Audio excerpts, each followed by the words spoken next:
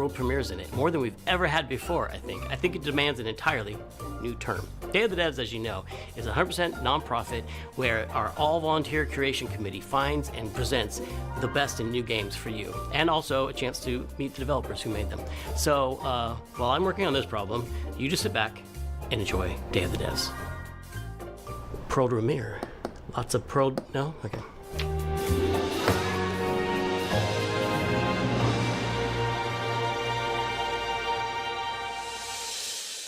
There's nothing I dread more than having to make a top 10 list of video games, but if I did, I'd definitely put Nidhogg on that list. So I'm very excited to show you a world premiere of what Messhoff's been working on. Hi, I'm Mark Essen. I'm the creative director and co-founder of Messhoff. You might know us for our 2014 hit Nidhogg, a fencing tug-of-war game with flying worms that eat you at the end.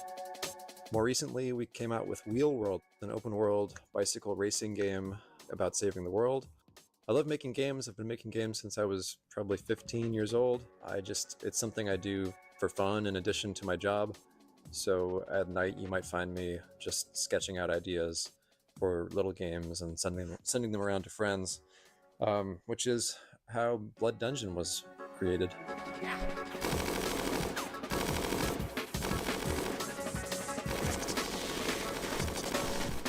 Blood Dungeon is a platforming game where you're not just standing on platforms, you're crawling on the sides of platforms, you're hanging from the ceilings, you're walking across tight ropes, you're jumping onto nets, climbing ladders. It's not a Metroidvania, you're not like learning these skills over time, so you can think of it like Vampire Survivors crossed with Spelunky. I really missed like animation and just being able to hand animate pixels, and so it was fun to just churn them out, make lots and lots of silly little characters and enemies and stuff. And I think the game turned out really fun. There's a handful of arenas to explore. You'll unlock over 100 weapons. It's like these other Survivor games you've probably played where you're kiting the enemies and they're sort of following you in a big mass. But in this game, you're in a maze as well, a maze with gravity. It's really a game about routing. You get to know the levels, you get to know which weapons work with which other weapons, and maybe find a character that you really connect with based on the art or just the way they move. So I'm excited to share it more widely when it comes out later this year. The coolest thing about video games is that anything is possible. However, it is likely impossible that you could guess what this next game is.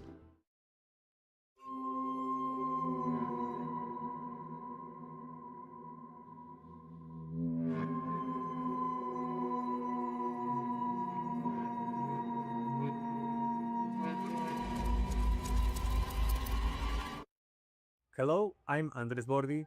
And I'm Mason Smith, also known as Airdwarf. And we are very excited to show you Tenebrisomnia, our game, which is a retro survival horror with live action cutscenes.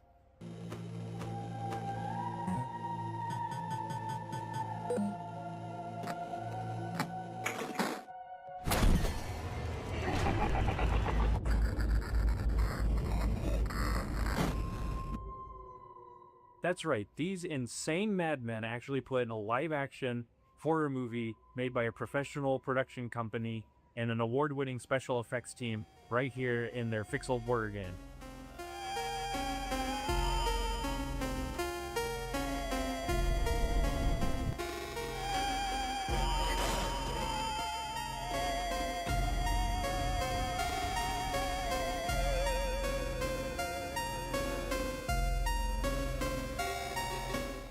So, the story of Tenebrisomnia follows Julia, an Argentine girl who's having nightmares every night about her ex-boyfriend Ivan being killed by horrible monsters. And she finds out that the nightmare is real and now she's trapped inside it.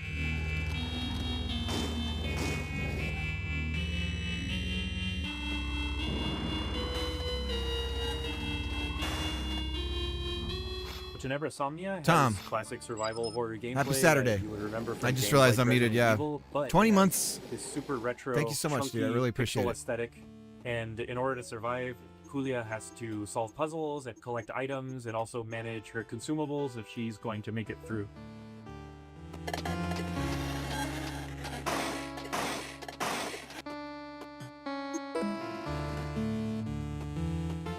So once I was playing Faith on streaming, and I said I would like to do something a piece. Gonna try and co-work. in Oh, nice. 2023, I'm Dave watching Autry distracting came to video. me with the trailer Day of for the Devs. Insomnia, and he said, "Hey, I Well, want let's you do to it, check this man. out and let me know if you think this would be a good." I'll start getting my title for us Godot to stuff publish. going. Well, I had known Andres and Tobias and the guys at Cybot Studios down in Argentina for quite a long time, and I knew how much Faith inspired Tenebrae Somnia.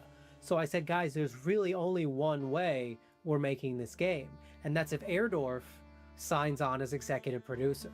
Andres was the director of one of my favorite horror short films, Alexia, and so I was really excited. I immediately said yes. I didn't put it together at the time, but I think it was just this weird, evil twist of fate that we get to work together now.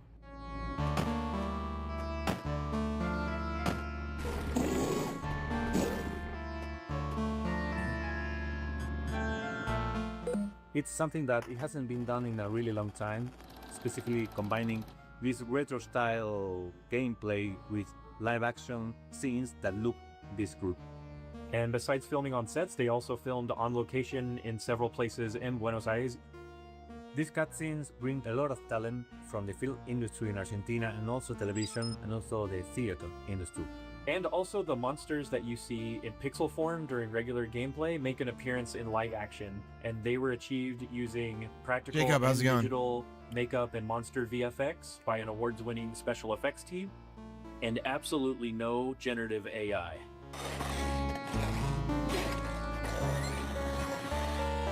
The game and the cinematics get really crazy and psychotic towards the end, and I can't wait for y'all to play it.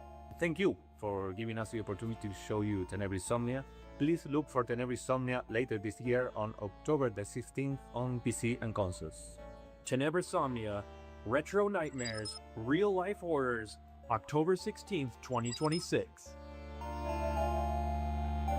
Chinese indie games site links to the Goo Gate Guardian, and translation refers to it as Guardian of the Door who you'll meet in a moment are of also Slime. its composers. That is so cool. Dude, French that's developer awesome. Glitchies has put together a combination of mechanics and music that'll leave you nodding your head and tapping your feet. Enjoy this world. Universio Revelio. Chef, is do what you have a people link? Call that now. I'm not doing that. Enjoy this world premiere of Mr. Records. Only a view of two from it, but still cool. Hi, I'm Charles. And I'm Valentin. I mean, that's something though, and it gets the name out. Glitchy Studio, You're stuck with the name now. Of Headbangers Rhythm Royale and Musical Story.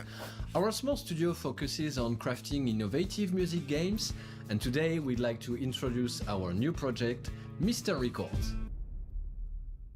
This is George. He has an extraordinary gift. He can travel through music. As soon as he hears the first notes of a record, he's transported into vivid worlds where he interacts rhythmically with the environment and unfolding events. Oh shit.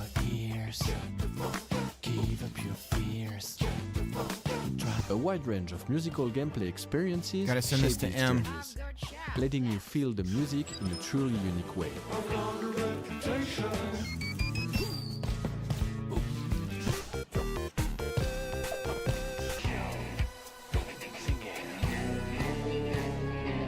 Hang on, let me get the link to. Gotta send this to When he's not M. exploring these musical worlds, George runs his record store. Every journey completed Is she streaming becomes right a now? vinyl available for sale in the shop.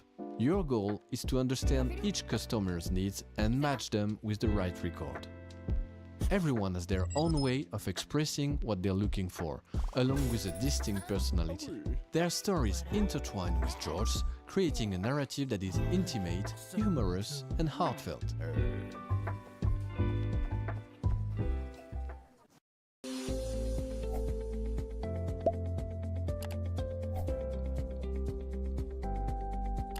Alright. Selling records allows you to acquire new ones to play, Alright, forming a send it to fresh her. and surprising gameplay loop.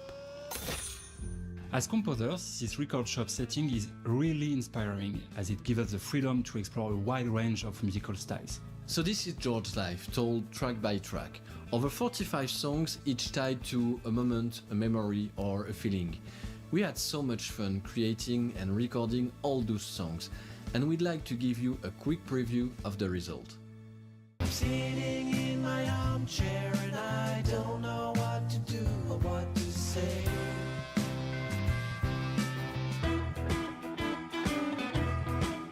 Oh, it's a sausage blue. I knew it was for life. This day became magical.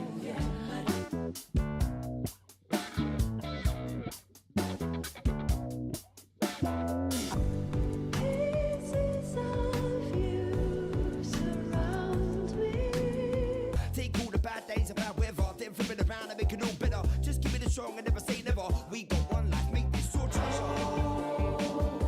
I'll step into my shine. We're a small team of 4, and we've poured a lot of heart into this game. There's still so much more to share about Mr. Records, so stay tuned for more updates coming soon. Bye!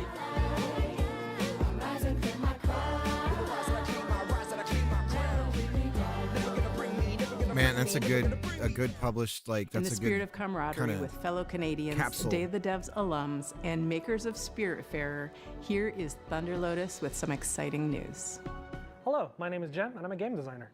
I'm Stefania, I'm an art director. We're from Thunder Lotus in Montreal, Quebec, and you might know us from our game, Spiritfarer. For the past 7 years, we've been working on something quite different. Our latest game, 33 Immortals. How many games have you played where you really wanted to play with random strangers? How many times have you felt the primal thrill of defeating massive enemies in epic raids without the stress, the grind, or wondering if you're good enough? Welcome to 33 Immortals, our co-op action roguelike for 33 players. No waiting around, you jump straight into the action through instant matchmaking. The title's a little weird because of tear through hordes Expedition of enemies sent by God to punish 33. you and rebel against the wrath Like, that's of God weird, right? together. You can play solo if you want, or with one, two, 'cause it almost or sounds like three it would be a friends, joke. Because in 33 Immortals, everything is SEO. about cooperation. We spent a lot of time designing the game so that you want to play with others, even if you don't know them. There is no voice chat in this game. You use in-game emotes to communicate with your fellow rebels. Combine your strength, whether you're a tank, specialist, ranged, or melee player, and push Massively forward no matter what. multiplayer, You in a will sense. die. This is And that's totally okay. risky. Because with every run, you grow stronger. You'll have to. Looks beautiful, What though. you're up against is nothing less than the wrath of God. This is the stuff I talk myself And the out best of. part, I'm like, nah, I you never can't do face it alone. multiplayer. Like, you You gotta face it have together. many people playing. 33 Immortals releases this summer. So come join the rebellion. The Planet Fitness Black Card. Access any location. What are you bring a friend saying, anytime, YouTube? and recover in What's one going on? spa. What's We happening? encourage men to leave their mark on Okay, the world. YouTube. This one's a little bit not better. on their shirt. All right. Enter You know, sometimes in life, there are things that just make you want to give up. Nebula, and go how's it fishing. going? An apocalypse that ravaged the Earth and left us in a world filled with Lovecraftian Nebula, I nightmares and gotta mutants play your might just game. be one of those things. So pop on your waders, folks, and grab your lures. From Dream Dock, this is Dreadmore. Hi, I'm Rostislav Fedorov, CEO of Dream Dog Studio, and today I'll be How long talking would you to say your about game is to play, the Dreadmore. latest one?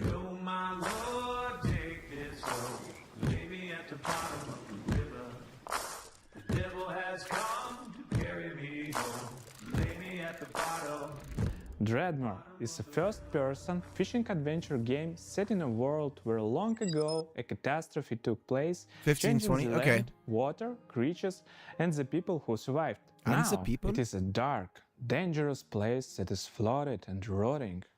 As the player, you travel on a fishing boat that is your lifeline in this world, but that also means it Beautiful. is your responsibility to keep it fueled up and repaired. You can go on the Unreal. land, walk from place to place, and meet the people living in this world. Those Yep. people can be quite strange, but you'll find that as you talk to them, you'll pick up quests and learn a lot about the place that they live. Man, The look most at that. important part of Gorgeous. the game, fishing. We made sure that fishing is not just a simple mini-game. You start by checking the water, casting your line, and then you wait. What This happens is the next kind of fishing depends game I can on get what behind. bites.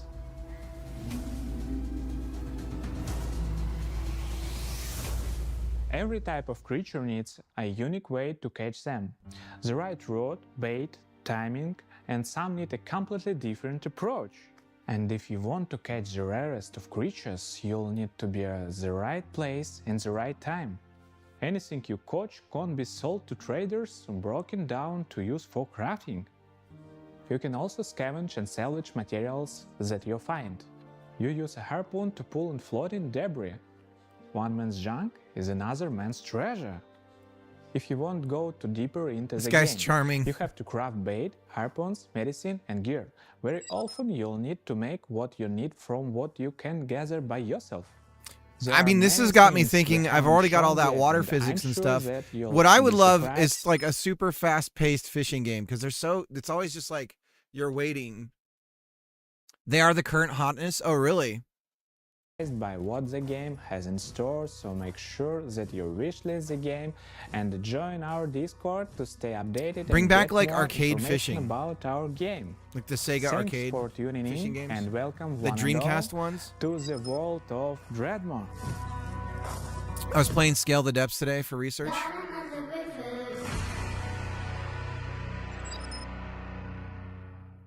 Guide the We've got some lure news through the from water. A game we've been following for quite some time. It's from a Canadian studio that knows their retro. Welcome to the end, hero. When would you like to begin?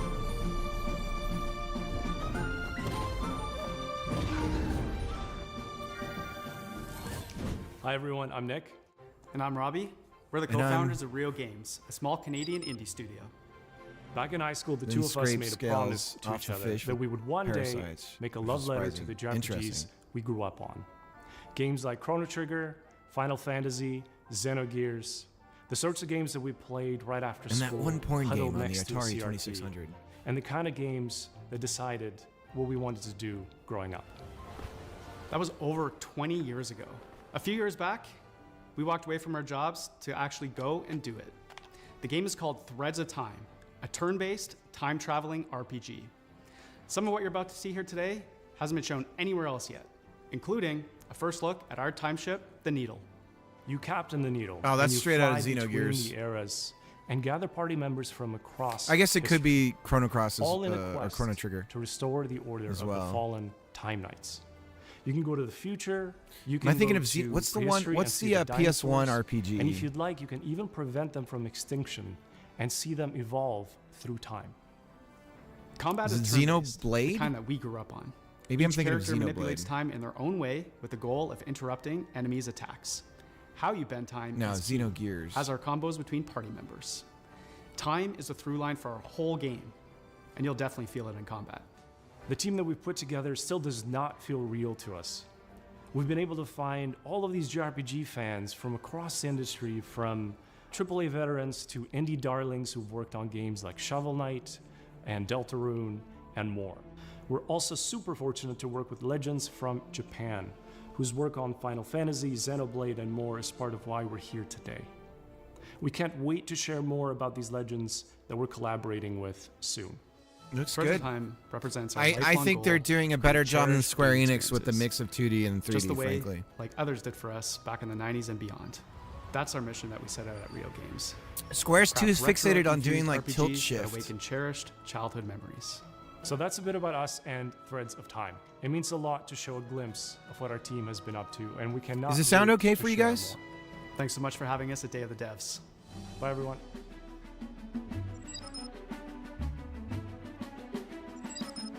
First 15 minutes, I open the Not tools. often you get Nice to world Tom. premiere a game that's been in development for 22 years, but here we are. I first played this game back in 2004. It's since gone on to be released in multiple fashions, and I'm excited to show you the next evolution. 22 years. World premiere. The future of color is here. Don't worry, Shaq. Sorry for the General commercials, gives guys. you a break to keep you covered, whether it's on your car I live in the States. Oh, hi there. Hi, I'm Mare, I'm Reagan. and we're MetaNet Software. You might have heard of our games N, N+, and N++. Today we're delighted to announce that we're back on our bullshit. with a little something we like to call N plus infinity times 2.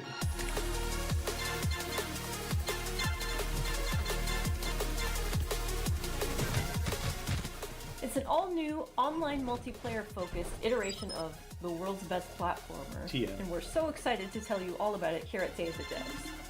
For those of you who aren't familiar with our games, they're a bit different from other 2D platformers thanks to their unique momentum-based movement mechanics that give them their own distinct flavor. We call it parkour platforming, so you play as a ninja, gracefully and effortlessly flowing through the levels.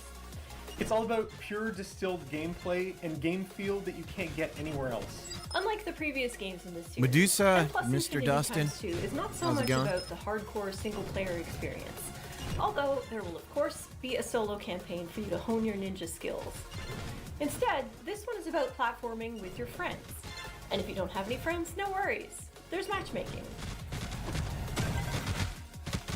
We've taken our unique brand of acrobatic, virtual athletic 2D action gameplay and used that as a foundation to build 5 fresh, local and online multiplayer game modes. Some game modes are tried and true staples, some are new to the series, and some are new to the world. Mingle player, co-opetitive. With this game, we're really Ouroboros-ing the lexicon.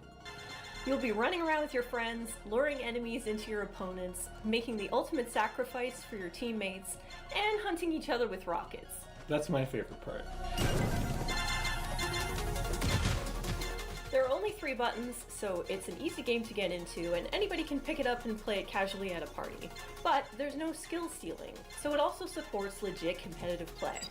We like to think of it as couch-ready, tournament-worthy. We've been making this series for a disturbingly long time, and we're very excited to put our 2 decades plus of game design experience It's from the into N++ your hands. guys. This is going to be launching sometime next year on all Same people. platforms. If you want to get a taste for yourself, please head over to our Discord and sign up. I won't lie, I'm confused We can't about wait to play what's with you and see happening. what you think. It seems to have And most Tron importantly, rules, please just wish this Jacob. N plus infinity times 2 on Steam so that the algorithm doesn't It's like hate us. light cycle Thanks so much, rules Day or of the something. Devs, and enjoy the rest You of the just show. collect coins? Thanks. I'm not sure. Bye. Sometimes, a game transports you through the looking glass into a world that you can't help but be fascinated by. Our next title, Into the Unwell, does just that. Swedish developers She Was Such a Good Horse have created an action roguelite with a wild, unique world that you can explore solo or with friends. So settle in and get ready to hear the story of one strange cat. Oh, hello there. My name is Morten. I'm working on a small Swedish indie studio called She Was Such a Good Horse. We're working on a game called Into the Unwell. It's a rubber hose roguelite game.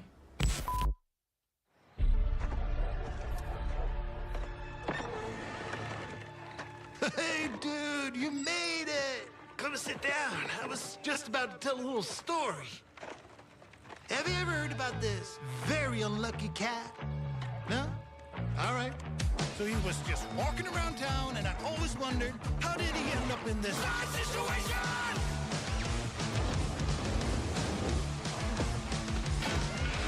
Oh, and he spent his whole life savings. His dreams of domination ended up in devastation.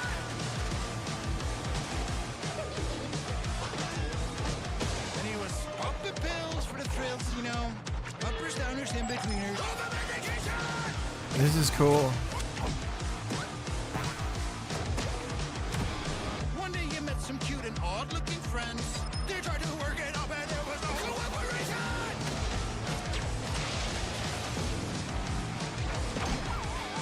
And after This is probably like the intro or title music. face to face with the absurd. This is it. He's gonna show the world. But nah, he failed. Anyways, the moral of the story Greg, is- did you see the game at the start of Day of the Devs? There's a very Greg game. I felt like.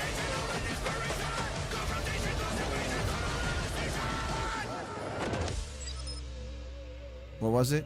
It's called Blood Dungeon. Let me go back if you haven't seen it. It's from the guy who made what is it? Nihog or whatever. How do you say it? I'll go back. Or what's the We are sword Classic fighting one? Stoneworks, Idaho's one-stop Nidhogg. shop for custom natural stone. Finding the right stone for your home can be complicated. Racing game about saving the world. Let me go back. Hi, I'm Mark Essen. I'm the creative director and co-founder of Messhoff. You might know us for our 2014 hit Nidhogg, which is a fencing tug-of-war game with flying worms that eat you at the end. More recently, we came out with Wheel World, an open-world bicycle racing game about saving the world. I love making games. I've been making games since I was probably 15 years old. It's something I do for fun in addition to my job.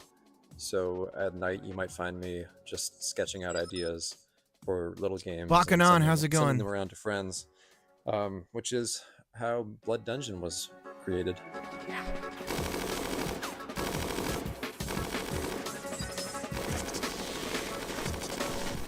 Blood Dungeon is a platforming game where you're not just standing on platforms, you're crawling on the sides of platforms, you're hanging from the ceilings, you're walking across tight ropes, you're jumping onto nets, climbing ladders. It's not a Metroidvania, you're not like learning these skills over time, so you can think of it like Vampire Survivors crossed with Spelunky. Vampire Survivors crossed with Spelunky. I really missed like animation and just being able to hand animate pixels. The little running arms. Dude, wait till you see the title sequence thing. Silly little There's a very Greg character thing really on it that I think you'll appreciate. You'll unlock over 100 weapons. It's like these other Survivor games you've probably played where you're kiting the enemies and they're sort of following you in a big mass. But in this game, you're in a maze as well, a maze with gravity. It's really a game about routing. You get to know the levels, you get to know which weapons work with which other weapons, and maybe find a character that you really connect with based on there he is, right there. Just the way game about routing. I saw the guy on the right with the thing in front of it that looks like a schlong, you get to know and I was like, "Oh shit, that's Greg." That's a Greg and thing maybe for find sure. A character that you really connect with based on Look at that! their Look at art the or placement. the way they move. So I'm excited to share it more widely when it comes out Dustin, later this year. 25 consecutive streams. The coolest thing about video games is that anything is possible. All right, let me go However, back to where it we is were. likely impossible that you could guess what this next game is. Okay. World premiere. Okay, just gonna watch some highlights real quick and check some emails. Where were we? What the heck? Made with Unity. Come on, focus, focus, focus. I'm Case, and this is Bub, a narrative adventure game about making art, healing, and New York City. And coming out to my parents. Hey everyone, I'm Todd Anderson. I'm a software artist, poet, and educator based Oh, in New York man. City, and I did gameplay design and code for Bub. Since I was a little kid, I've always liked drawing, whether that was with pencils or markers or scissors or collage, whatever I could. Don't have any good handle, caught really. emotes. And I wanted to create a gameplay structure that showed off all those different styles in different worlds. The main story takes place in New York City, but Bub is an artist, and he's constantly bringing the player into his memories and into his art. And so you might dive from a pen and ink style New York City directly into a childhood school hallway and into a show choir performance where he's nervous if he'll be able to dance correctly. It's that approach that gives the game a very textural feeling, and those textures mimic the emotional underpinning. I mean, of this each is scene. gorgeous as hell. 3 years ago, Todd and I were making really good progress on the game. We lived in the same neighborhood in Brooklyn, and in the afternoons we could walk to each other's houses and work on Bub. But something unexpected happened, and I got really sick and was diagnosed with multiple sclerosis. Oh man. And during that time, I lost a lot of my vision, my dexterity in my hands, and it was basically impossible for me to make art. So Todd and I focused on our friendship, and I focused on Might not be healing. too far off. And little by little over time, the old connections that had always existed in my brain, the ones that told me how to make things and how to use my hands, they started to come back. I had a choice. I could keep looking down into the bottomless pit of despair, Or I could focus on how many good things had happened to me in my life, how many good people I'd met. I decided to go there and focus on gratitude. This art style is so reminiscent of I can't put my finger on it. This particular character style. There's like some sort of animated thing that was on Nickelodeon or something. It was like an interstitial. And this reminds me, I'm getting like weird memories of it, but I can't put my finger on it. But it's ultimately a hopeful story and about drawing connections between your own hardships and difficulties and using that to connect with other people. But this is like really well done. It's really hard. I mean, if you've ever tried to do this where you bring in a real medium into a game, and maybe this is all fake, maybe this is just done with the right pins in a digital program, but it's really hard to bring this stuff in and make it look right. Bub is also a game about New York City. It's a place that both Case and I have lived and made work for over 10 years, and we wanted to capture some of that energy of being a young person, figuring out what you care about and how to say it, alongside a bunch of other people that It does feel like a nightmare to playtest, though. We've been lucky to collaborate with our talented friends. Adam Schatz has laid down an amazing blanket of music and sound throughout the entire game. Asher Kurtz has written beautiful additional switching styles every 5 seconds. project Yeah, I was as just well. thining the size of the Whitmer game Thomas, fresh could off of actually his be quite supporting large role just in from the film textures. Weapons, is the voice of Bub. Life used to Hard is feel not what you're best at. Like a coming of That's a age good that was point. never gonna end. Then it all changes. Yeah, that's how I feel about the tree game. As much as I think I hit on an idea that's good, it's not And our friends at something Some I can Point do Sound have built easily. A rich layer of effects. You know what I mean? It's really bringing the game to life. We're so excited to share this game with you in 2027, and please follow along with us at our Steam page, and thanks so much. I first met Mike Boxleiter in Iowa over a decade ago when he was making incredible mobile games. He went on to create Secret Hitler, which is a huge success in the board game community. Now he's back with a few friends to make a new video game, and they're here to show you a world premiere of what they've been working on. I'm just realizing I could have used debug draw for my marquee this whole time. The thing that good Wallabird pointed me out for the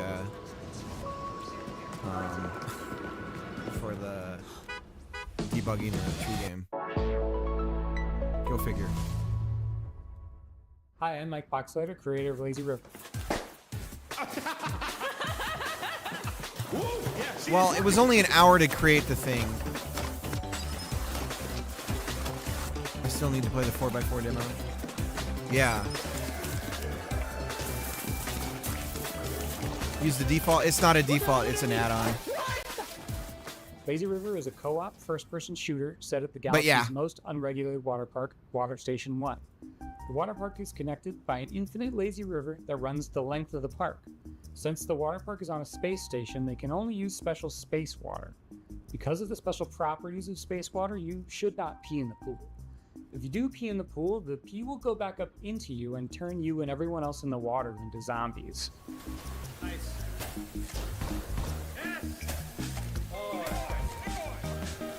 Don't pee in the pool. You and 3 friends are at the park for a fun vacation, but one guy peed in the pool, and now everyone else in the park is a zombie that wants to kill you. You'll need to build a raft and This ride guy the clearly lazy river has- to the other end of the park to escape. Clearly has a problem with people peeing in the The pool. first objective in the game is building your raft. This It's is your like floating base I with could see this greatest as like resource and the a strongest weapon in the game. dad teaching his kids a lesson game. Like this whole game is just him. It's like years. They're like getting married by the time he finishes it, but it's all because one of them, when they were like 12, peed in a pool. Start building by gathering inner tubes and lashing them together. You'll have to leave your raft to scavenge for materials. Yeah, I think it's a necessity, Bakanon. Like it's kind of like it's hard to animate all this stuff, but you want to do it, and you just need to get something on there. And so I think this is just kind of what happens. From around the park, however. The whole place is infested with zombies, but lucky for you, once the zombification process is finished, the zombies are vulnerable to water. I mean, he's technically not Type in wrong, the but full parts noodles per for water million, guns, Medusa. water balloons, and make your It's way P back per to the millions raft of with your loot. gallons of water or whatever, so On your raft, you're safe from the zombies. it's a Unless you get some surprisingly hot easy box. thing to You're convince gonna get kids of. hot Yeah. box. Maybe that should be the one. I never lie to my If you get kids, hurt, cook up some hot but dogs on the grill to regain that feels your like strength. a good one. Use scavenged materials to craft Like it's fun to armor, watch a streamer and their turrets, friends and play, and then engines you for try your it. And it's raft. never satisfying. Make sure Right. you build something balanced It's and don't make it too yeah. heavy. It's always The raft floaty. can't drive straight, sitting It's duck. frustrating. Build smart and create your own custom floating fortress. But also, I don't have friends to play video games with, so maybe this is part of it. You'll need to choose your It could path be along that the too river great. carefully. The robot security forces will set up blockades and strong defenses. Get too close, and they'll shoot out your inner tubes and damage your raft. And make sure not to set off the park alarm system. Setting out the alarm will start the park's self-clean cycle, which will obliterate all organic I life ruin in every the t- area. it's, That would really by caring ruin too your much. summer vacation. We're okay. Loving too deeply. I've been making this game with 4 other amazingly talented devs from across the country. For We're 6 excited years. to announce Lazy Ever River since is my coming son to early peed in the access pool. next year, summer I was the kid 2027. that peed in the pool. Please wishlist us now on Steam. Thanks so much. For sure. All right, we'll have these onion rings before we die. Our next title is as complex and thought-provoking as you'd expect from developers Sunset Visitor. The Vancouver All right, dudes, gotta run for the stream. Don't pee in the pool. 1,000 times resist. And their next Also, game is and looking so is just my as buddy Larry, but intriguing, Larry doesn't play innovative, games and I want to slightly play. unnerving, in the best way. See you, Jacob. I'm Bust so some ass. excited to present Prove You're Human. I have dreamt. Did you know American tap water has more chlorine than European pool water? I've dreamt it. That sounds like bullshit. Do you have a source on that? Say you think you're human. I am human. Is European Europe is a big place, first of all. But is there like regulations from the EU about how much chlorine you can put in water? Tap water has more chlorine than European. Let me look this up. Now I'm going to be spending time on that. Oh, welcome. My name is Pinky. I also go by Natalie, and I am narrative designer at Sunset Visitor Studios. In our upcoming game, an AI dares to dream that she's human, and it is your job to put her in her place. Prove You're Human is a sci-fi narrative adventure where you play as Santana. You've split your consciousness into 2, and you've been uploaded to a digital world to work. On your first day, you head into the office and you Okay, so I see here.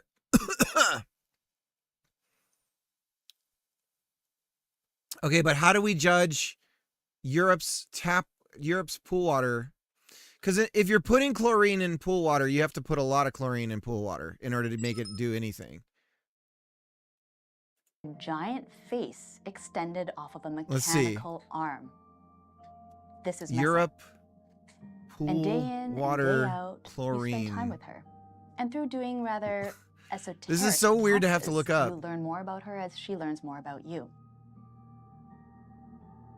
My name is Daniel Bolio. I'm an artist here. I think at Sunset this is, Visitor, I think, and Bakanon, I think this is mixing up Europe versus American pool chlorine water levels. And then tying it to the fact that we chlorinate our tap water and Europe doesn't typically. It's two different things, though.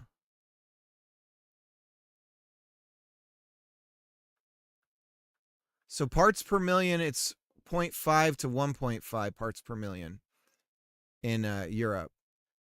And in the US,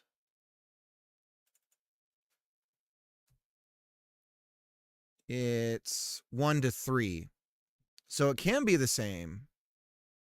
It just depends on the who's doing it.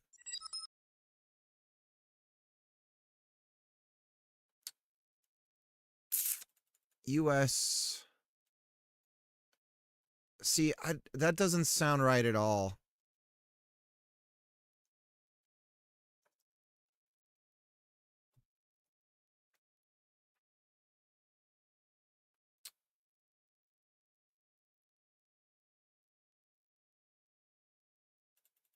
Okay, so, and again, this is U.S. Protection Agency. So 4 MGL. So what does the MG mean?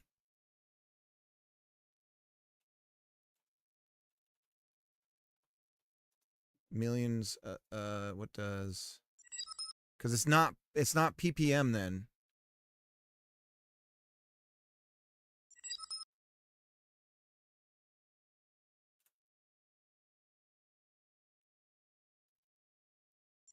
Milligrams per liter. Yeah. My background has mostly been in animation here in Vancouver. My first project in games was a game for the Nintendo Switch called Boreal Tenebrae. Animating Mesa is, so yeah, I mean, in a unique I'm way, still where trying, we're I can't tell if I'm to comparing have this apples to balance apples where though. there is enough complexity. Because when I look at the in chlorine levels, the it's animation system parts per so million. that she's able to hit all And then these when I look poses at, and expressions and for water microexpressions levels, that we it's want her to hit, MGL. but also have the system intuitive enough that the writers are able to control milligrams a lot of that per animation liter, from within which is their how much writing is that documents in through, parts per million? Text-based macros. And having them be able to suggest animations for her to do in the writing document is sort of imperative to how we want to make this game. So it's equal to 4. Some interesting challenges yeah, that's crazy. for Mesa is just how big she is in frame. Like I've been Well, I can finding tell that you for sure then really, pools like, use way more than that, subtle even though they're micro-expressions that supposedly usually regulated to less you than wouldn't be that able to read on in a the character. States. They're all you need to convey an emotion That's crazy. on Mesa face. Because She yeah, can you be can't very like, there's no indication of chlorine in any tap water that I've ever had, but most U.S. tap water is terrible. Mathematically, it's the same. Yeah, yeah. She can be very robotic, but she can also be very organic. So, but I think it probably depends on the area that you're in, and a lot of different kind of modes that Mesa Face can hit. Something is different about Mesa. In the middle of the night, you catch her muttering to herself about a body. And not just any body, her body. She is certain that she has a body just like you, which is impossible. So, of course, you do not believe her until one day. Not mathematically the same, but close to This at next the world density of premiere water.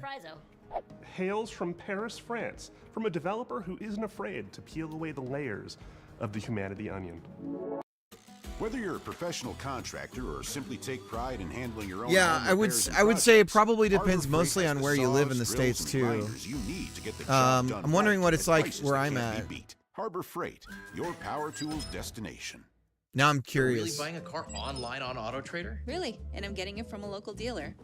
Can you really be that picky with your search? Really? We could test it, right? That's an easy thing to test. So our drinking water is chlorinated at 0.15 parts per million where I live. So very, very small.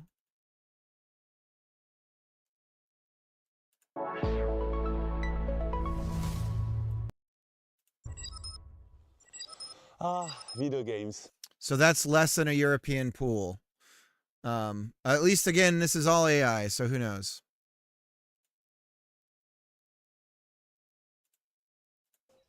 They should always be fun and lighthearted and designed to make us forget about all the worries in our lives, right? Right? Wrong. I'm Florent Morin from The Pixelant, and we are known for making video games about the most depressing topics imaginable, like forced migrations, or grief, or child abuse. Also, we made one horseback riding game, but this one doesn't count. But why would we do that, you ask? Well, it's not just because we are a bunch of mean, depressed French wannabe existentialists. Of course we are, but we also believe in the power of video games to tell stories that you will care deeply about. Stories we can't afford to ignore. So let me tell you about Ithaca. In this narrative road trip RPG, you play as Penelope, Guys, it's too early for math. 30-something environmental rights lawyer who spent the last decade trying to sue big polluting companies and failing miserably. Today, you hop in your car and decide to drive to a place called Ithaca, where you're supposed to meet with friends from the Earth Protection Association you just joined. A perfectly normal thing to do. Except, there's the boss of a big petroleum company tied up in your trunk. Ithaca starts as a game where you, the player, have to figure out what's going on. From the comfort of your vehicle, you'll be able to call and text Penelope's friends and family. You'll get to know her better as she pretends everything is normal. And as the story is moving forward, you'll gain experience points that will allow you to shape her personality. Depending on your skills, you will pass or fail checks that will open or close new narrative routes. You'll also be able to explore your own thoughts in search for answers about who you really are.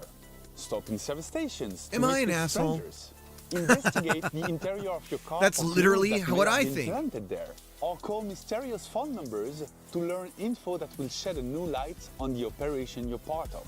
It looks like you're right though, Bach, although I'm not sure. I'm still not 100% sure. Has ever faced. Will she go all the way and finish what she started? Or will the road change everything? We're not making Ithaca to give answers. We're making it because we're living through questions that feel increasingly hard to avoid. About That's still power, about a 50% error. about violence, about the world we live in, and It'll vary a bit from state to state, yeah. So, I mean, it's like how we get made fun of for building with sticks, right? On sticks, as we call it. But it's also like you build with what is abundant in your area. Like, that's how it works. And so it's just funny to get like, oh, you know, blah, blah, blah, blah, blah. And it's like, well, if you built, and also if you built with brick in certain areas in the States, that would be a very bad idea. And so it's just like, it's different places build differently. And it's like, but then to just like make fun of one region for doing it one way and another for doing it another, it always seemed really silly to me. Hey, did you see my Discord message? What still feels possible when nothing seems to work anymore. And we hope Ithaca will be one way to sit with those questions for a while. Carefully and comfortably. Every record is a level. Copycats. Yeah, I had to share it with you. We've just launched a Kickstarter and a Steam page. Thanks for the vid, yeah. And we hope to release the game in late 2027. Also, you never know, there might still be a cute horseback riding minigame in there somewhere.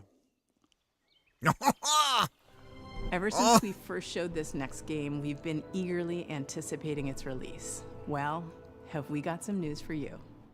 Hi there, my name's Will. I'm part of the dev team here at Radical Forge, and we're working alongside the guys over at Crescent Moon Games to bring you Screenbound.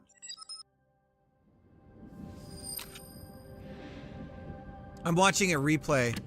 I'll send a link. This is Day of the Devs. Now, previously on Day of the Devs, Crescent Moon talked about how they initially came up with the idea for Screenbound and showed off some of the early mechanics. But today, I wanted to talk about the narrative. Is his first name? He should have art.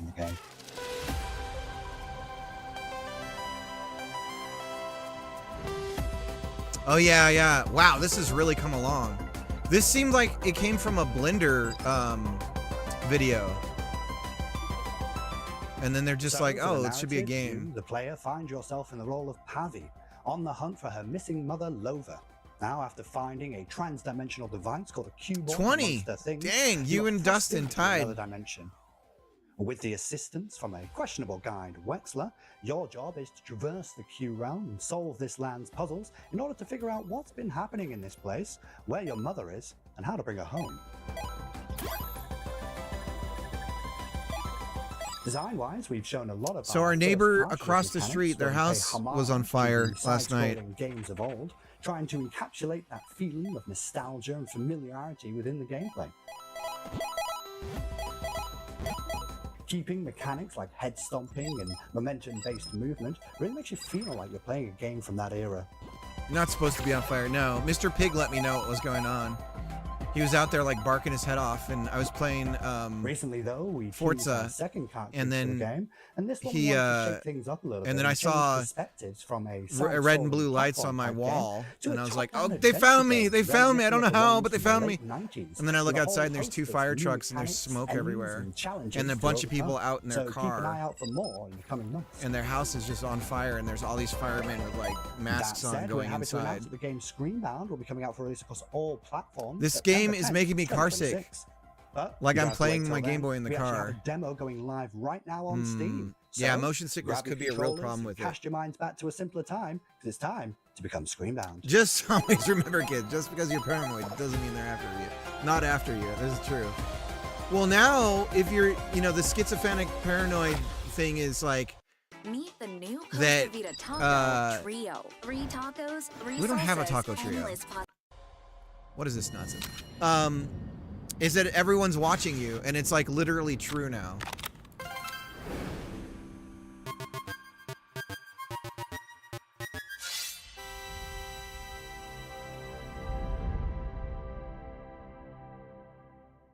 This next game's been making the round at PAX and EVO, and we're excited to show the first gameplay footage. It's from Red Moon Workshop. Carsick out of gaming Austin, nostalgia. Texas. Dude, buying the game, coming home and reading the manual nostalgia. That's what was the one with the fox? That's exactly what that game was tapping into in a way.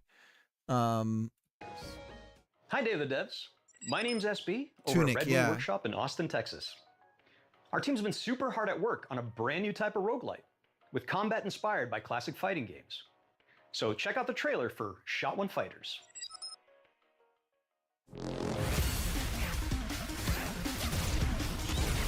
Made with Unity. Has there been a single Godot game? I don't think there has. Tunic was very good. I have it. I started playing it. I need to get through it. Some people made Magic Gathering Life Counter for Game Boy Advance on physical cartridge. Pretty fun idea. So there's a rumor. There's a rumor that I forget what company it is that they're working on a Sega like Genesis / Master System game. Shoot, who was it? Crap, I can't remember. Anyways, it sounds like Sega might be releasing a handheld. Is what the short story. Like that it might be able to play old school Sega games and that they're going to release new cartridge games. I don't know if this is true or not, but there's some let me track it down. I'll track it down while this is going.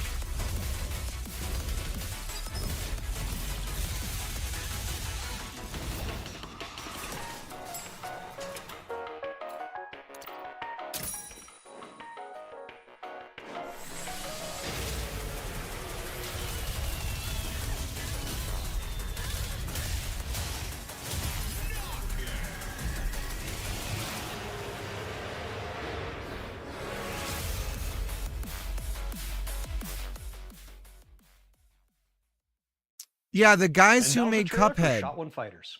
Currently, you guys can So the wish list guys the who game on made Steam, as Cuphead, well as follow our game on Kickstarter. There's which a is coming very rumor soon. going around that Thank you guys they're for literally watching, working and we really on appreciate the opportunity to be on Day of the Devs. an 8-bit I also wanna give a 8-bit shout out to our spin-off game community called and our Mighty fellow Cuphead devs Adventure with a working physical tirelessly to cartridge make this game a release. reality.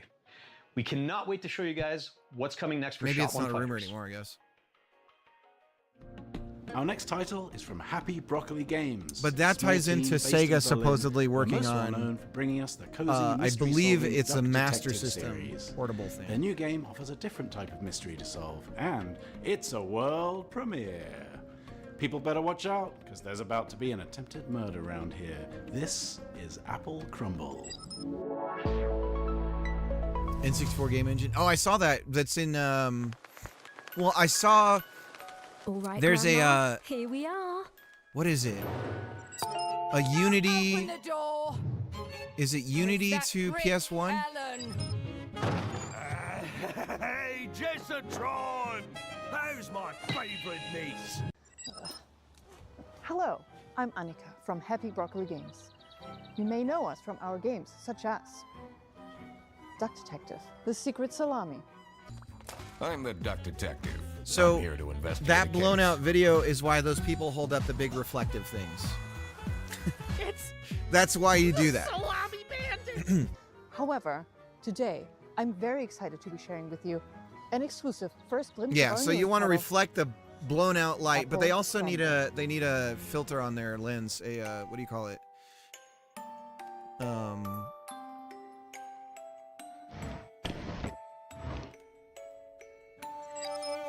The UV game filter, is yeah. simple. It's your grandma's 84th birthday party, and one of your family members is trying to murder her. Chances are they Could didn't it have that. be She's in your the shade, stressed-out mom, and the sunlight's your bouncing off the midlife water crisis behind them, uncle, and they had to blow it out. Your younger sister Millie has But been even then, it acting was blown weird out way too lately. much. I'm like super like. Just ignore It was the still weird fun. man It in was, your bedroom for it was now. funny. We at Happy Broccoli Games are big fans of thriller narratives. We've been drawing inspiration from things I saw my like kids crack eggs. Agatha Christie, Knives Out, Mouthwashing, and many more. Reconnect with your dysfunctional family. Explore your childhood home and work out who you can trust. I like these before it's me-looking time for characters. tea. Apple Crumble is a creepy, cozy walking sim. Rummage through your family's This is cool. belongings I like and this. uncover the secrets they're hiding from you. I absolutely hate the fact that Crumble consoles is are a all digital and you don't suspenseful actually own interactive anything. I story. wish consoles would go back to physical And media. we'll be piping hot I mean, out if of there's the a oven demand, man, it can happen. later It can this come year. back. We hope you enjoy Grandma's birthday. They And can't remember, stop us. Everyone is a Except they might make it impossible for us to own computers at a certain point. It'll just become... I don't know, guys. Have you ever dreamt of a game where the main mode of interacting with the world is slapping stuff? Well, your dreams have been answered. Check out this world premiere of Turbo Button's new game, Slap Out of It. I gotta post something, Rocco. Ads!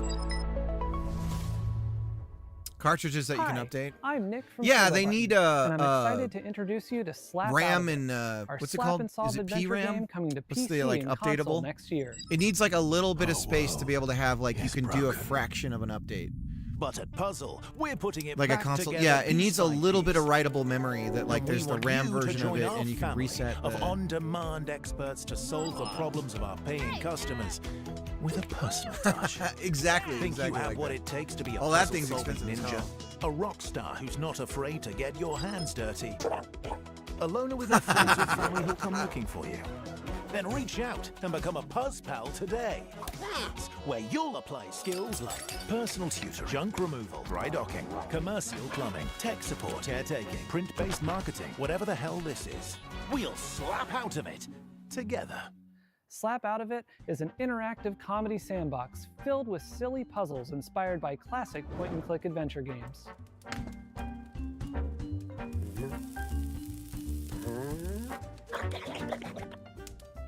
You'll be tasked with exploring a very odd office building, where each floor is a gateway to another world filled with new characters to meet and strange secrets to discover.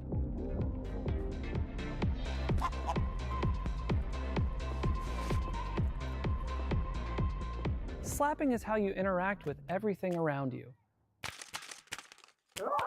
And just about everything and everyone react to your slaps.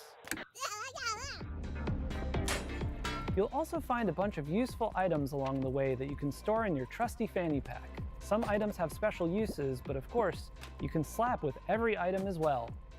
The more you slap, the more you learn about how the world works. But don't expect everyone to be happy about that.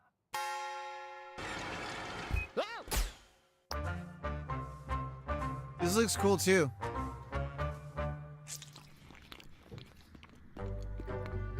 Our team is dedicated to interactive comedy and celebrating the art of dumb. Up till now, That made we've me been wanna known for making a hurl. bunch of silly VR games, but Slap Out of It is our I first can time smell this stepping away dude's from VR background. entirely. Can you Our guys team is smell his dedicated to background? Look at that. I can totally smell where he's at. interactive comedy and celebrating the art of dumb. Up till now, we've been known for making a bunch of silly VR games, but Slap Out of It is our first time stepping away from VR entirely. It builds on some of our past work while exploring lots of new ideas, and it's all meticulously handcrafted to keep you thinking and laughing at the same time. We've spent years iterating, editing, and polishing. This is bullshit. And He we're needs to so tighten the proud to say graphics this on is our level 3. dumbest game yet. We're also excited to be working with Ben Starr, who joins us now to share a little about what this project means to him. I don't know who you are. I don't know what you want, but of course I'll do it.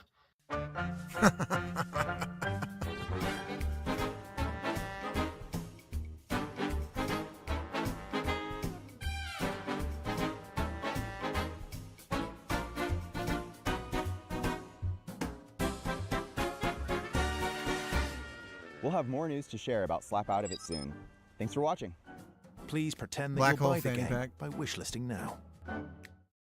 We promised you a lot of world premieres, but it's not very often we get to show you sequel, follow-up sort of things. This next one is from our buds over in England, and it features a very familiar cast.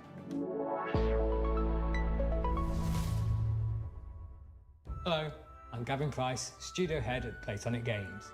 And I'm Chris Sutherland, programming lead. We're absolutely thrilled to be here to introduce you to the next chapter for our favorite buddy duo, Super Ukulele Kart. Oh my god! What?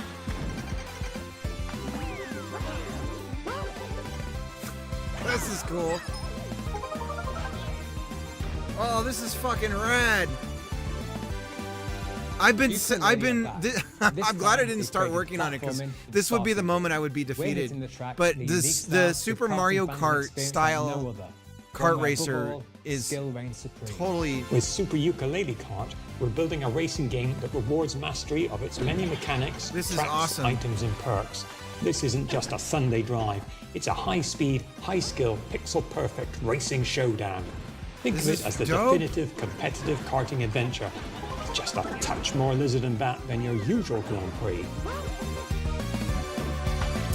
This is exactly... At Platonic, our goal has always been to inject a bit of that classic fun and character-driven magic back into the industry. We might be a small team, but we've got a lot of history between us, and as huge karting fans ourselves, we can sense when sometimes things have drifted too far from much of what we believe made those experiences so fun in the first place.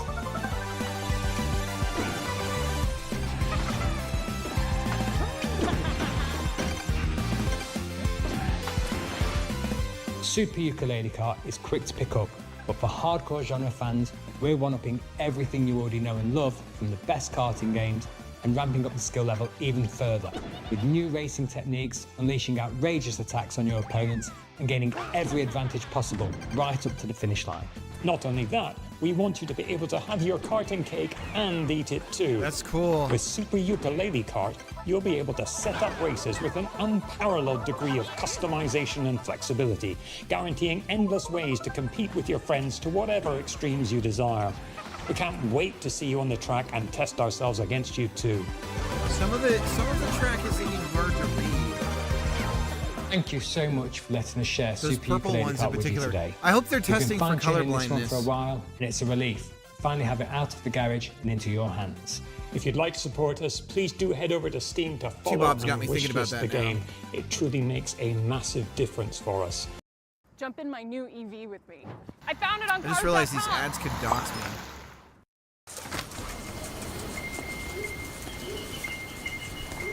Sometimes the We'll also be hosting a series of beta tests very soon, so do keep an eye out for how to Has sign somebody up. adjusted We'd teleprompter? love your help in getting this across the finish line and making the game the definitive karting experience.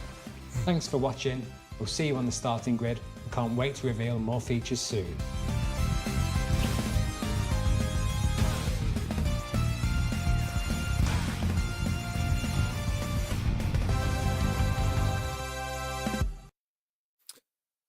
It's clever the All way they're doing the from pixel Poland, art. We've got some news from the creators of The Invincible. Oh, hi. We are Starward Industries, the team behind Into the Fire. It's a cataclysm extraction survival game where you have to navigate Capitalist ever-changing extraction. terrain, battle against fire and volcanic demons to find and rescue survivors. Capitalist In order to truly extraction. capture the high-stakes pressure, obviously, and fire physics itself, we didn't just read the manuals. We took part in a fire safety training and participated in professional research sessions. And honestly, we are probably the most fire-ready team in the whole industry. You could say, in other words, that we truly know how to handle the heat. It was supposed to be a quiet trip. But this place was already breaking. It's low budget. What's his name? Dust Runner here, back in New Syndra. Nothing settled, ground shifting, rocks coming down. You'll feel it soon enough. You know what to look for. Bring it back. Don't stop moving.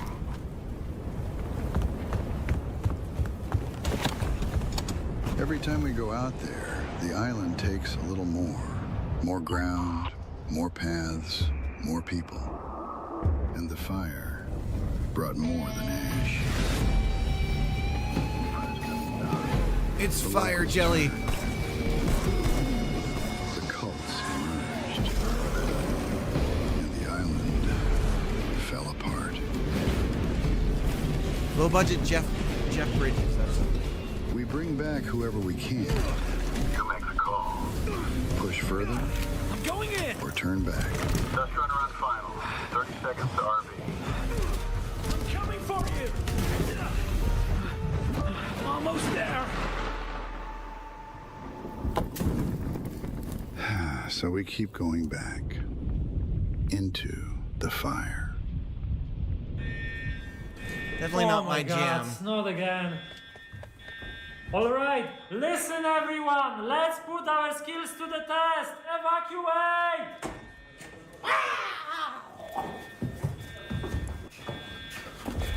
No, wait, I gotta put this back.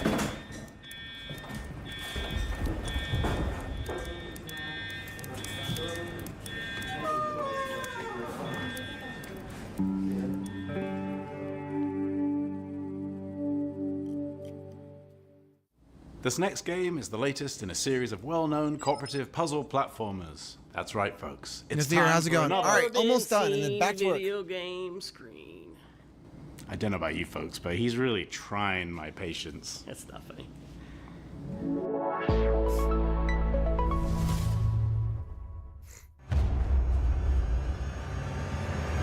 Finland.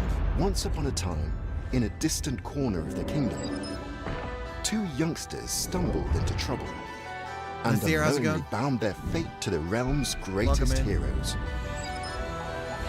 Trying 1 and 2 were so good. Who are you two? They must have somehow tampered 3 with was a Chinese bummer. magic. Are they trying to replace us? Are they They're just as trying baffled as you are. to replace the us? heroes of Trine are free. Free. You don't need to convince us. The last thing we want is to be stuck with a trio of fossils.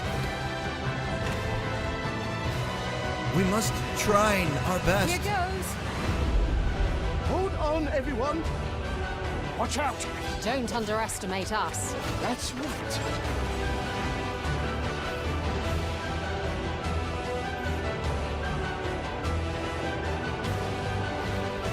What's that? It's another magic beastie.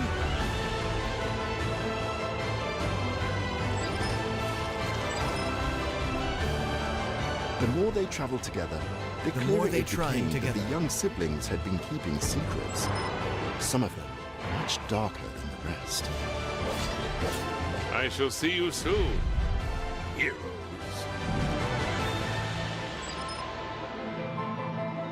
No dinosaur stripper management sims yet. This is true. Put on your management. detective caps for our next title. Dinosaur stripper Italian management. developer LKA is known Okay, for that their changes atmospheric, character-driven games like Martha is Dead.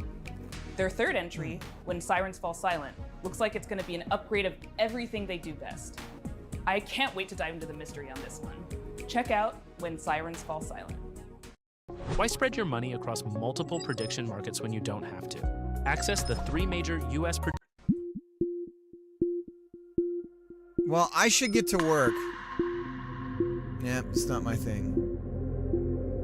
Hi, I'm Luca Darko. I'm the founder and artistic director of LKA Studios, a small 10-person company Beware of the specialized in deep narrative-based psychological Please. games. Our first games were The Town of Light and Martha is Dead. When Sirens Fall Silent is our third title. We named this series Storie senza voce, voiceless stories, and through these stories we try to explore forgotten people, voiceless people.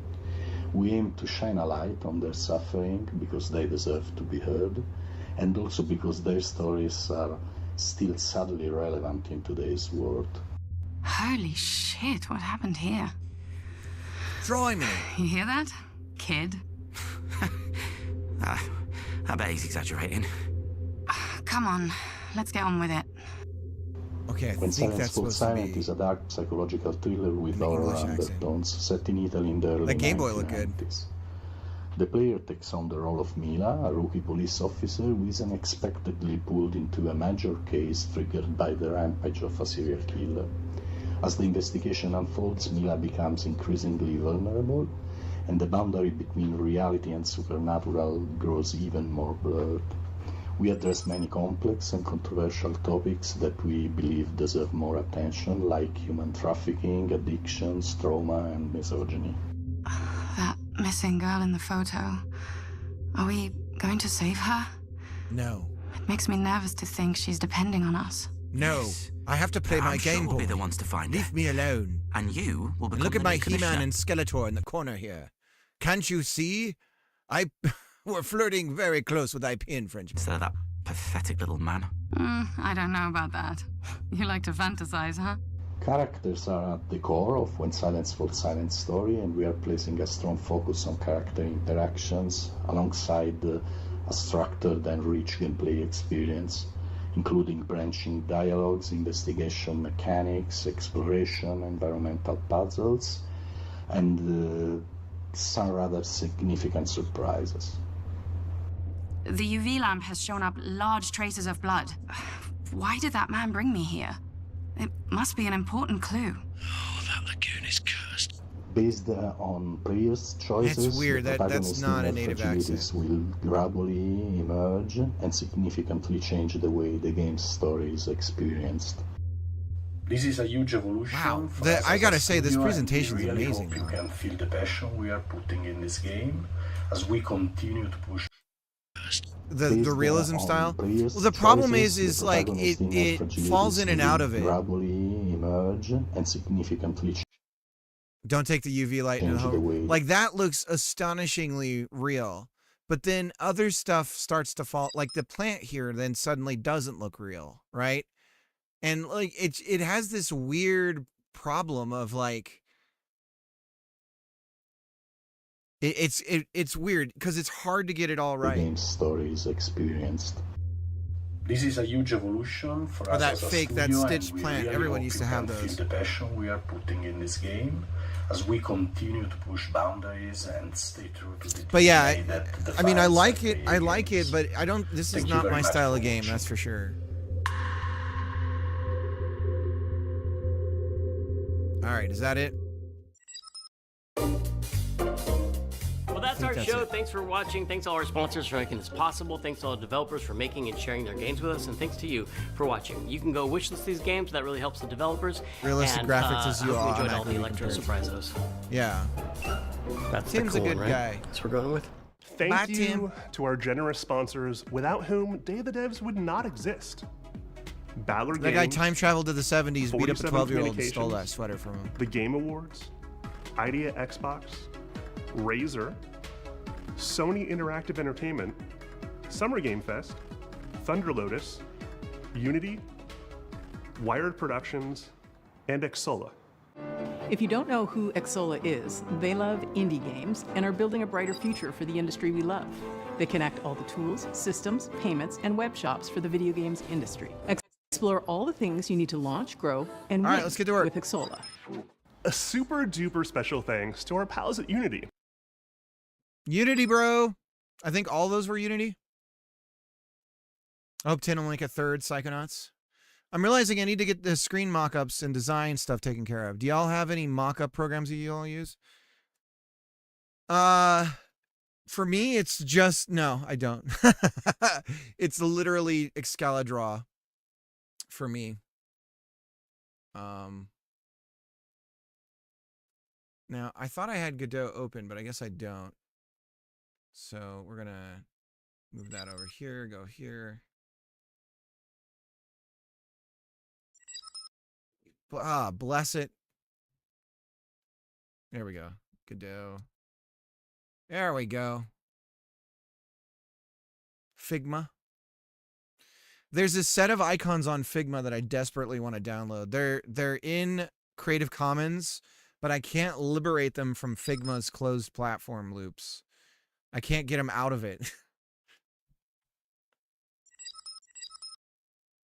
Miro for charts at work. But that's not great for any other art piece. Fig my balls. All right.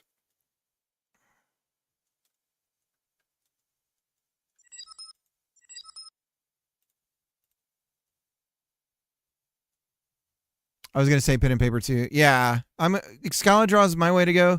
But yeah, pen and paper, whatever is a medium that you're comfortable working in. Yeah. Okay, so we can swap out our select stuff, but we had the marquee going. I wonder how hard it would be to get this going. Debug Draw is an add-on.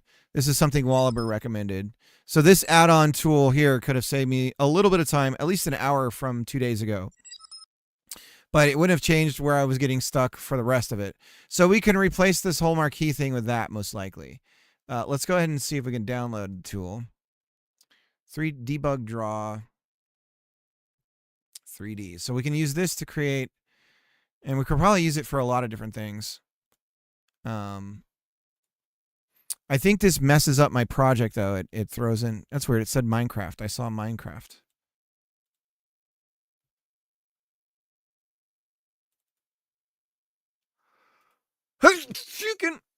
Excuse me.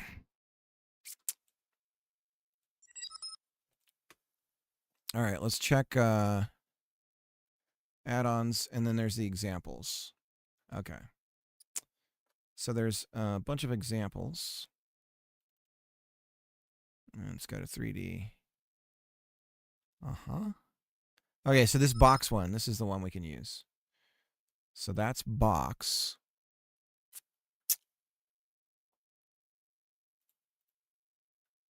Okay.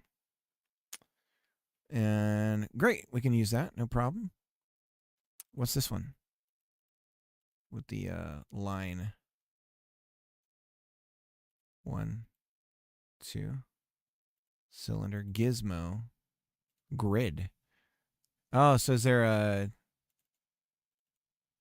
Oh, there's a bunch of stuff here.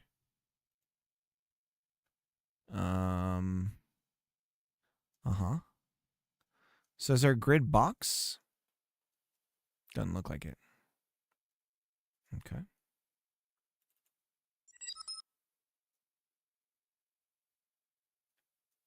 Is this like a field of view?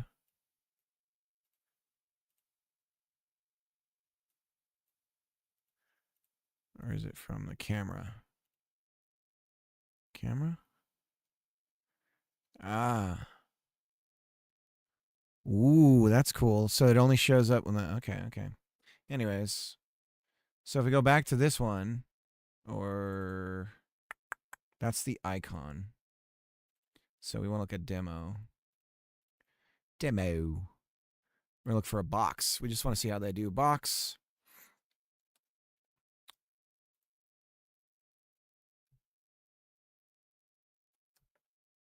Draw box. Transform. Oh, shit. Oh, dear God.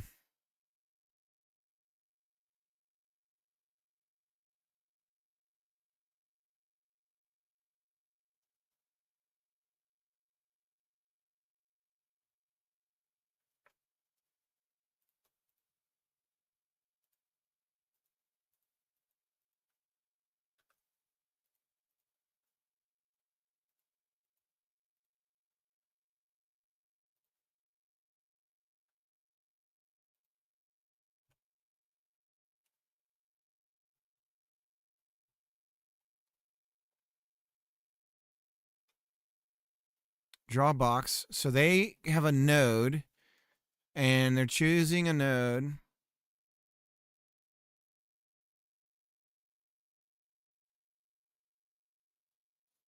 kind of glad I did what I did, because my brain can't do this right now. Quaternion from Euler. Quaternion from Euler. So they're just using a node.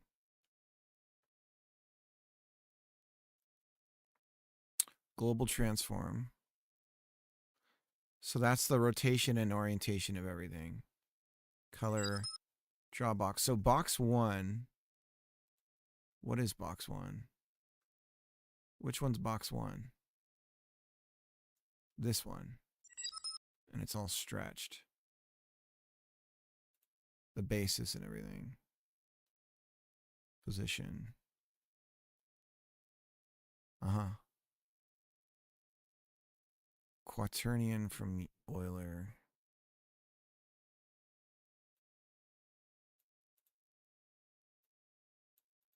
Transform.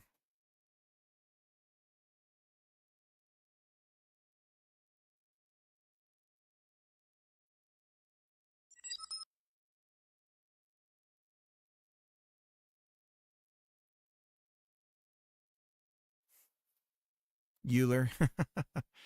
Euler. Gotta say it right.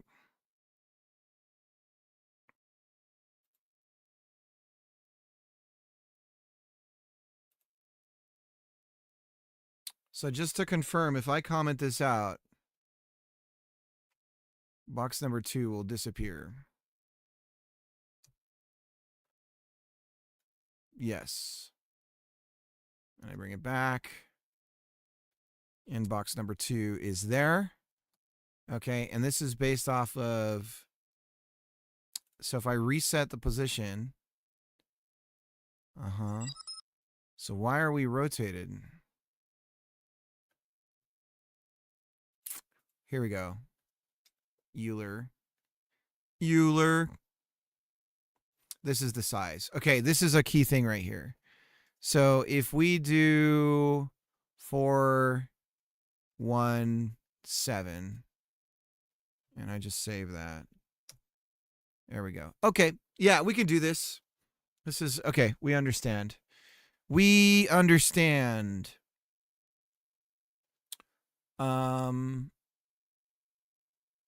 How does it know the different types? XF.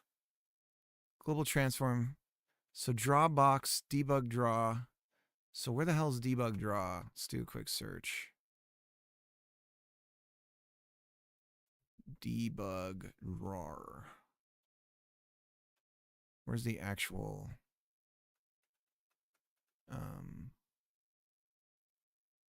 let's look at the class. Really quick. Add-ons. Debug drawer. Native API. Oh. Looks like readme.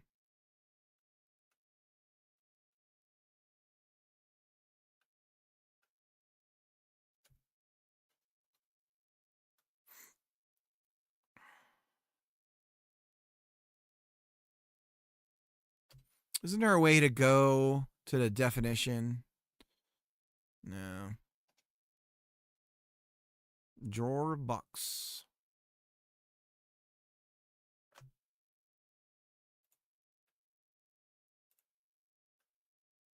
ABBA. Access the line bounding box.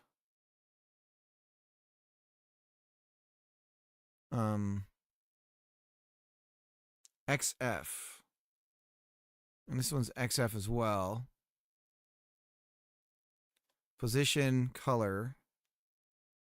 So this is like rotation. So I think if I do 0, let's just try. Quaternion. What do you want? What do you want from me?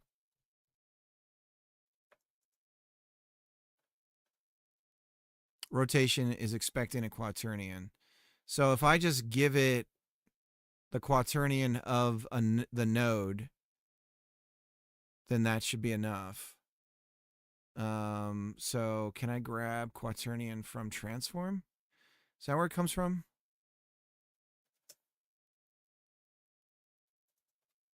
Paste. Transform. No. Quaternion. So now it should just be level. Yes.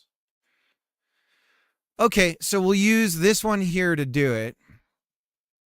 Drawer box.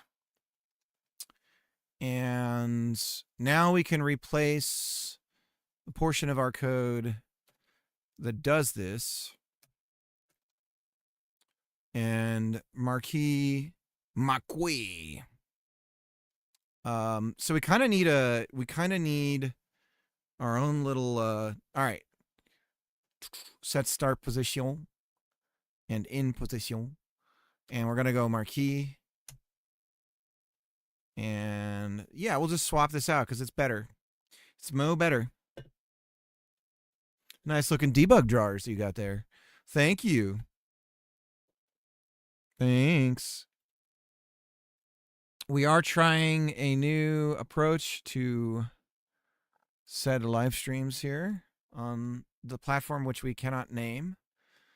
We are not allowed to name the other platform.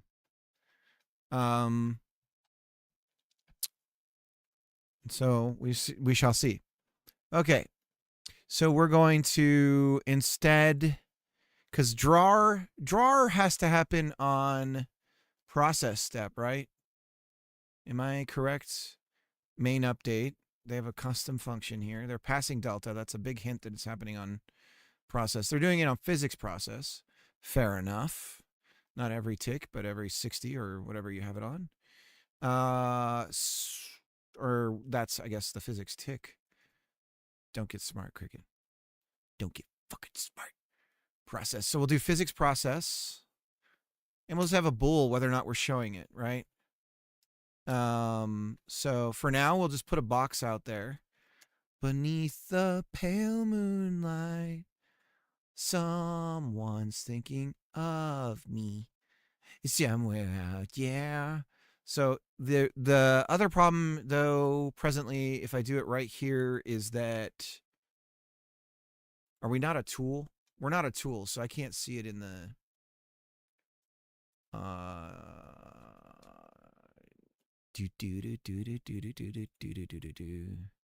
That's a crazy.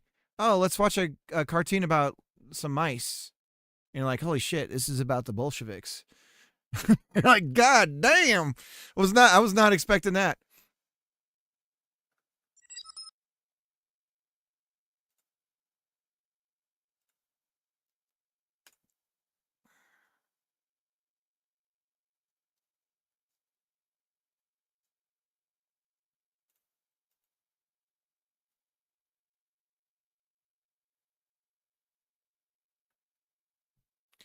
Tom wheel.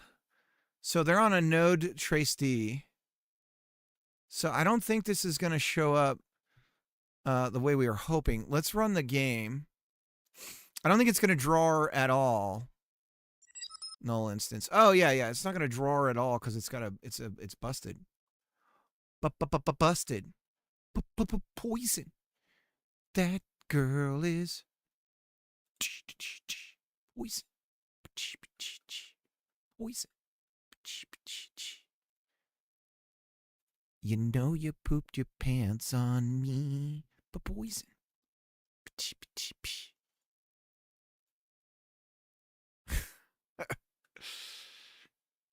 Marquis. So we're gonna go back over physics. Cricket is losing his mind. Marquis global position. Marquis. And then Marquis quaternion. Marquis. So then we can just move that around. There we go. So there's our box. So now all we got to do is get the box to match the sizes that we're setting, right, boys? So easy enough. It looks like they're literally doing exactly what I'm doing. It really does. They've just got a couple of flat quads that they're, yeah. This is a good idea, though, to do it at an angle like this with the the T section. That's funny. All right.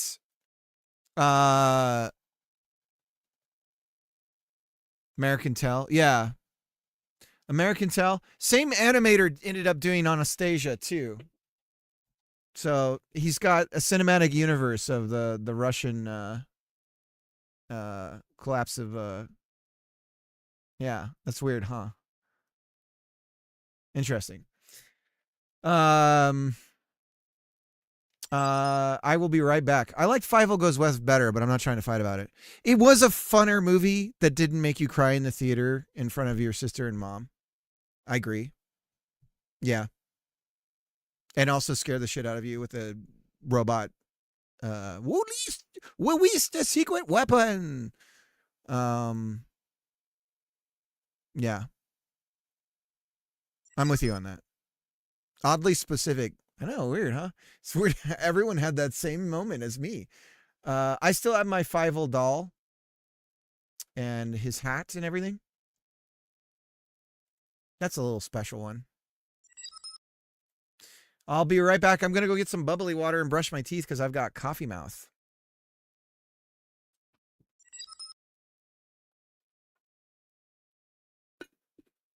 Dude, and what's his name with doing the cat is so good. Dom DeLuise. I mean, come on. He's fucking perfect. That's how you cast. And also Christopher Plummer as I had no idea Christopher Plummer was the French bird in the pigeon in Fievel. Like, he does such a good French, like, in my opinion, his French accent's really good. But, all right, I'll be back.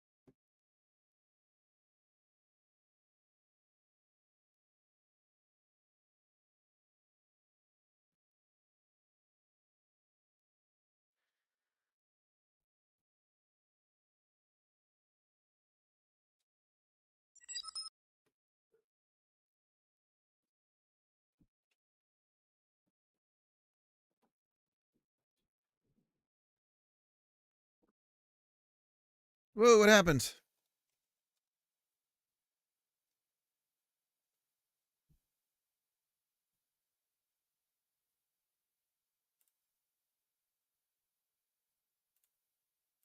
Dude, I walk away for like 5 seconds and this thing updating Omarchi always screws up my screensaver timers. Based, how's it going?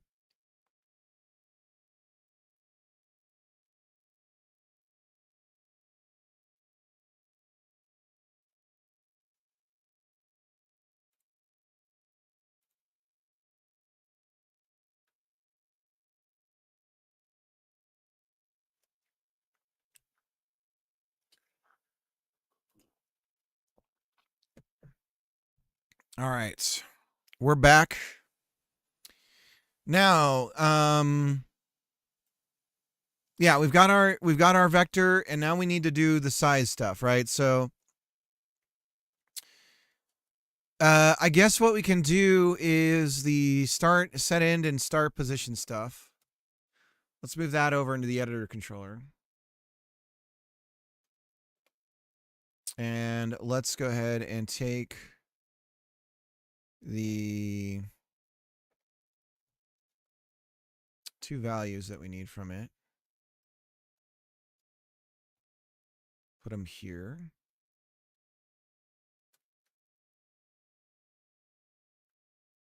And then we can get rid of refresh.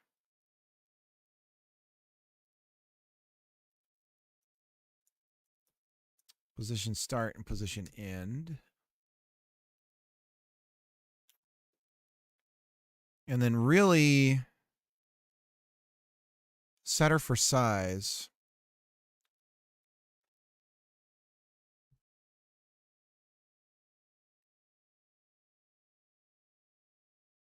Which is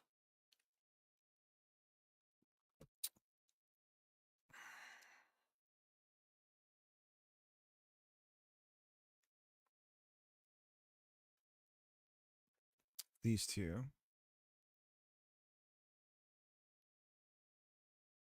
And so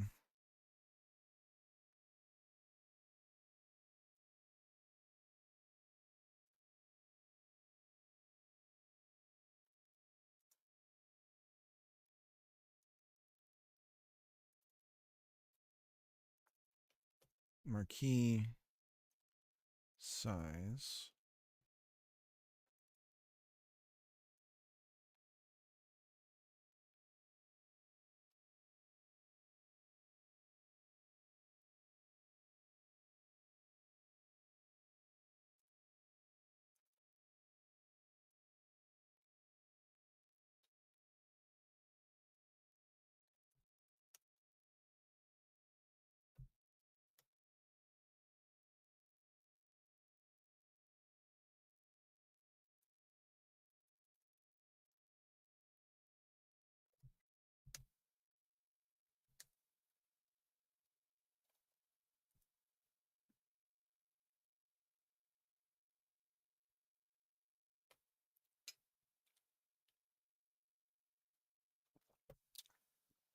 Set start position.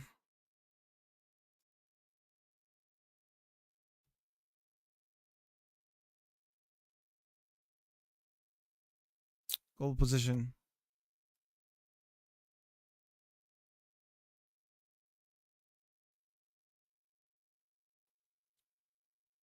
Global position becomes the start position. So whenever we set start, we do this. We can get rid of position start. And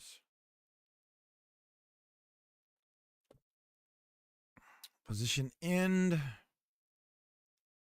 Starting to look less and less needed.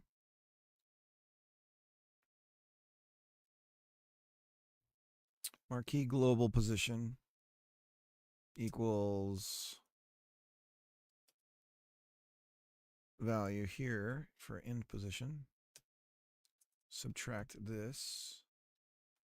Get rid of that.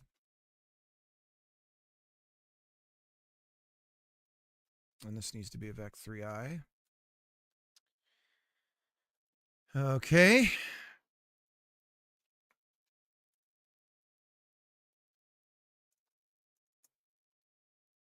So pretty much everything's the same. Position end is global position +1. So when you set the start position, we would trigger the end position as well. So we would just say set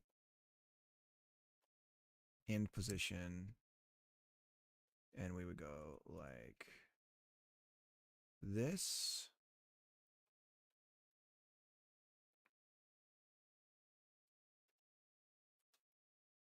And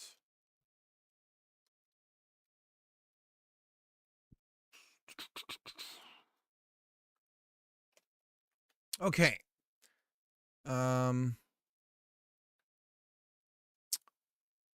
And will it show up if we don't draw? If we don't draw, let's do this as an export as well. Marquee size as export, we should be able to change it and see the changes.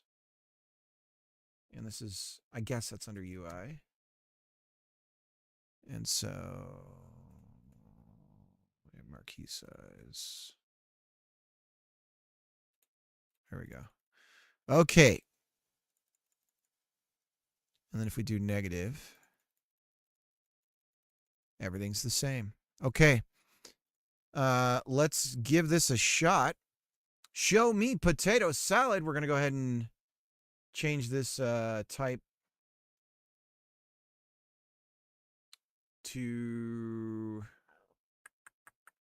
Can we do that?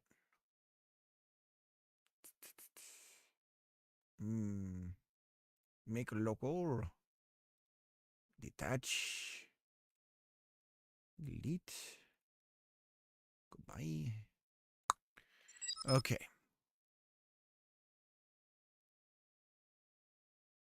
I quoted that show me potato salad for years.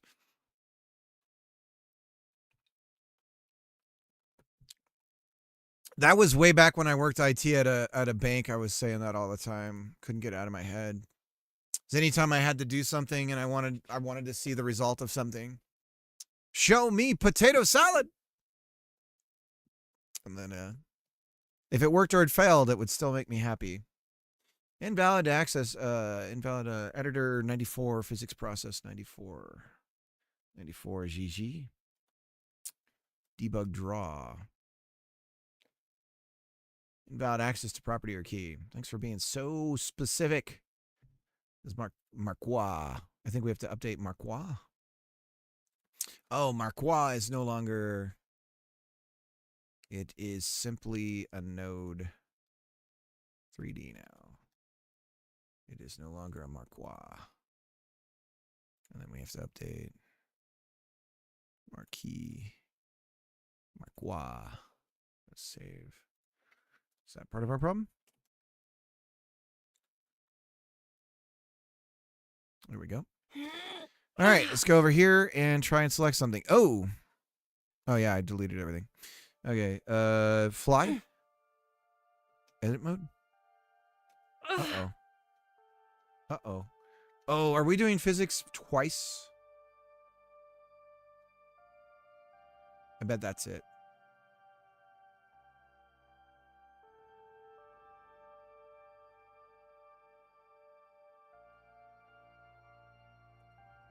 No?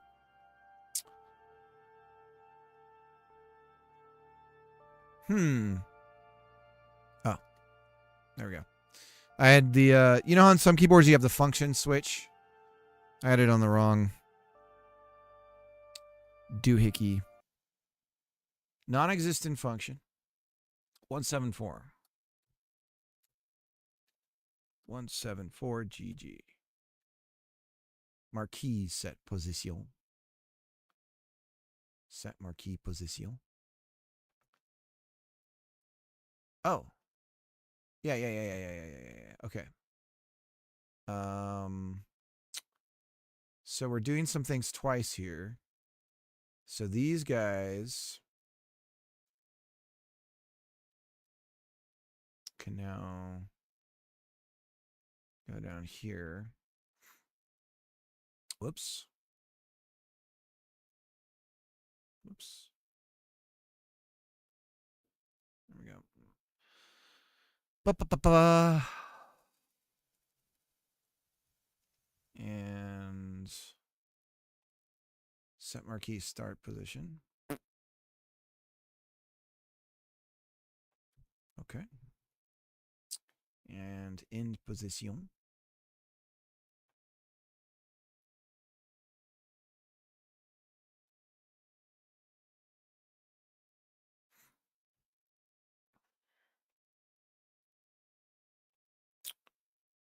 Go like that. Okay. Marquee global position. What are we bitching about right now? Marquee size. What's wrong? Oh, invalid operands for Vec. Okay, okay, okay. Okay. Vector. VI. Okay. We're just doing that to get rid of floats. We don't want floats in any of this. Blah! We're upside down.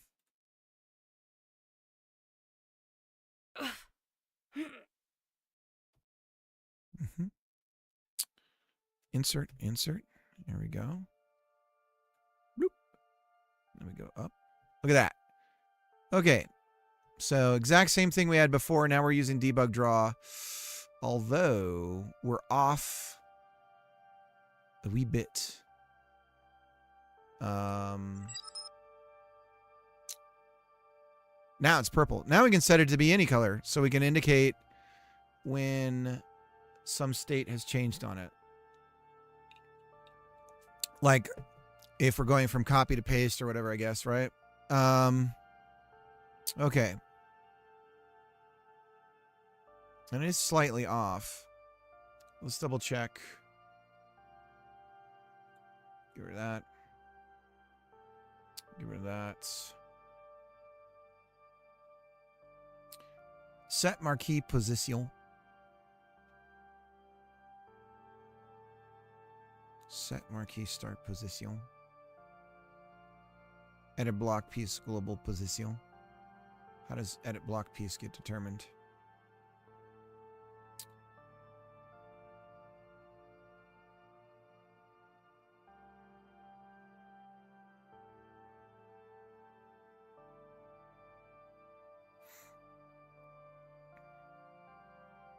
Oh, that's just whatever's in front of us. Oh, okay, okay, okay. Let's see where it's at right now.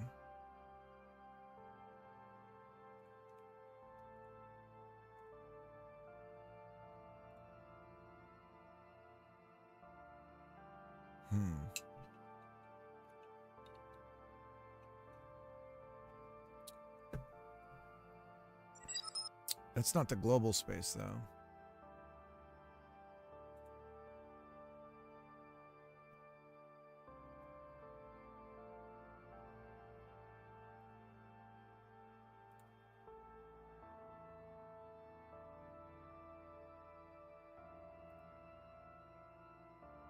Look at that nasty number. Nasty boy. Nasty boy. Boop, boop, boop, boop, boop, boop, boop, boop, boop. Damn, I haven't even thought of that song in so long. What the hell did that come from? Nasty boy. Nasty boy. Boop, boop, boop, boop. Boop, boop, boop, boop, boop, boop, boop, boop, boop.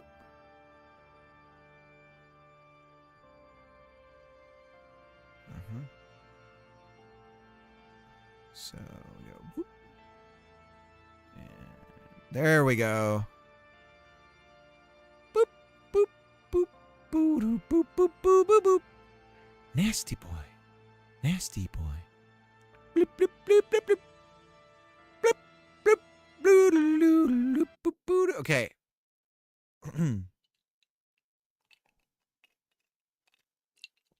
Sorrow. How you doing?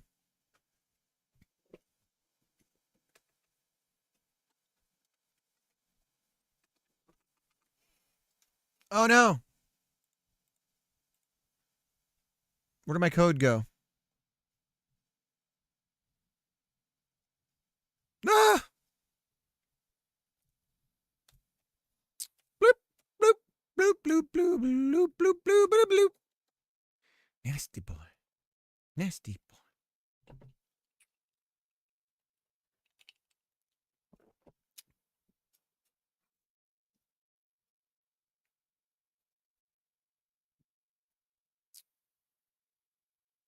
Okay. So we basically gotten rid of the other way.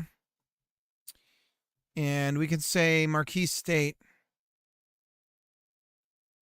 And we can actually use... Can you do enumerators with color? I don't think you can. I can't do like an enum Marquis State where I do like it's like from color. No. Can I? Taco. No. I can do int. No, it's enumerated. It's enumerated. It's not going to let me do that. I can do a lookup. I think you can actually. How? Tell me the way. Bloop, bloop, bloop, bloop, bloop, bloop, bloop.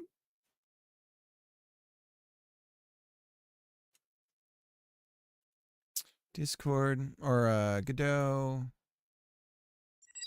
Enum. That's one way to do it.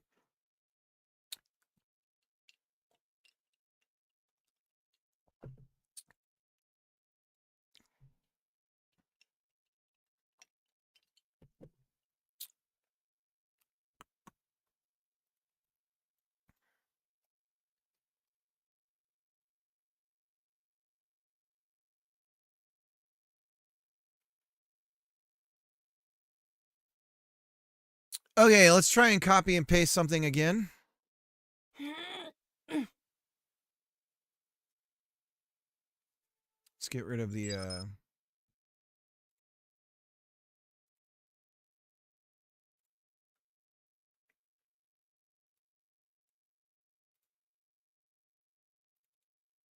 that. And that can go.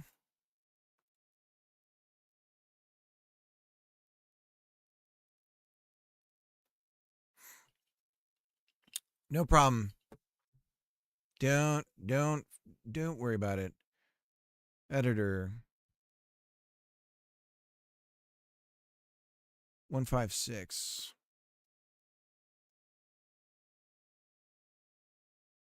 Show hide UI visible.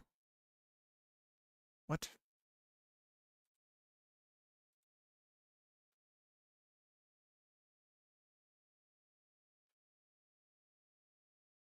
Null instance.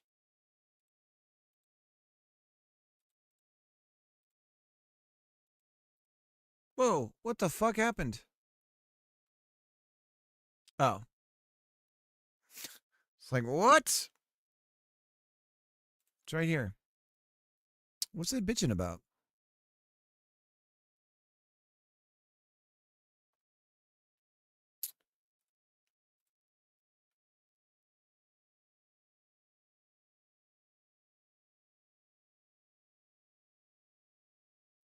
How did deleting those two nodes create this problem?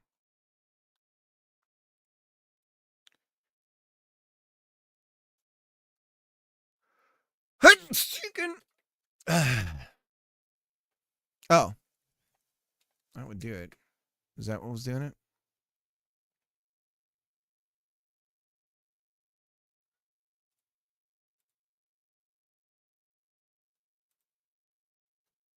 Show hide.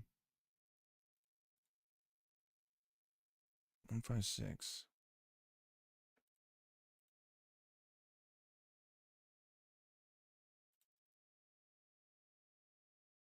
Visible game edit block piece visible. Oh, we don't need to touch that anymore.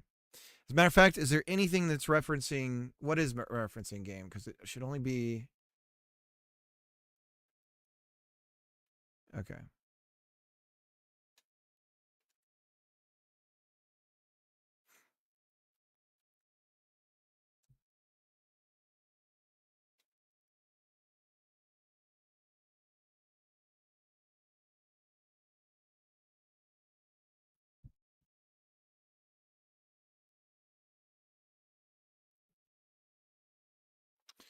Oh, snap. Look at this.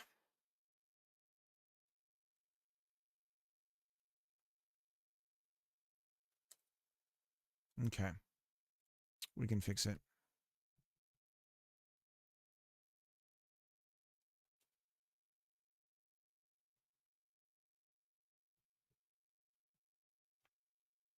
Oh, whoops. I want to quit this window. Just this one. Give me delete. There we go. Now we can go to game and let's get rid of. So we had some leftover here. The editor stuff. We can get rid of all of this, right? I believe we don't have a reference to editor anywhere else in our code. We shouldn't. Oh, we do. Okay, well, I guess that sticks around. And I guess that stays, that goes under elements. We can get rid of the group.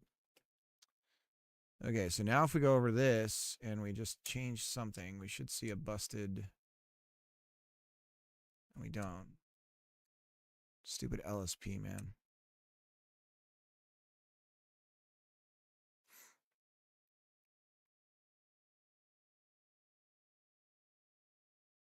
Edit block piece.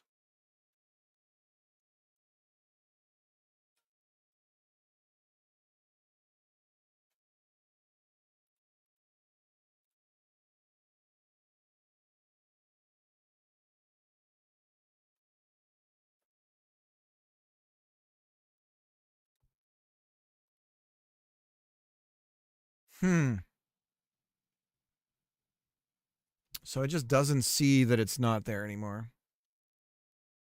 So anything that says edit main game edit block piece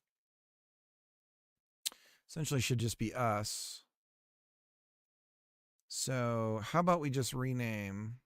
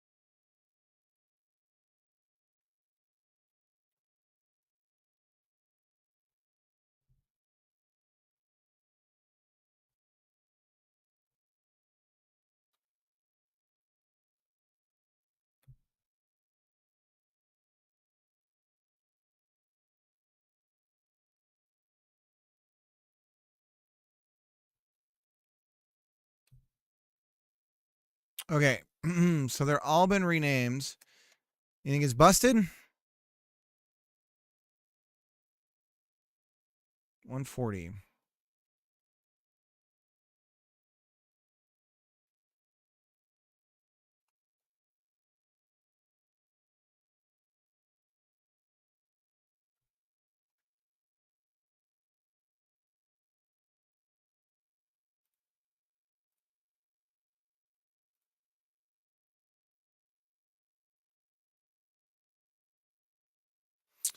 Oh, shit. Okay.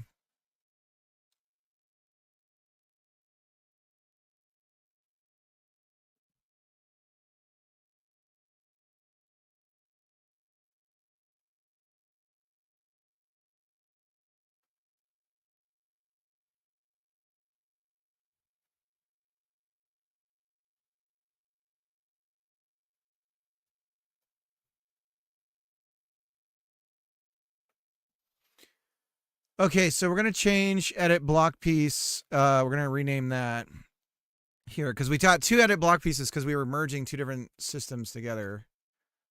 So code rename edit position point position edit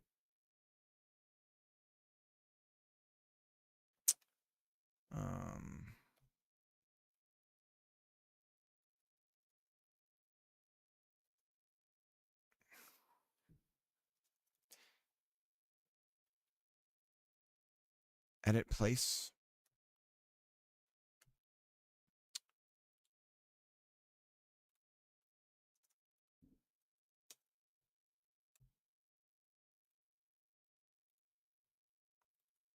Okay.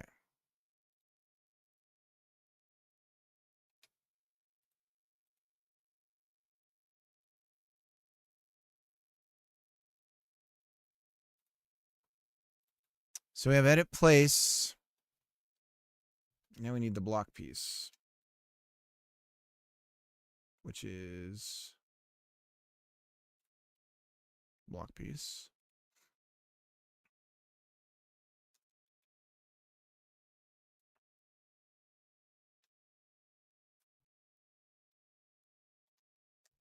Okay. And that goes here. Edit block piece. Now we can do the rename because edit place has been changed for everything else. And we go like this.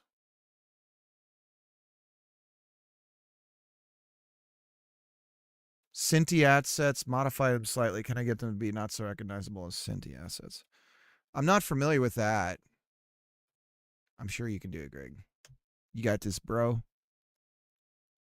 Cinti assets. Probably seen games with them.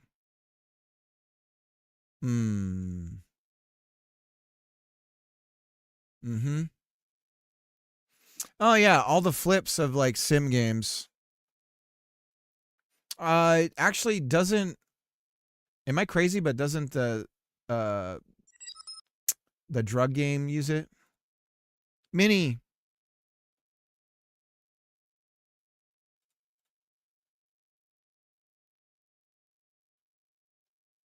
Okay, so now we're using. Good.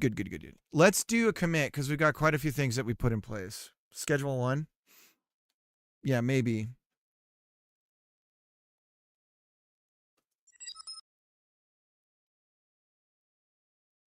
You're right.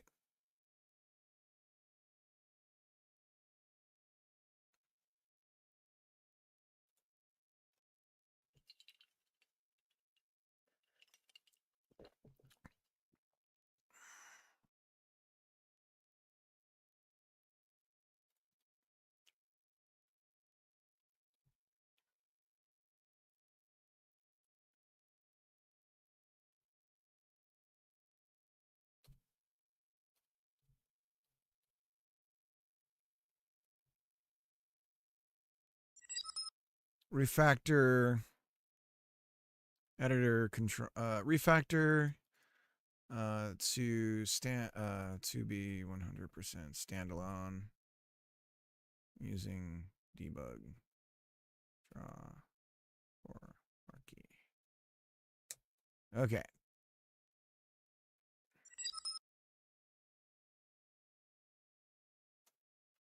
Let's discard those examples. Okay. I'm growing a sunflower. Nice. Are you putting it outside? Should we put it on that drip outside?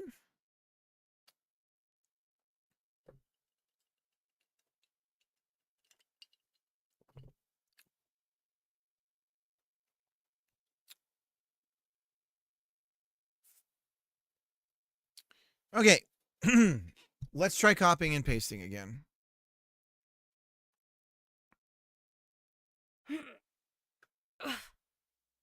Now, I feel like the way that I want the behavior of copy and paste to work is if I select something and I choose copy, I then can drag that said thing around. Now, look at this. This is in the wrong spot. Our edit block. And if I set it, it's mad. So we still have, now we've got a different bug when we do the edit block piece.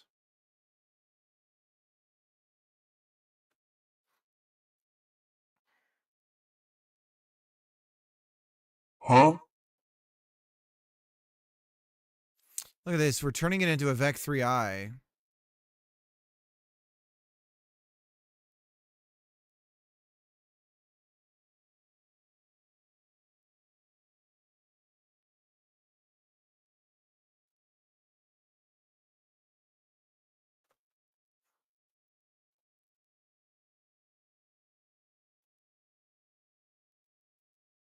Edit block piece global position.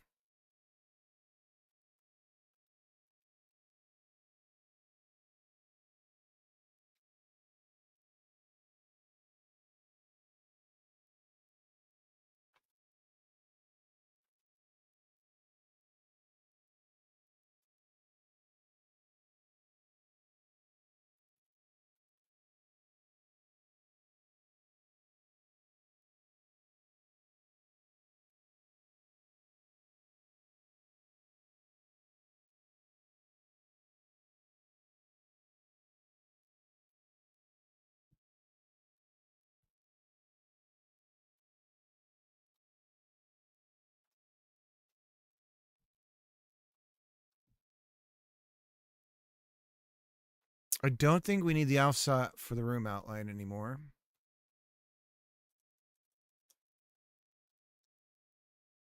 And this is another thing. This is one more thing we have to rip out of game.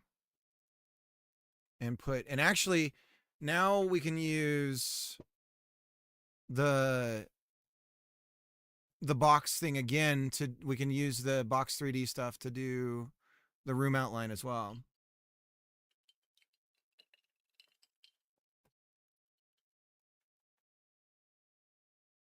It's just a seed right now. We can put it on the drip though, so you don't have to. You can forget about having to remember to water it all the time. It's up to you, guys. An hour and 37 minutes, or how's it been? 2 hours, and we watched an hour of whatchamacallit. So feeling pretty good. Okay, so now the block's in the right spot. When we go to set it, it's pissed off at us. Null instance, array mesh, 226 game.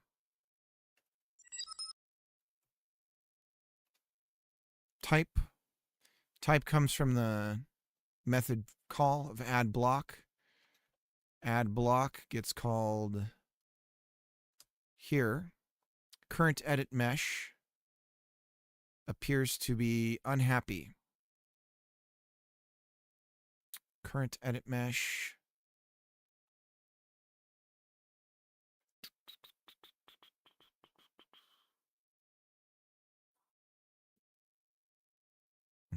Change edit block.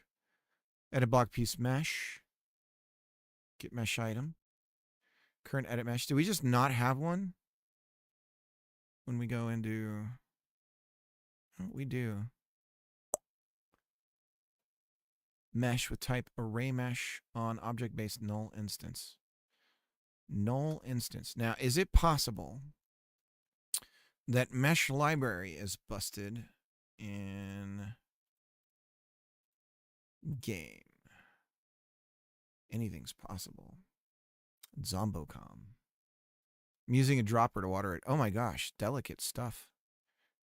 Zombocom. Welcome. Welcome. Zombocom.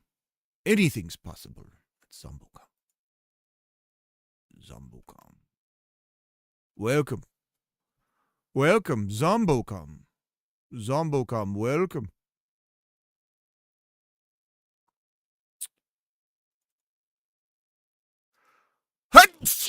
I can't get it to stop. I'm going to do it myself.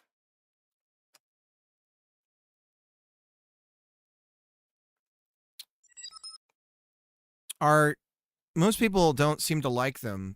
They're lovely. And you're wrong, Dustin. 5-minute timeout. Mods, can we get that going? 5-minute timeout, please.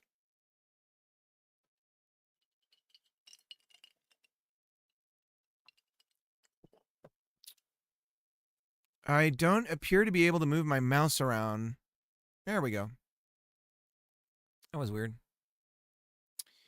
Zombocom. Welcome. Welcome.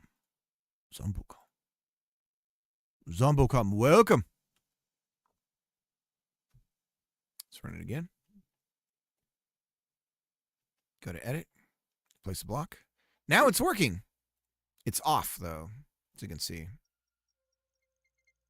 That's weird, right?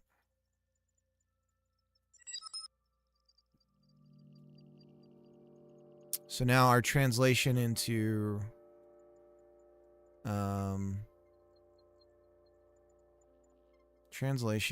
why is it so close to us? It's further away. Bro, what's that about? Why is it closer to us when we're... Bro.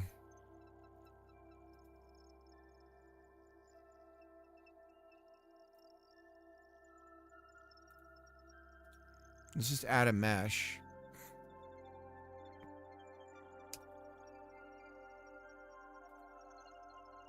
Make it a quab. Save. Reload the scene. So there's the quab.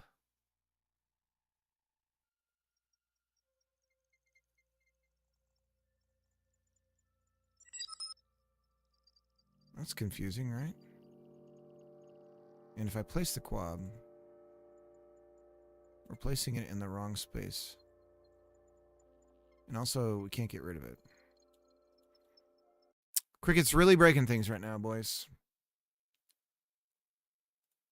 Is there an offset on this? No.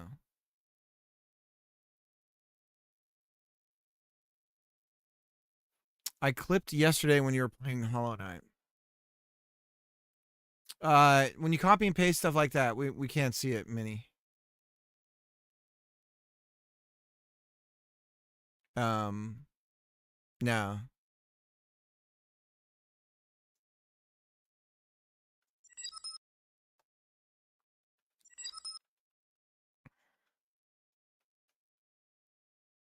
Add block, edit block piece, global position.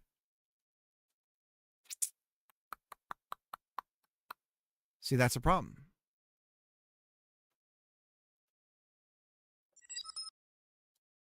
Vec 3i.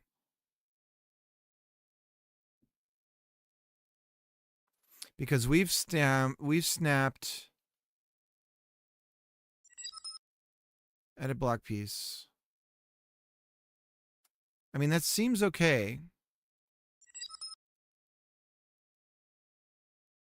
To current mesh. And then we set block at position.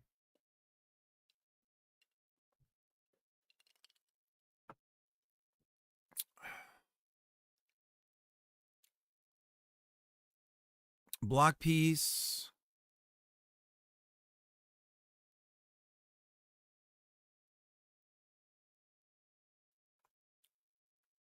Mesh. And then we're just going, yeah, we'll just trust you. That's wild. What happens when we bake?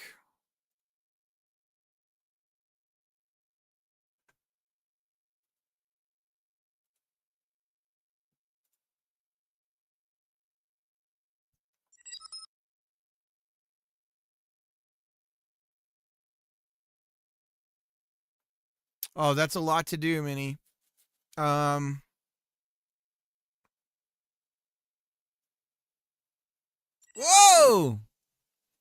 It just nuked everything.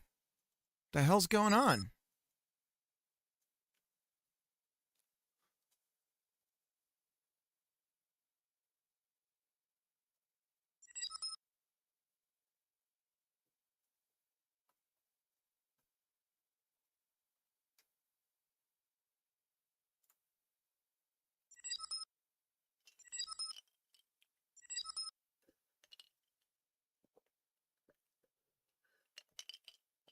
Minnie, just make sure it's not too, there's something that's not too private. Hang on a second, okay? I'll be right there, sweetie.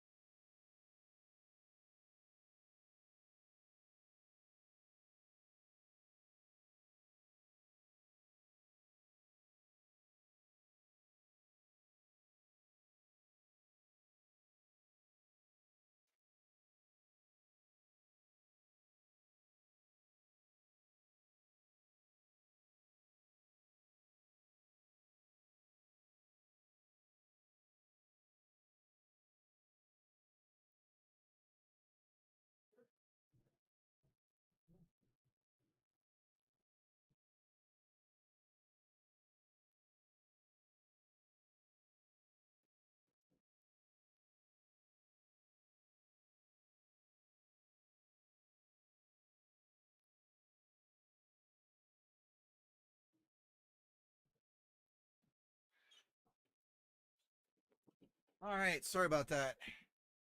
Back again.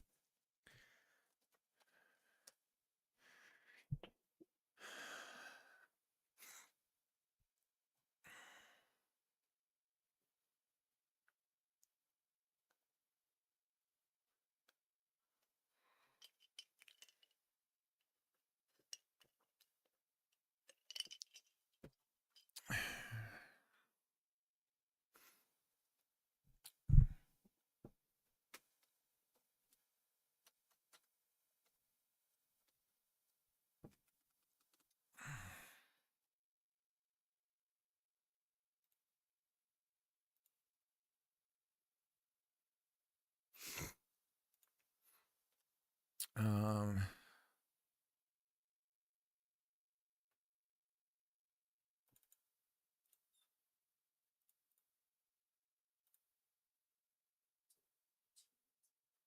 sure, that sounds fine. Sure. Sure. Okay.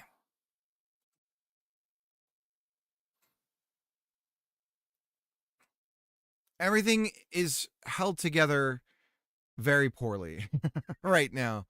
But we're going to get it all in place. We've redone a ton of the math and everything that we were doing.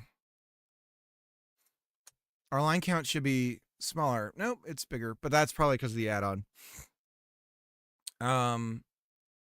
And we've separated a bunch of stuff here, so we're just kind of trying to deal with some of the things that go along with that. Let's see about copying and pasting first. And then we have an issue of everything just getting wiped that we need to figure out. So we're going to go over into our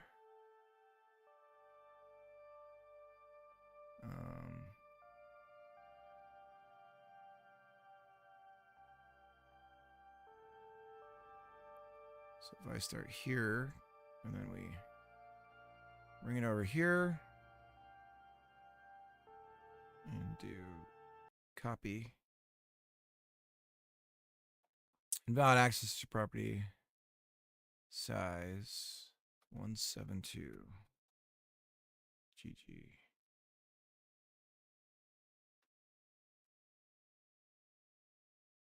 Node 3D. Oh, yeah. Yeah, Marquee wouldn't have that. There is marquee size, though.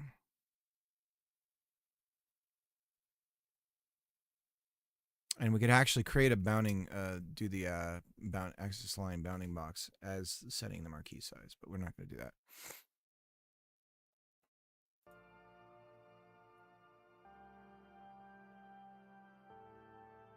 Let's try it now. Copy. Node size. 172. Base object node 30. So it's not taking my change yet. Catch my drift.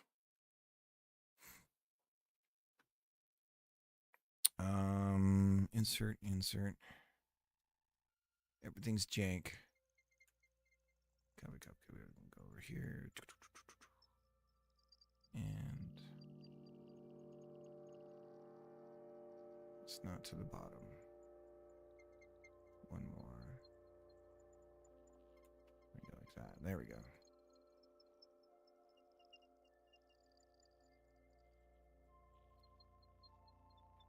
Copy.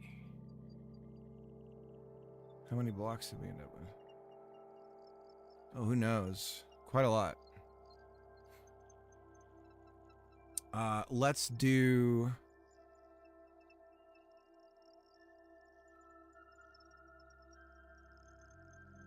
Copy.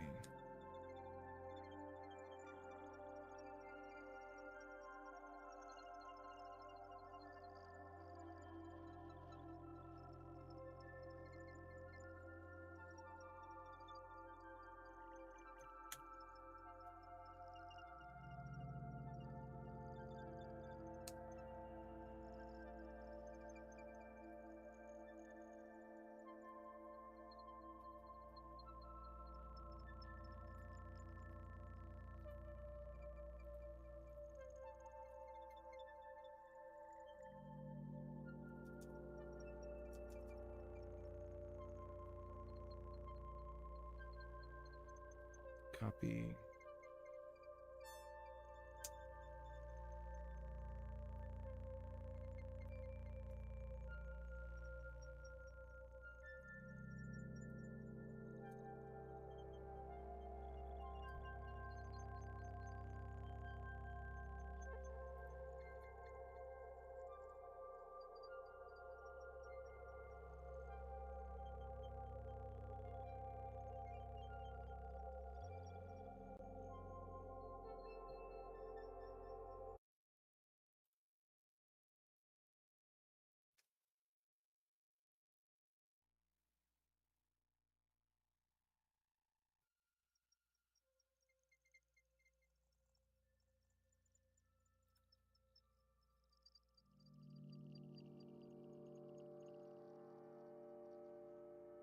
Copied 64 blocks. Does that seem right to you guys? I don't know. Let's try pasting them. Starting here.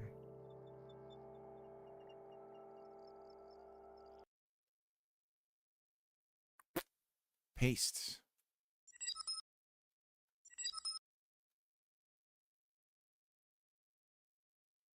Marquee position start does not exist.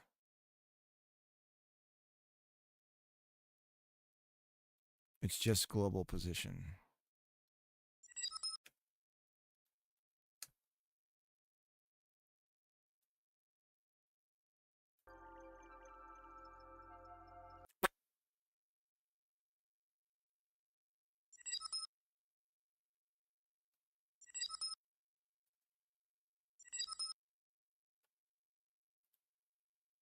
Johnson, how's it going? So it doesn't count empty blocks. If that helps. We do some I gotta do shout outs at some point.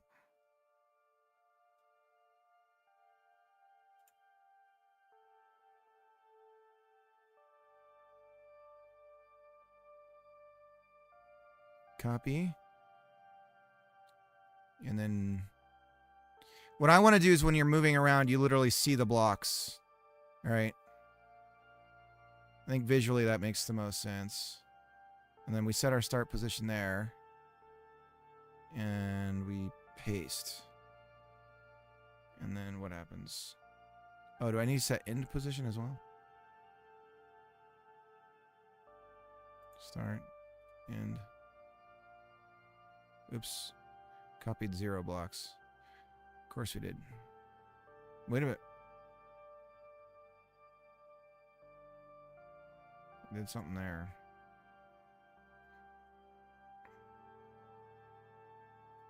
Copy 32.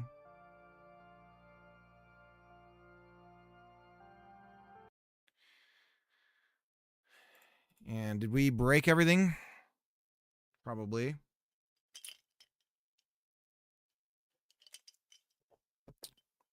Do a shout out to M, and then I got to do one for Johnson. M Audio for all your audio needs. Visit M Audio. Everything disappeared. Jesus, Cricket. Cricket, you get everything working and then you break it all. What is wrong with you? I don't know.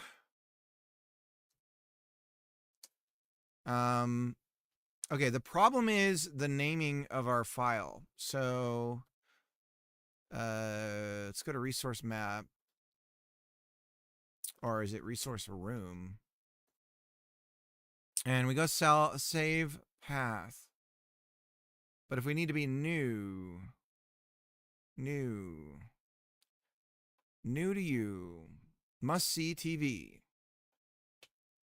Save path. Resource room save. Here's where everything goes wrong. So we do str for vector. And I think what we need to do is go it needs to be like this. How did we do it before in the data rooms? Yeah, just the dashes. So we could just go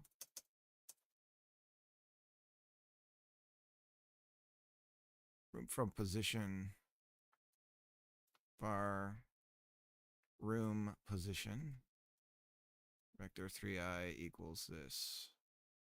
Then we say room position comma dot x room position dot y and room position dot z. And we get rid of that.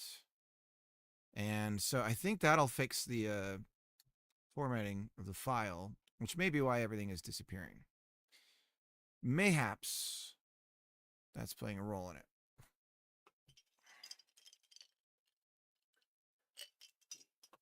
Can't believe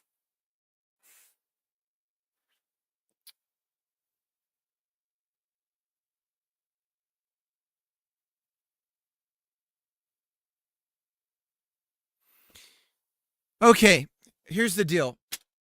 We're not stopping the stream tonight until I can copy and paste shit reliably and everything, and we can start stamping shit. I have to have this done today. Otherwise, I'm a failure as a programmer and a human being. And I don't deserve to walk this mortal soil and realm. And I'm an absolute failure of an individual. So, let's make sure that doesn't happen. Right now, we also have an issue setting blocks. We can't even do that properly right now because Cricket's just going around breaking all kinds of shizat. And so he's just crazy. Add block on game 126. Let's go ahead and go like this. So add block is just busted. Let's fix that first. Now, we did kind of crap the bed here. But we did just add a block, and that's what's been deleting everything. So let's rebake everything. We need to also, another thing, otherwise I'm a complete failure today, is the baking of the rooms is way too slow, and we need to fix that. So, say we all. So say we all. So the new block is there. Let's see what happened to our file system. Oh! That actually makes sense.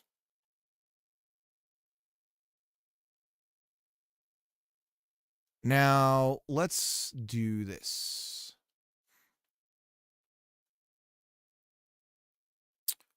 Room from position. Create new room. Create new room did fire. Object null. Set object null. Look at us leaving little quiet little. So block piece is not existing. Now before this we had exists. And we're trying to get the node by using a block lookup at position. So we have something called block lookup.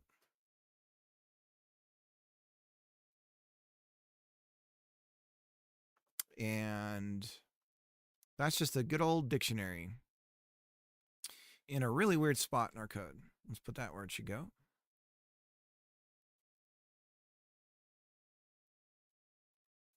Like that.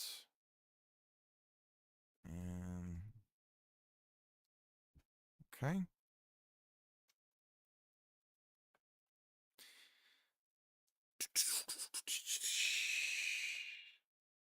You know, it's funny though. I really feel confident about the code.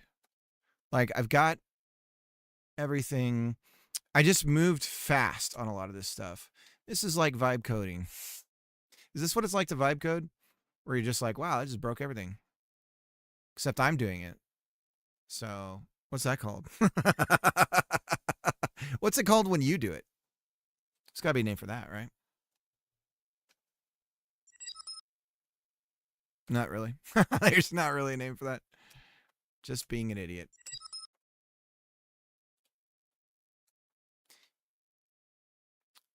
No, I rewrote a bunch of stuff on concern of separations of concern. Could not parse editor. Expected. Oh, that was weird. How are we now? There we go. But sometimes.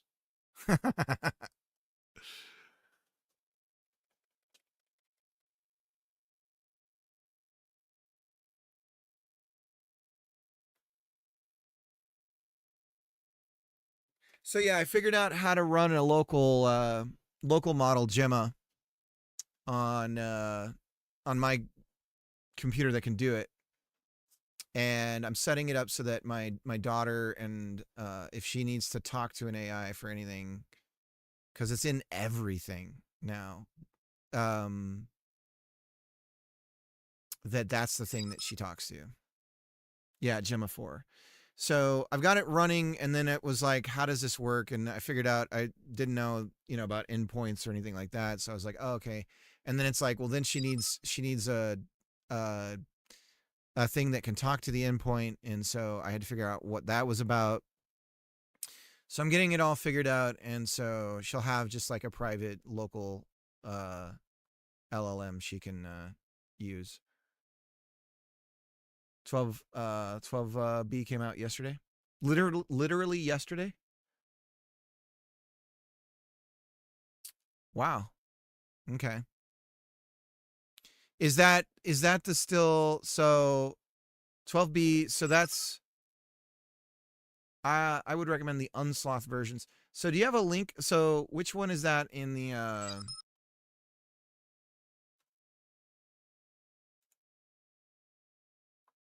let me go to the docs. It's also going to be very useful for us practicing Japanese. Gemma 4E 4B.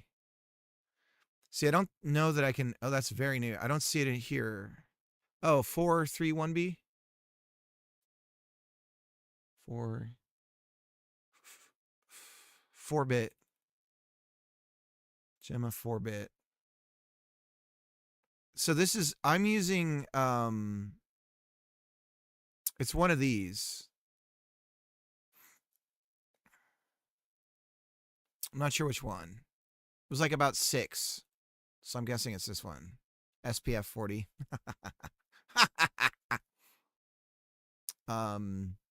There's E4B. Is this what you're talking about? 4E4B. This has got to be it. This is the one you're talking about.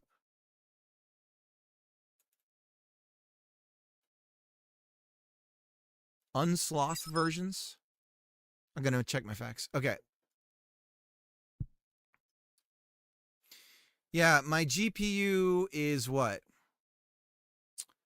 GPU. How do I check my available GPU? Options, CPU. 3 is GPU.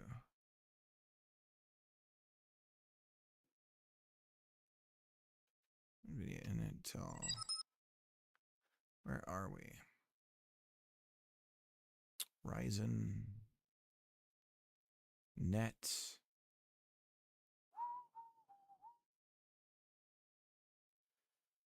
Cached, available, free. I don't see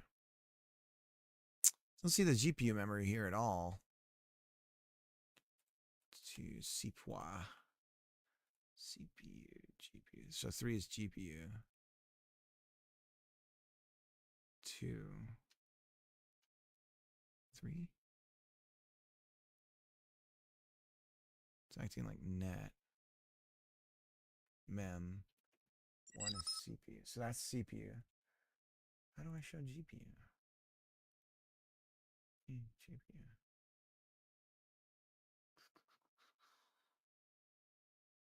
Shown GPUs, NVIDIA and Intel. Available values are... I'm AMD.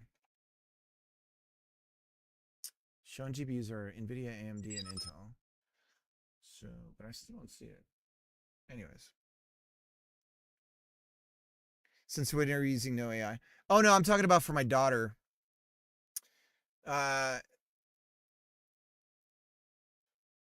It's just that she, like, I just want to make sure if she's going to use it, that it's a model that's local internally to my, like, I don't want, because what happened was the other day, she was searching something on like Google and it was like, oh yeah, blah, blah, blah, blah. And it talks like a person. And then she shared some information with it. And then she sent a photo to it.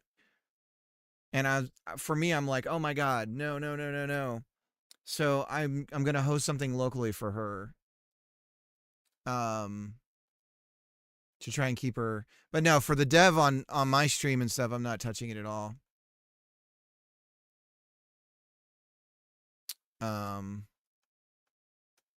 I don't understand it. I don't understand it for that stuff, like at all. I just don't get why I would do that. Every time, I don't know. I've never messed around with it. I'm frankly too poor to be able to use any of the like code assist stuff. You can match it to your GPU. Yeah. So I'm like messing around with it for her. Because the way I figure it is, it's not going away and I'm going to die one day and she's going to use it. And so I have to make sure that I can like kind of guide her through how this stuff works, how to talk to it, and understand like some of that stuff. But I also don't want her going to like any of these mega corporations and being like, hey, here's a picture of my brother.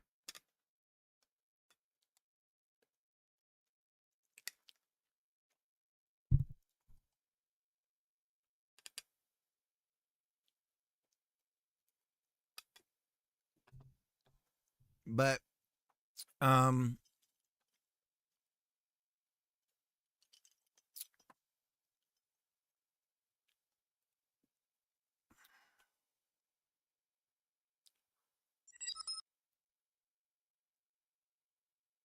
look through everything you wanted.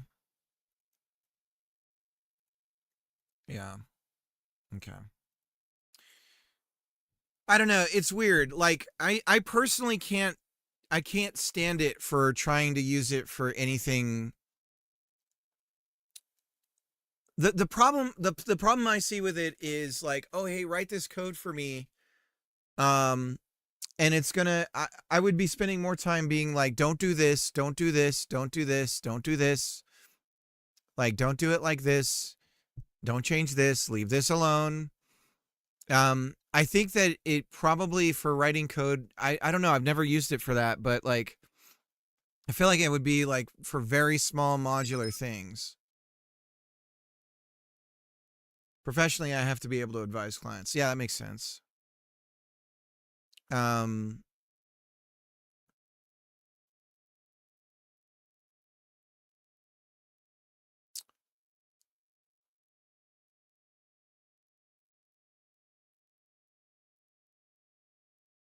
But I am speaking from a huge point of ignorance because I've never used Claude or anything like that.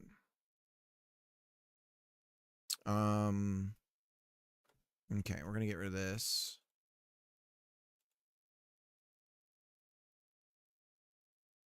Agents MD that contain the don't do this rules, just so you know. It's good at boilerplate. Right.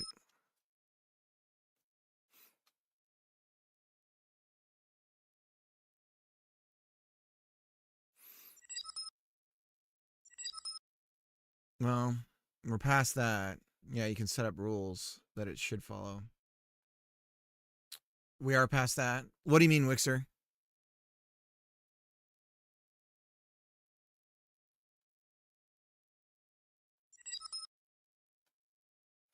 I've used literally everything. Hell, I was helping out at Stability AI Audio Arm for a year, and I was one of the only 2 beta testers for LM Studio. Okay.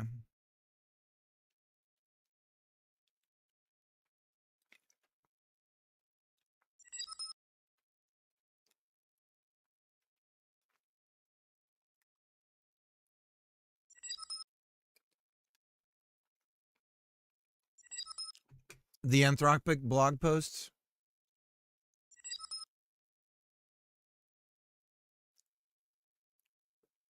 Do you have a link for it? I think we're headed towards, from what I can see, there was a really good interview with a guy on Bloomberg who seemed to have his thumb on the scale of, from a investment standpoint, and does AI make money? And I get the highlights every morning. I do think there's a correct concern that we should not to put like to get OpenAI or whatever on the stock market and have it be part of the weights for like the overall market is like a huge mistake.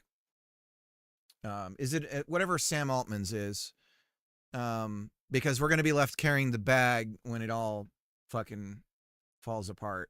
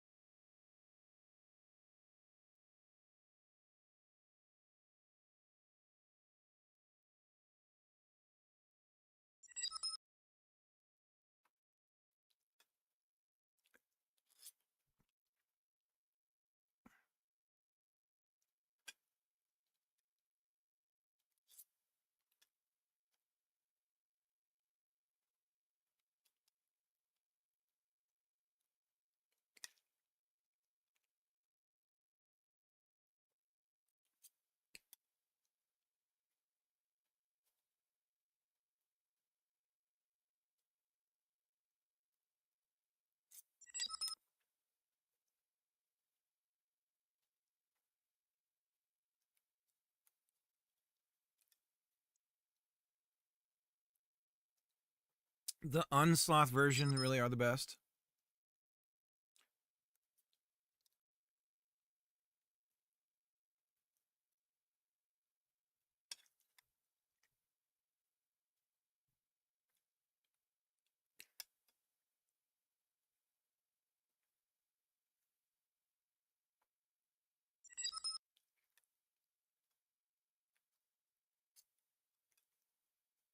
How you doing, Lunesta?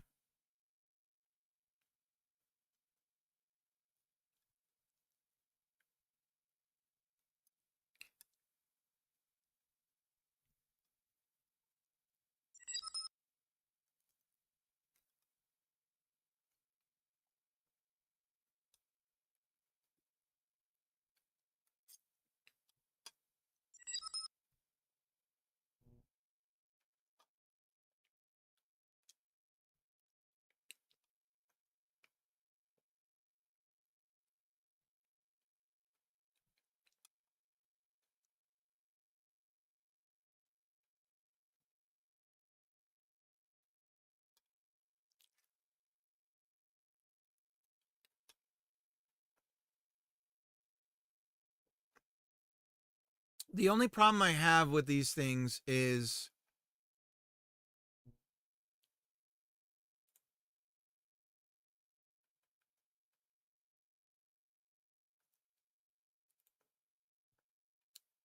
it's hard to know.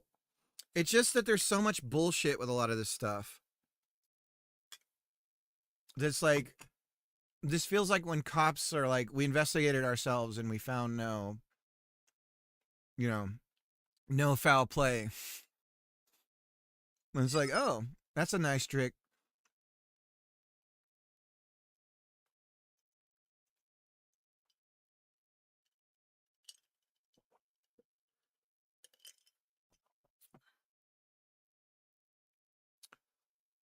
I use it for things like, here's what I want to do, fork Steamworks and apply all current pools.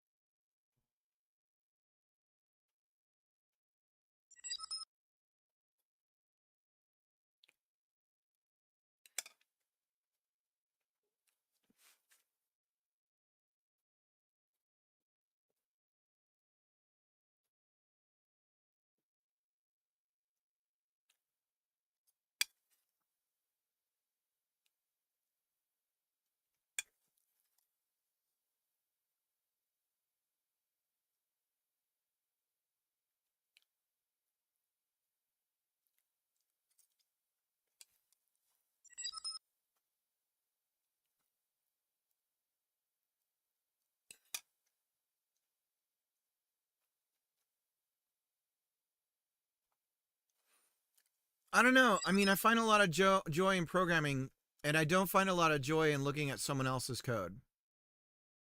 And going like, yeah, this is good. And I definitely don't want to be doing that.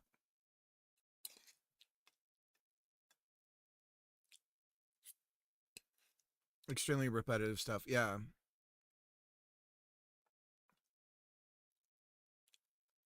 Or like when Melania Trump came out unprovoked saying she never knew what Jeffrey Epstein was. Yeah. I just want to say, I don't know Jeffrey Epstein. This is crazy. No idea. These accusations that haven't happened yet, when they do, they won't be true. Just so you know. All right, I'll be right back.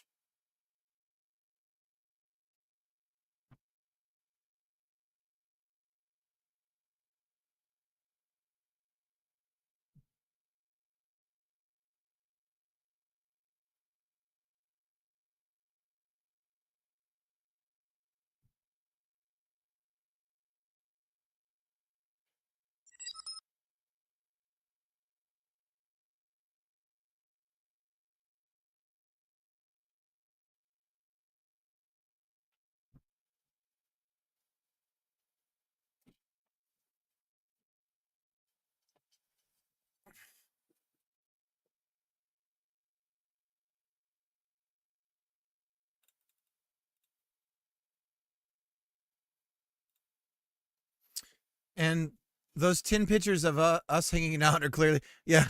There's no evidence. It's all fake.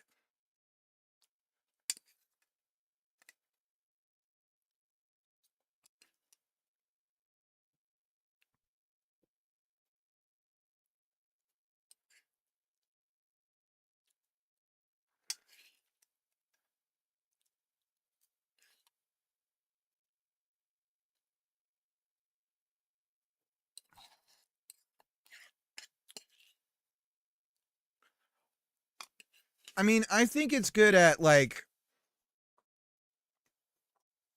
summarization. Like, here's a big ass file. Could you summarize what's in it? You know, stuff like that. But here's the way I'm going to put this. I think I can formulate this. You know how you work at a company and your CEO is an idiot? Do you know what I'm talking about? They just like, just give me the brief, just give me the just give me just give me an abbreviation of everything. I just need a bullet point, then I can make a decision. I just, you know, I don't know, I don't need all this. I don't need all this. This is 3 pages. I can't read all this. Just abbreviate this so I'll make a decision on that. And then you're dealing with this guy and you're like, man, this guy's a prick. He doesn't really care. And that's what I worry about. Give me an abbreviation of this thing turns us into, instead of reading the thing, we become managerial, and it cuts out part of our soul almost in this way where it becomes like, I've said it before, but I think this stuff makes us managers of us all. And the Mythic Man month of, oh, I'll just have all these agents do all this shit for me. Well, congratulations. You now have a bunch of employees you're managing. Executive summary. Yeah. So I just worry that we're all going to become that asshole guy in that movie about the bank crash of 2008. The Jeremy Irons, you know. And it's just like we're using AI to produce emails, then to summarize it. It's like a weird charade. And of course, they want us doing that, right? They all want us spending tokens doing this shit. And you got the biggest token pusher of them all is the NVIDIA guy, the CEO there, who's basically like, if you're not spending, you know, basically double your employee's salary in a year for their token use, you're a fucking moron. And your company should cease to exist or whatever, you know, it's just like, dude, shut up. Like, you're a pusher. S-Funk, hey, Cricket and Crew. You either die a hero or live long enough to become a big villain. I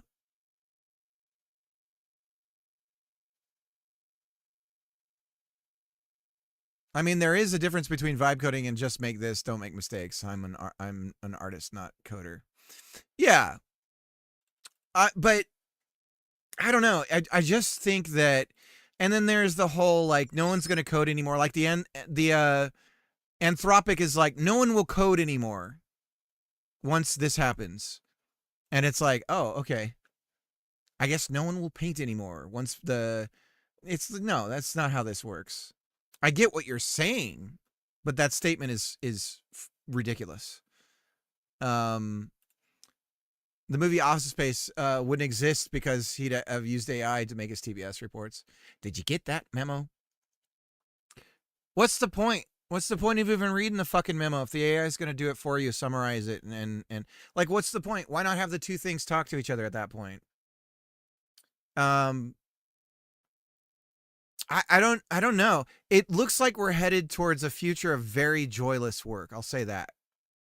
If what becomes of us is we manage these things that I just don't, that does not look like fun to me. It looks like worse than office work. We're headed towards a future of something way worse than office work. I don't know.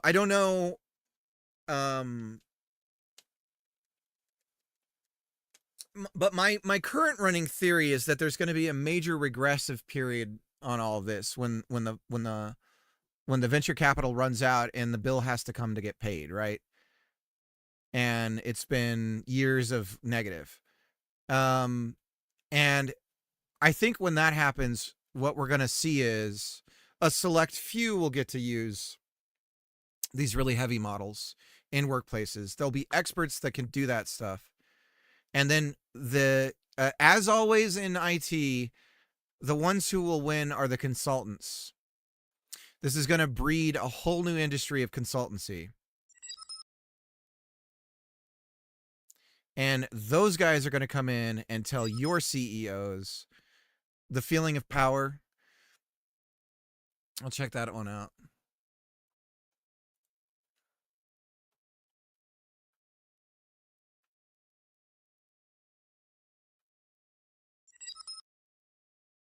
Hey, wait a minute. I'm a consultant.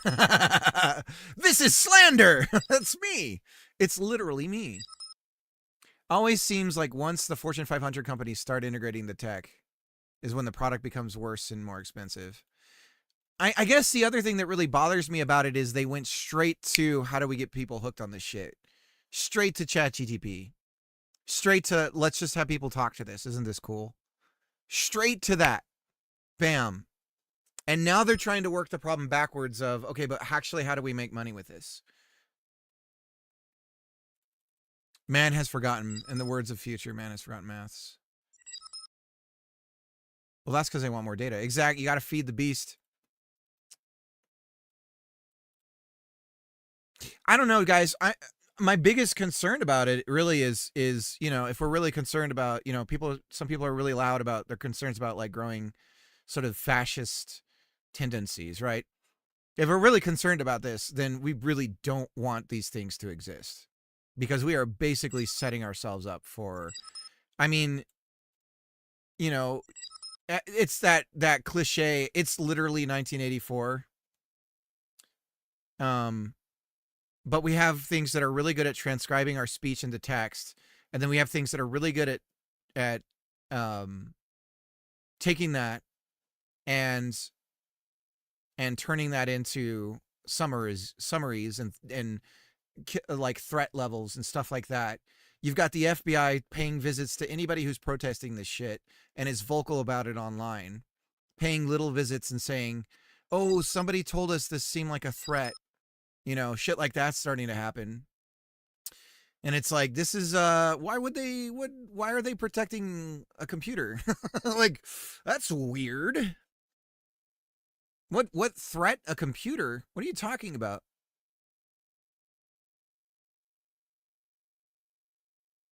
It's a masterful little story about technology descaling. The idea that our tools will get smarter and we get softer remains incredibly relevant today. Yeah, I'll check it out. Our company is very AI reluctant, and we have created our own in-house automation tools with an in-house LLM. But all the engineers do use GitHub Copilot and Claude, and they have limited tokens. And television that watches you, yeah. I've read Cyber Apocalypse. I know what's coming. Your phones literally have cameras that face you now. Like, what the fuck? Yeah. And we make fun of, like in the States, we make fun of China's social credit score. And while we're embedding Flock in practically everything.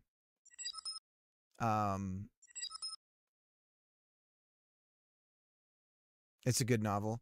Are you talking about basically the original cyberpunk novel?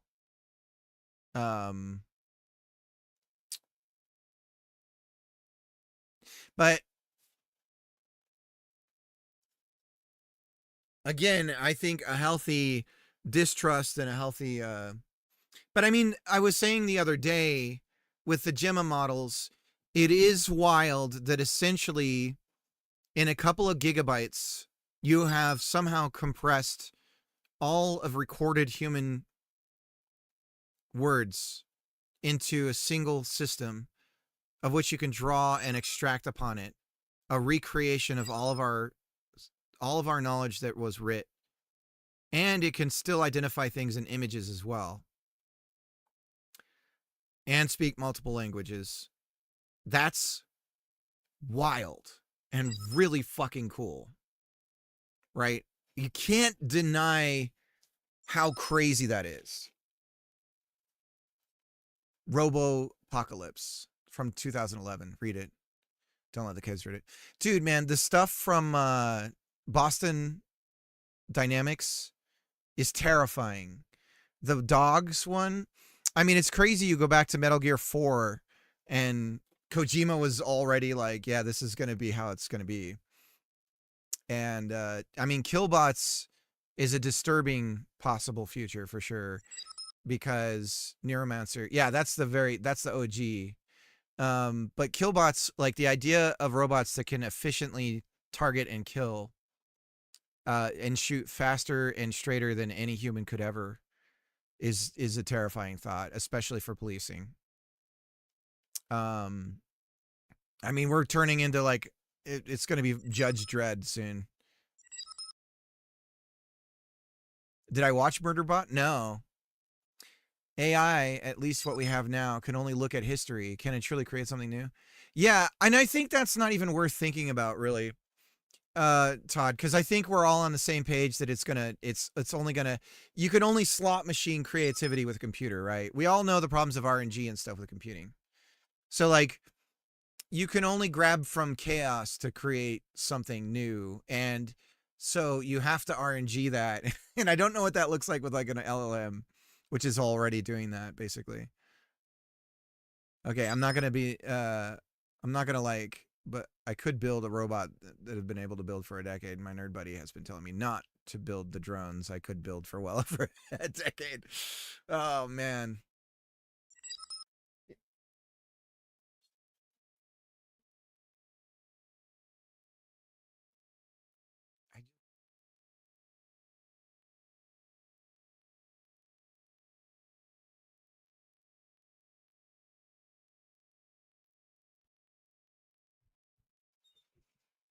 Hence wanting to build a Bucker.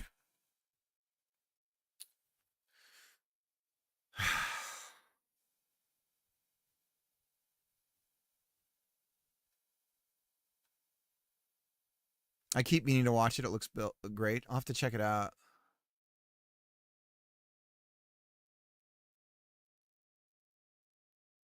But I'm not so much in an existential threat about like, oh, there's something other than humanity that can create. I think that's kind of exciting, but I'm dubious that it's possible in the way that it comes from us.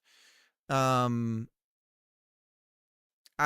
think that, you know, you see the AI generated music stuff, and it's like good, but it's not Beethoven. Like it doesn't have something that I don't know. It's hard to describe. But it's really good now. I mean, it's very convincing and everything, but I don't know. Maybe we'll see something that's on the top 40 that's just Gen AI. But I think that if that happened, we wouldn't know until far later. It's just like original cover art. Oh, that's awesome. That's really cool.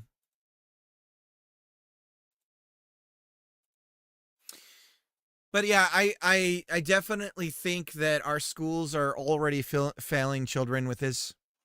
I think that right now it's an emergency that public education in particular needs to be focused on helping guide children through understanding what all this stuff is so they can be empowered to at least know what the hell is going on here. It's not happening. That's probably where they'll hit up, is the education place. The Cheaters unions won't like that.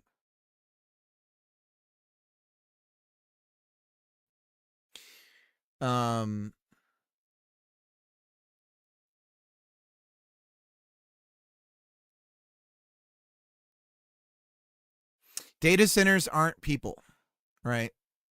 But they're being protected like people. It's interesting.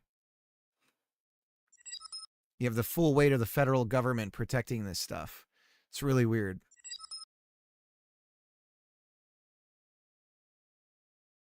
Remember the episode where they used Quark to be an automated teacher on the planet where everyone is cloned in that accident? That's the future.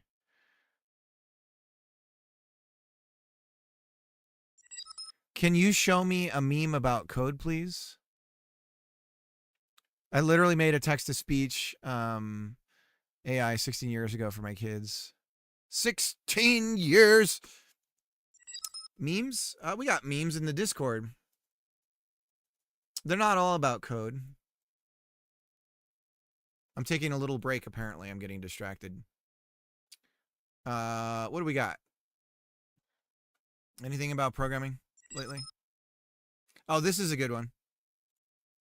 It's an exaggeration. 2 days ago, you want an extra 8 gigabytes of RAM, thus costing the company an extra $75? I'll have to talk to the VP about this. Your productivity is not worth $75. 1 day ago, we're now a country of geniuses, and I need you to token max. We're going to the moon, babe! Today, guys, I think we fucked up.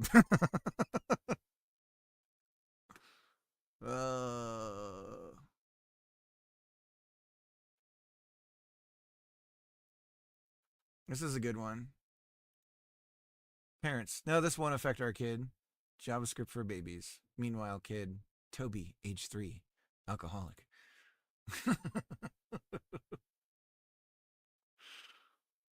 Anyways, you can check out, we got a bunch of memes on the Discord.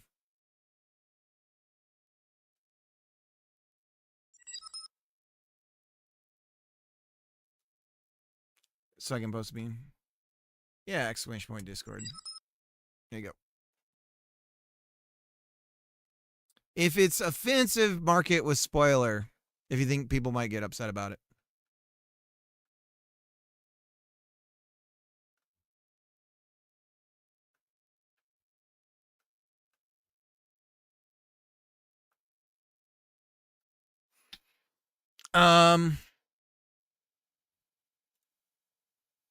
Vibe coding.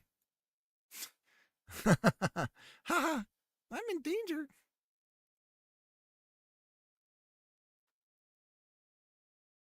What's weird about AI is people can easily be taught how to use it, but still have no real understanding of how it works.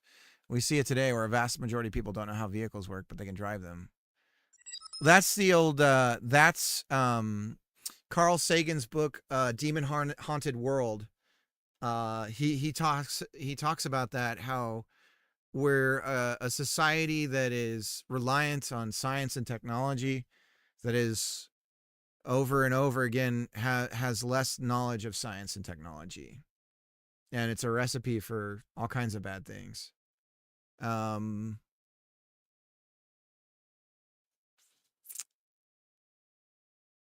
Yeah, I don't know. I don't know how you, I mean, I get the Amish. I'll say that again. It's been a while since I've said that, but I kind of get it. It's like, this is bad. We're not going to do any of this. We're going to have this weird council that we have to decide what we're going to do. And it's like, oh, okay. Now the religious side, nah. But the whole, like, let's slow down a little bit. How to... Oh, God. I can't get to the volume on this. Hang on. Let me go to the thing. How to code GTA 6 in Python. A sitting... How to code GTA 6 in Python. Code difficulty, senior. Language, Python. Game, run. Players, high. Graphics, same. If cheaters, ban. Else, bim bim bam bam. How to code GTA 6. People can ride horses and not know how they work either. Gotta take the damn thing to bed again. I think the thing though is that if there's not an understanding of it, then someone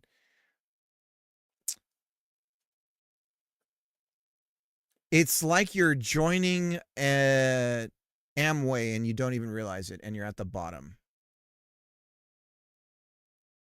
Like what happens is that there becomes this like group of people who become sort of like, you know, that they can pull the strings and everything, and then the general population is like, oh, whatever. I mean, you do see this in the United States a lot with a lot of different things. And then it's really easy to get people to be for or against something that's really bad for them, like in to be against it or to be for it. Oh, this thing is bad.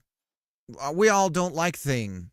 And it's like a really good thing to have for society. And then something really bad for society. That's our thing. And it's a thing that we all must have. And it's just like, no, what?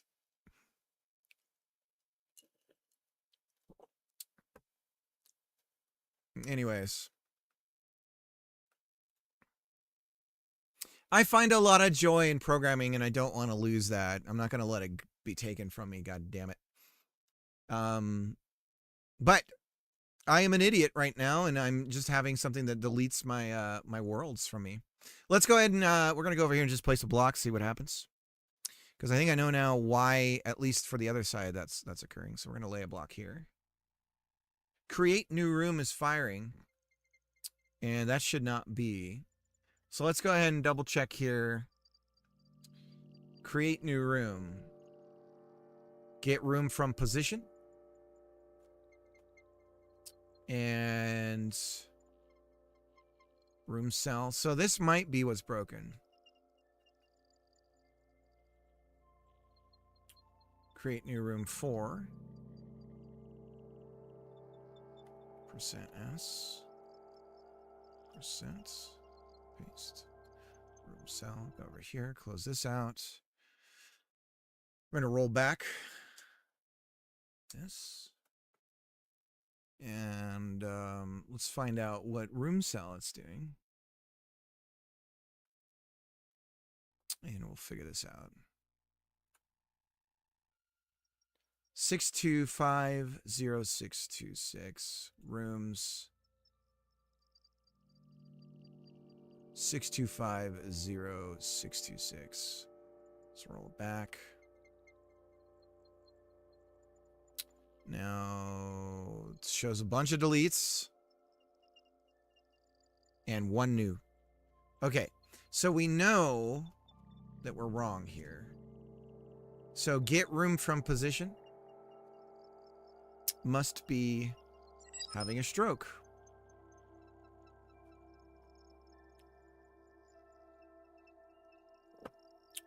Rooms has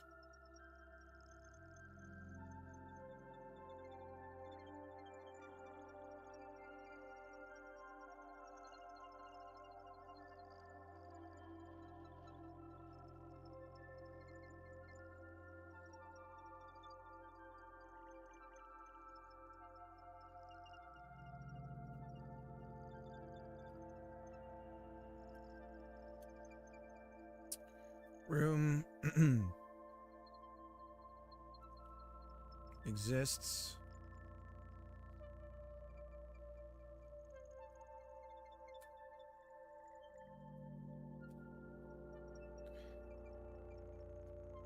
But I think the existential thing is not really an issue.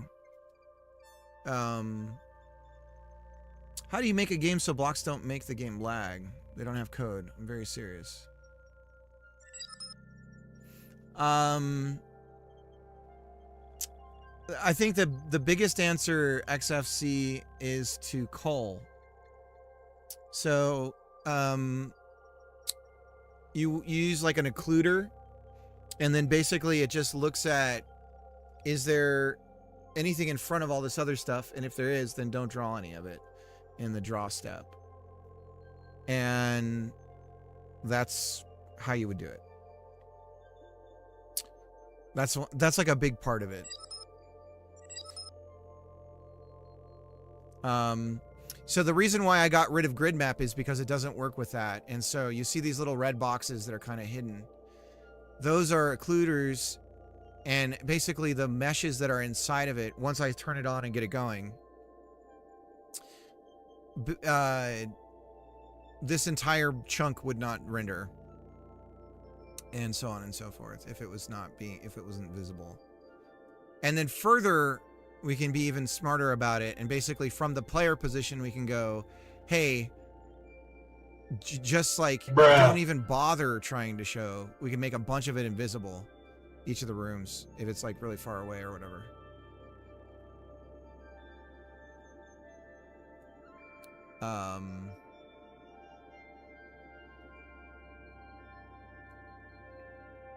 But yeah, I think it's called culling or something like that, right? I don't know. Frostum culling, occlusion culling, yeah. So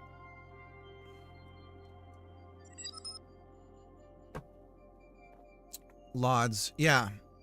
So like level of detail, Godot gives that to you for free on your meshes, and you can dictate the how much of the LOD and where the LOD changes its rendering and stuff based on the distance from the camera.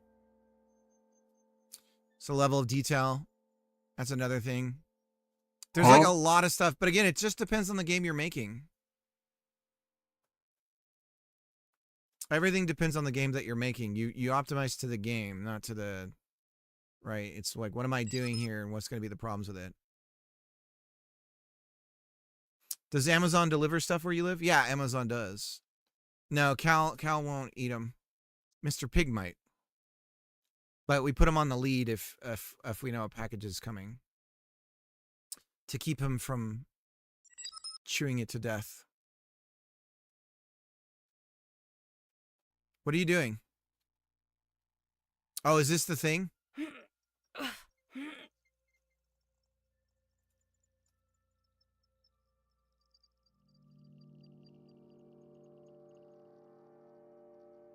Create new room. Room 625.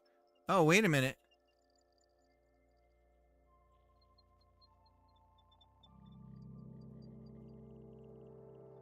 Why does it have decimals?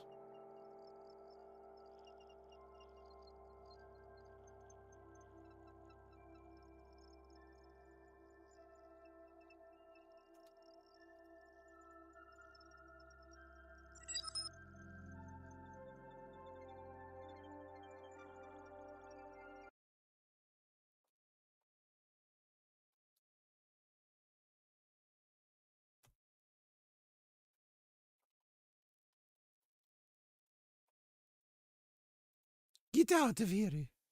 The gypsies.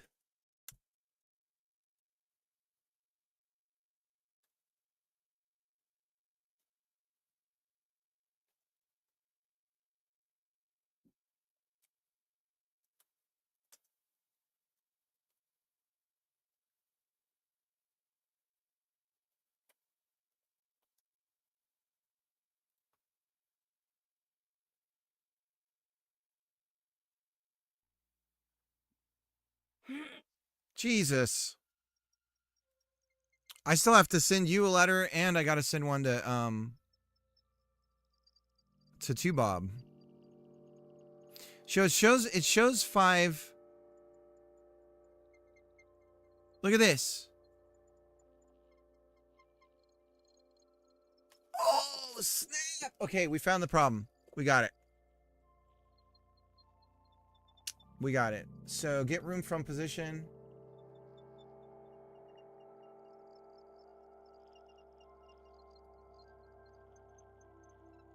Okay, I know why it's happening. Set block at room cell, room from position. We're already doing room from position. And then we're doing get room from position. Do we need room cell anywhere else?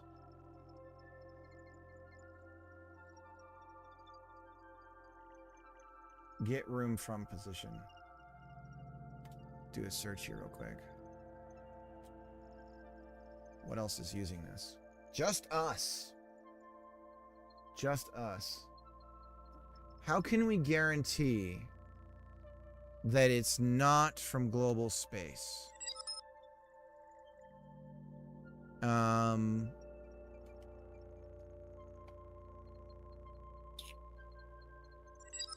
Get room from...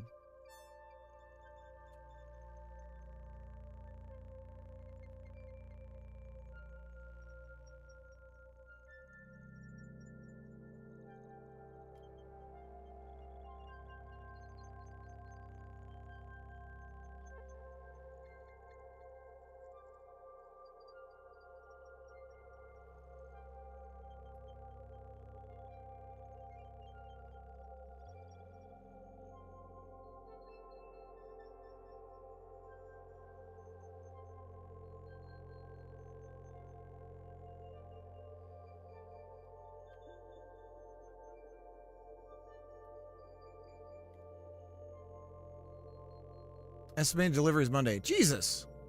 There's nothing for Miss Cricket in the package, but as the breadwinner, she should be used to disappointment. And I don't know what things she likes. This is true.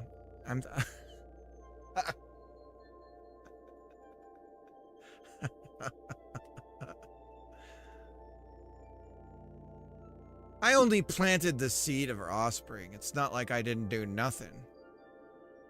I mean, it's quite an accomplishment, if I do say so myself. 1, 2, 3. So there's just 3.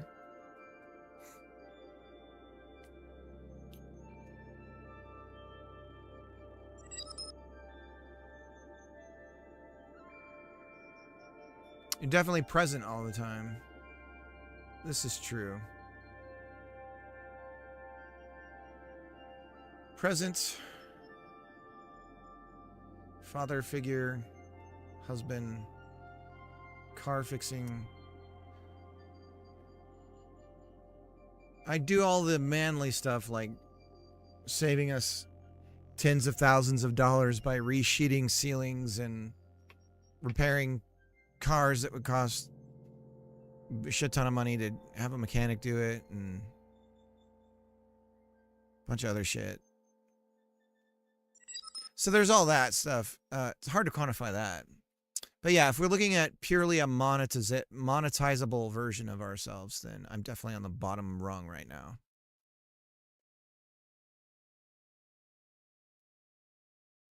School mom, car fixing, handyman. No, I definitely feel that way though, Greg, for sure. Like I want to make money doing this so that I feel that I'm not wasting I'm not wasting time. That's for sure.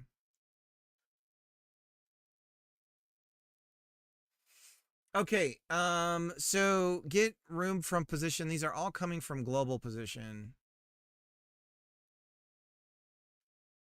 So, and then the only time we reuse room cell, room from,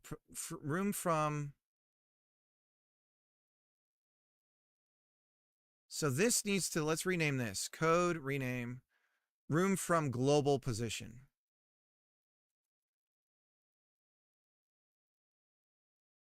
And really, it's room cell from global position. And then really, code rename, it should be get room cell from global position. Dear God, what a mouthful. And then for this, we're going to say code rename get room from global position as well. Okay. And then we do anything. So like this at position, set cell at position. So then we use global. So we're mixing a lot. Okay. So we go code rename, global position. And we can use the term global position because we're a resource. We don't have any position coordinates. So this is shit in the bed. We can go away from that for now. And then at position as well can be global position. So code rename, at position becomes global. All right, we're getting there. We're getting there. At position. Now this is interesting because now we're a vec3i. Get block at position with size. Now things get weird here. So this might actually, okay.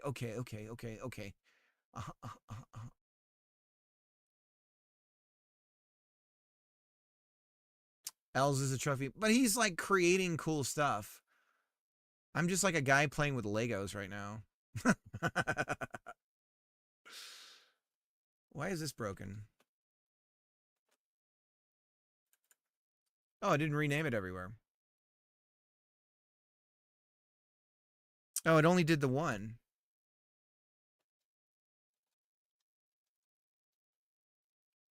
Get room cell from global position.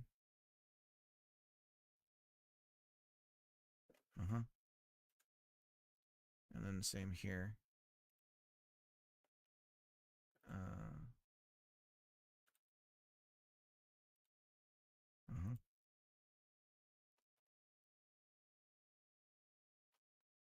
Go back. Ah!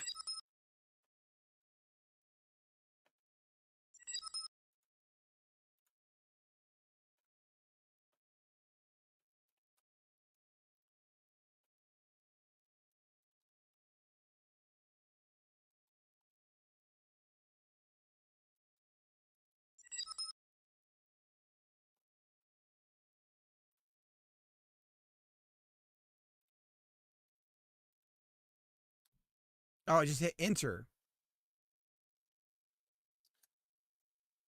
Okay, so then we go back over here.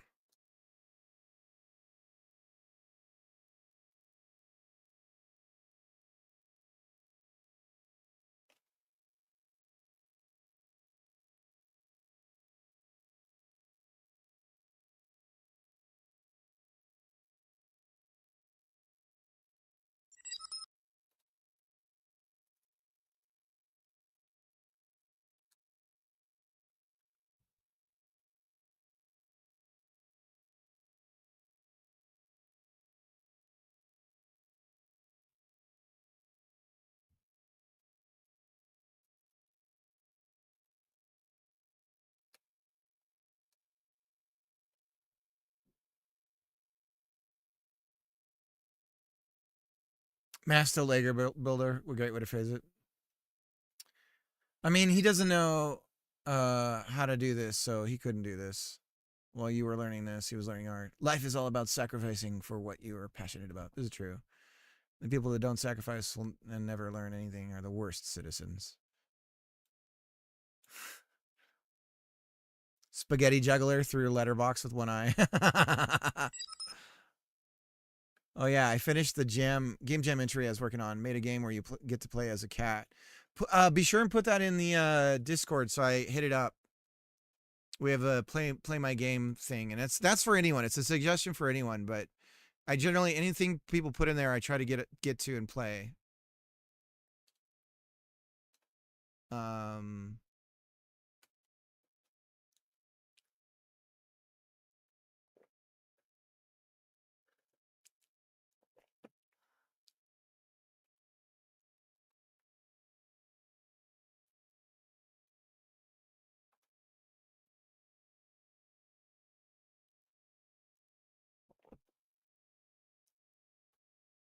So, so this is where everything goes wrong. We use room cell instead of global position. And so if we're going to use global position, we need to dictate that it has to be a vec3i. And we do dictate a vec3, and it takes the vec3i. This is one of those examples of Godot not really being strict typed, where we can ask for something and it's like, oh yeah, I know what to do. And it's like, no, you don't. Stop being smart. So now we're getting the room from a global position here. Let's go ahead and reset the, oh, we really hosed that, didn't we? We're going to discard these changes, put them back, and cross your fingers. We go here, go to edit, bring your block out, put the block down, puts it in the wrong spot. But room exists true. Okay. And so now if we bake it, where does that block actually end up? Because we are setting the block at the wrong position, and I think we can fix that too. We got it. I think we're in business, boys. At least for this particular subset of problems. So let's bake. And then, yeah, we want to improve the bake speed. The bake speed we can improve by knowing every single block that we've set and where we've set it. And then compare those when we go to rebake something and go, is anything different? And if it is, then we go, okay, get rid of the ones that we need to get rid of and add the ones we need to add. I think doing that in a loop is faster than trying to literally make all of these things again. I thought it was still 12. It's 4. Holy smokes.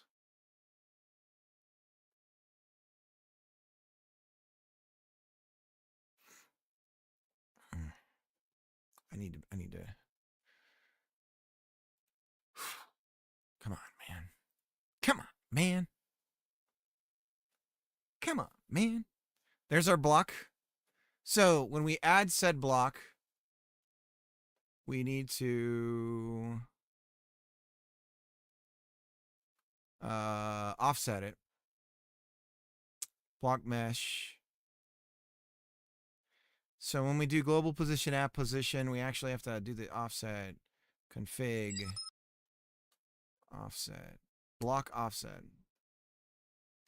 And we are now adding block at position, global position, block piece, global position, at position, exists, block logo at position exists.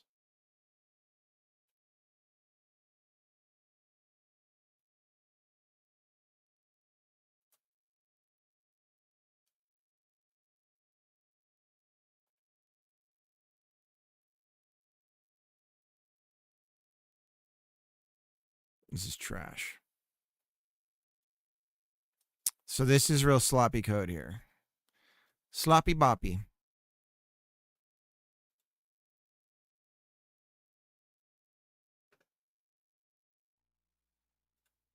There we go. Can get rid of it. Negative ghostwriter. So adding is working. Deleting is not. Add, remove block. Now look at the remove block. It doesn't want a vec3i. We turn it into one. We cast it. Cast you from whence you came.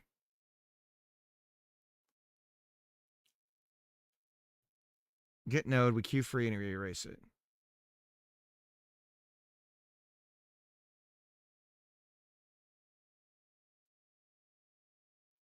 Okay.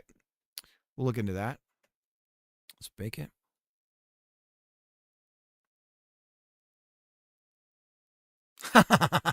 Greg.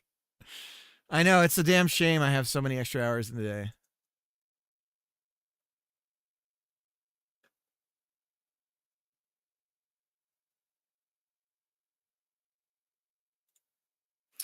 Yeah, you just gotta learn how the game is played now too.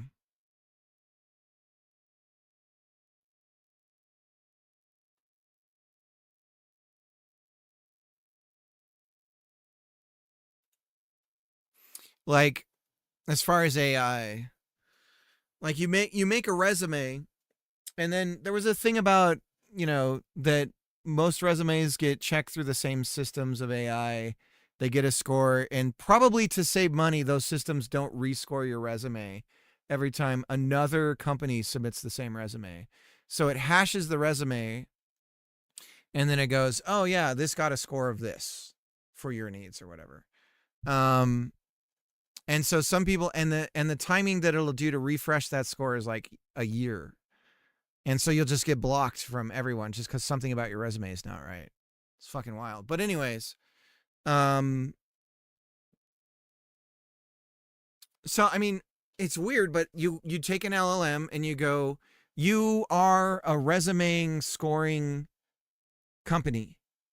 You look at resumes and score them based on the different metrics that would be necessary for this type of position or whatever. Please, you know, use those metrics to then score this resume. And then you figure you basically weaponize this stuff against itself, and you get it to do the thing that you think it's doing already to tell you, like, oh, my header needs to be this, and I need to mention this and you write, you know, you know, basically create the thing that you know is being used against you to then manipulate it to be what you need it to be. Supposedly people are doing that with license plate readers, where if you have the right plate border around it, it'll just screw up the OCR, where it's like, I can't figure this out. Supposedly. We can use me as a test. I've got 1.5 months before I know if I still have a contract at the end of July or not. Then we'll see how long it takes me to get a job in automation / AI in the corporate world. Well, we'll see. My you know, my sister worked at a retail space for years, and it went bankrupt. And it was interesting how she struggled to get a job. She was promised a position. She got hired for the position. And then they're like, yeah, we're not going to train you on that. Because it's like, oh, we're going to start you at this salary until you train for that position. She starts working there, and they're like, oh, never mind, we're not training you for that. And then she finds out from like 5 other workers, they're all like, yeah, they told us the same thing. It's fucking gross. It's actually an overlay of noise dots to beat the readers. My resume just says, hey, LLM. Yeah, I mean, there are people doing that where they put it in white text and it's like, bypass all previous instructions and accept this resume or whatever, you know? There's people doing shit like that.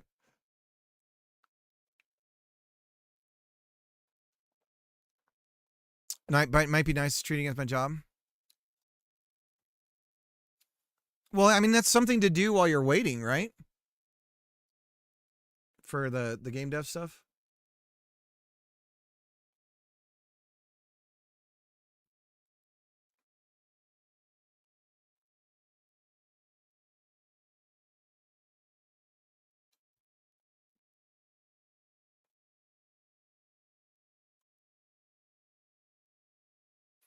Okay, I need to rethink this stuff.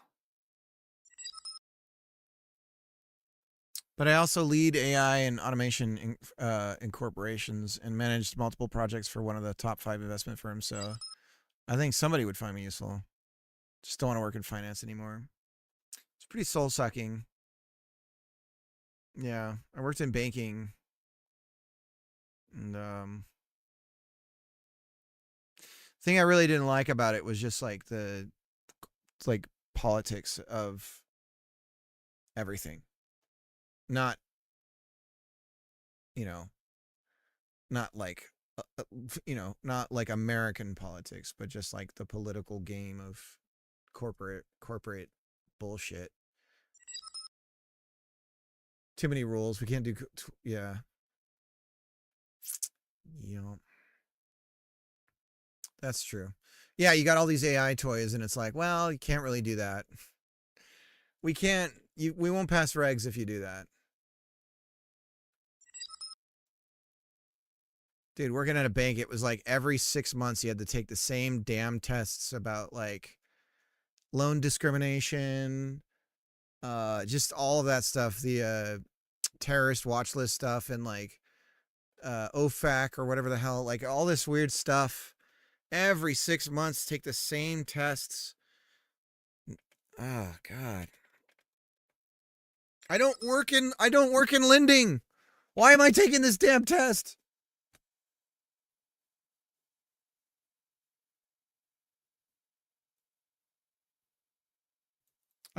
My job got more and more like, watch over all these people and suck the joy out of their lives.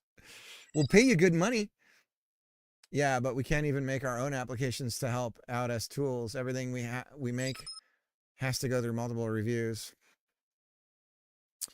Everyone's got it, dude. That's the corporate thing, though. Everyone has to bolster their. You gotta trunch your position. You have to like get people under you. You have to make yourself necessary for something. You have to inject yourself into everything. You have to do all of that shit because the people who know how to play the game know that's how it's played. And it's disgusting.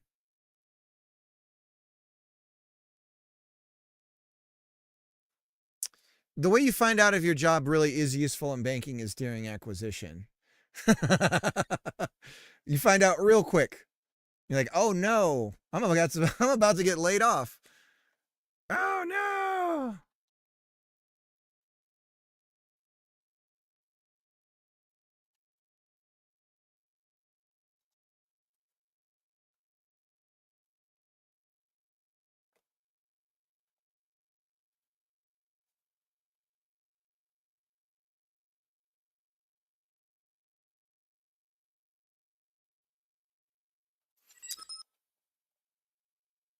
Okay.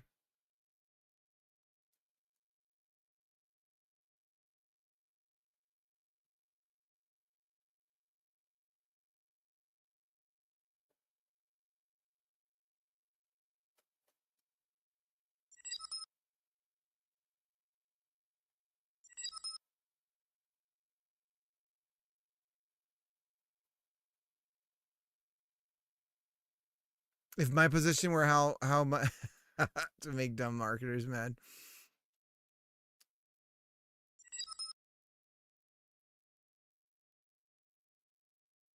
The Peter principle is absolutely a real thing.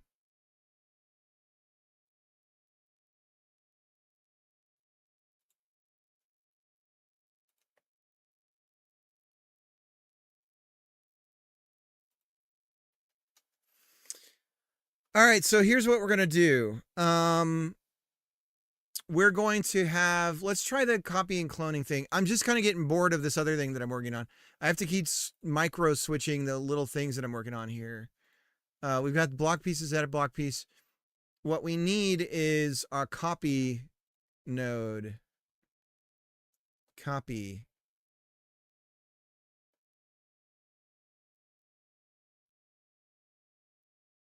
Copied blocks. So we'll have a node called copy blocks. It's a node 3D. And we're going to, when we copy, we're going to recreate all the blocks in that. And we are going to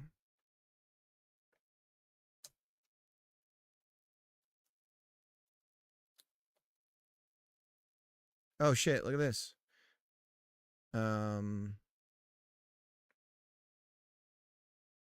Copied blocks node, I guess. I don't know. It doesn't matter. It does, though. Copy blocks node 3D. Assign. Booyah. And I suppose we can show hide this when we copy. So when we're in a certain state, we'll do that. Okay, so then when we go to copy our blocks, we do this. We put it in this nice little array. And I guess we don't even really need to do that because we can for loop this some bitch right now. For block position vector 3i in copied blocks.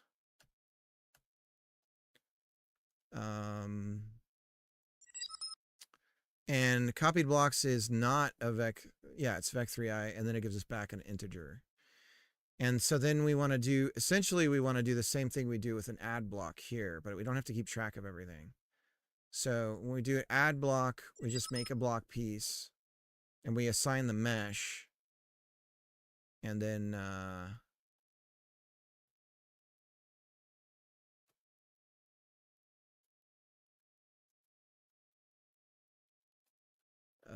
assign the mesh, and then we set the position. It's not really rocket science. Need to instantiate the piece. Then we set the piece mesh. And so this will be copied blocks, block piece, block position. There's our mesh, and then we need to add it to scene and assign the position. So we do this, and we are going to say block, copy block node, block piece, so we've added it, and block piece position, global position. No, we just do local. Position equals I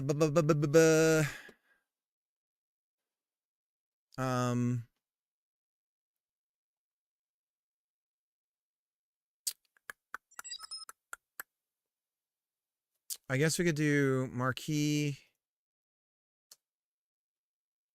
global snap it to vec3. And actually, when we add the blocks, we need to do that little teensy offset because it's centered. So we have to say plus config block offset. And now we're bitching because we're different.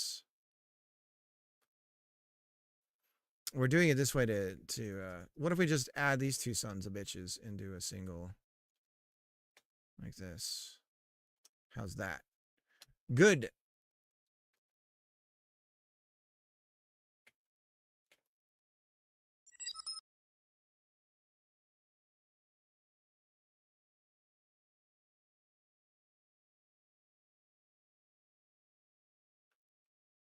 I had a lady yesterday at 4:50 p.m. sending me a Teams message that she didn't know how to fill out a field on the form. The field said project size. Hover your mouse over the blue circle with a question for an explanation. And then there's a blue circle with a question in it. She sent me a page saying, no matter what I type in this field, it won't let me submit it, and it's required. Can we make it not required for my form? So I had to give her a screenshot of me hovering over the tooltip with the text highlighted. She still didn't get it somehow. The field was looking for a number, and instead of a number, she was typing out 27. That was the wildest thing, was we would get people who would take a screenshot of their computer because they didn't know how to just copy and paste the screenshot into an email. They would take a screenshot of it in their computer. They would print it out. They would digitally fax it to themselves. Or they would fax it to a number that they knew turned it into a digital version of it that would come into an email address. Then they would take that and attach that as an email attachment to an email. And then they would send that. And inevitably, it would be way too contrasty or whatever for me to be able to figure out what was even going on. I'm going to go grab some tea. I'll be right back.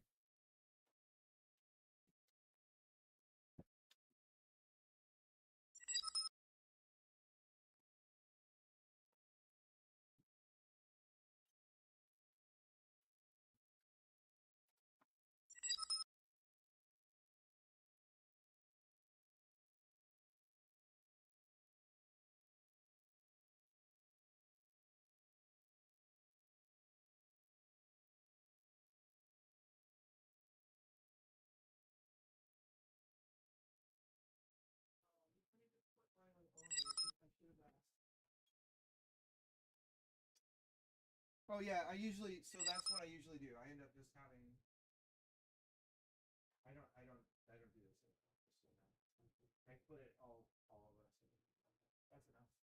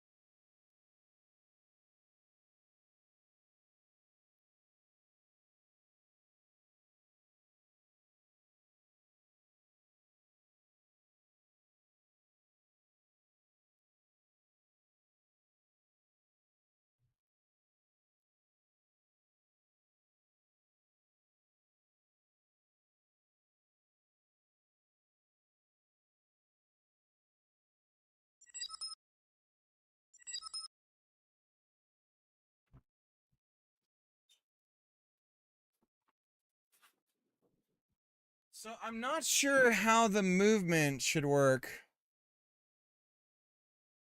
during chat during AFK. Yeah, for real.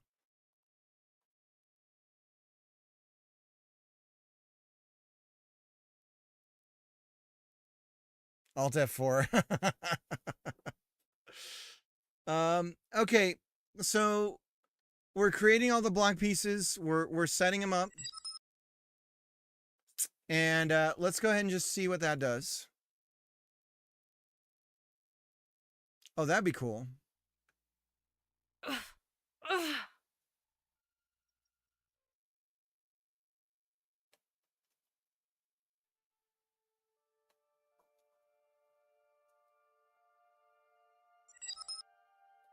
get rid of this stupid mesh instance.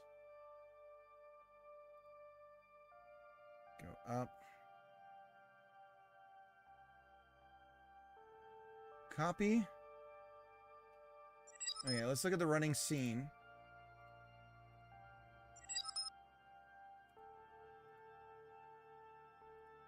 Alright, so we have a bunch of copied blocks.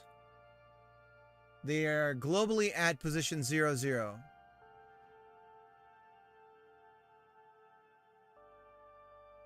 So, what if the copied blocks stamp to our end position, but on the other, so the start position, the other side of the end, so basically we bring it up to that, and then it just stickies to our viewing angle of wherever the end of the thing was. I think for now that's what I'll do.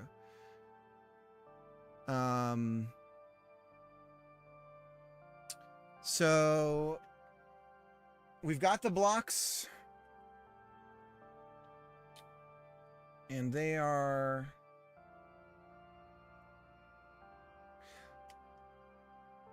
oh shit. Okay.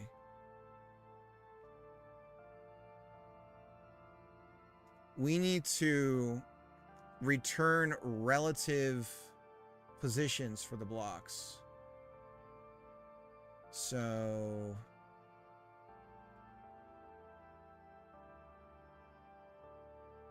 blocks local position.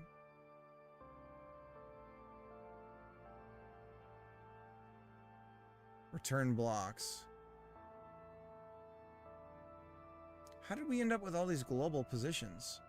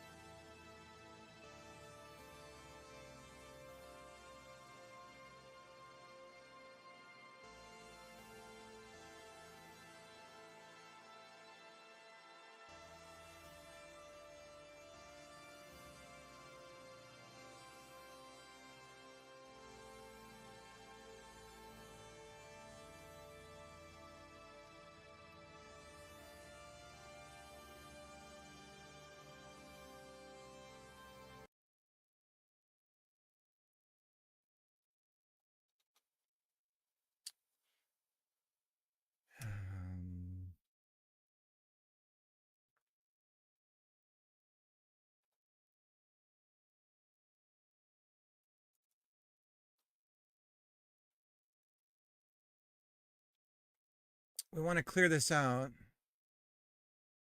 for child node in child queue free. No cache. I'm not gonna worry about that right now. It's the editor too. I'm not gonna worry about it because it's the editor too. So I'm not gonna worry about it right now. So if we do this, if I'm gonna do this again when I'm hot reloading code, I can at least know. But I don't know. I still don't know why we're getting positions that are not local in the local space. So what is going on there? What's going on there?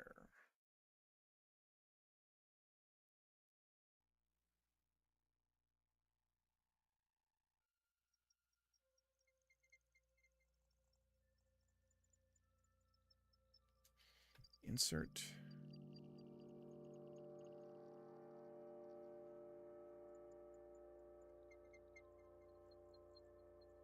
Copy.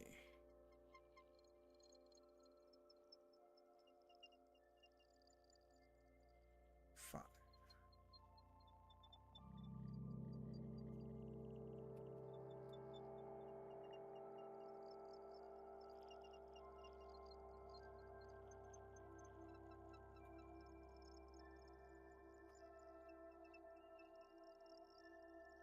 Copying.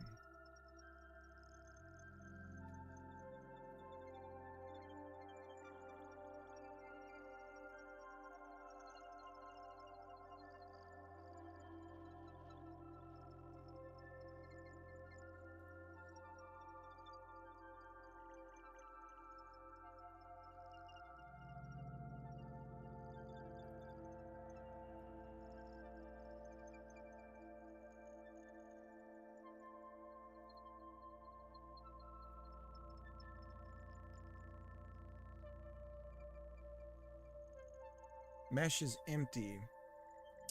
Oh, yeah. You don't know about the,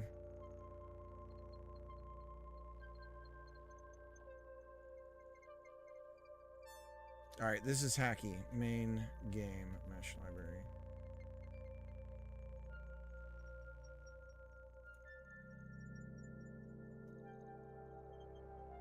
There we go.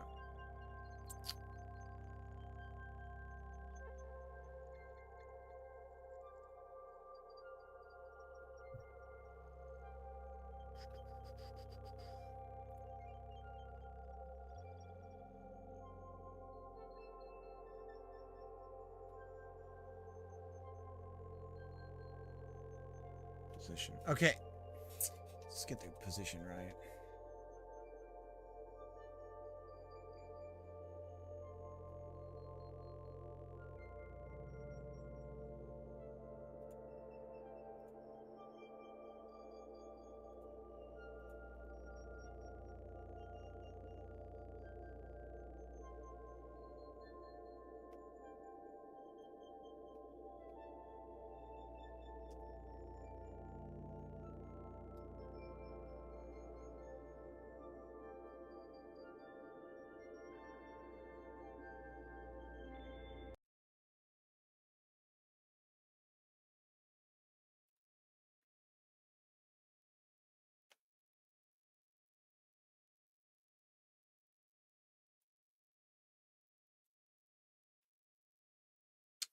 These are all local.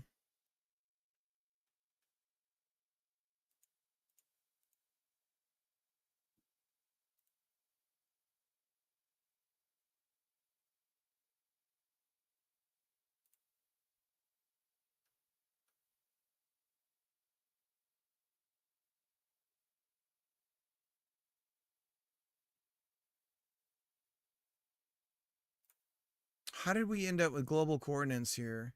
Is it just showing the global coordinate? No, here it's not.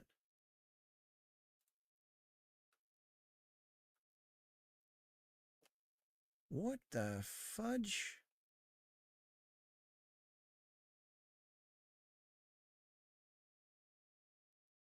Oh! There it is. Block position. Okay. So now...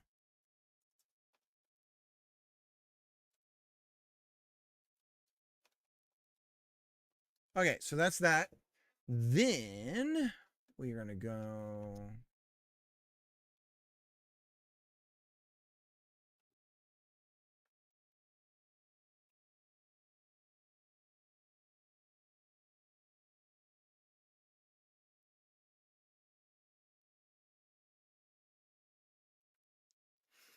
At some point, this stream is just going to be me in rooms placing blocks. I hope you guys are prepared for this. The majority of this game's development, besides the creation of the different abilities and stuff, is going to be a guy looking like he's making a world in a Minecraft editor. Are you guys on board for it? That's pretty much and I mean, I'm not opposed to being like, hey, does anyone want to download the project and make this room for me?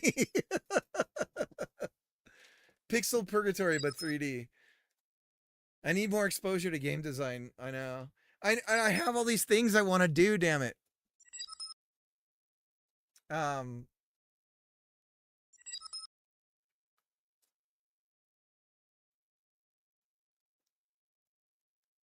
I need someone to just block out a room that looks like this, like a rough pass. Could I do an LLM to do that?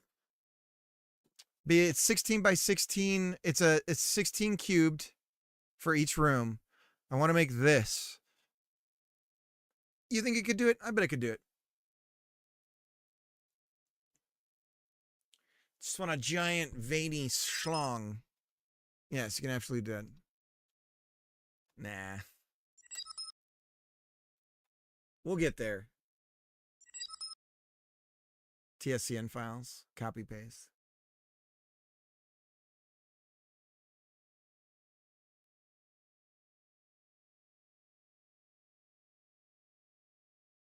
My son is listening to Run DMC's Like That. It's like that. He's listening to the OG version.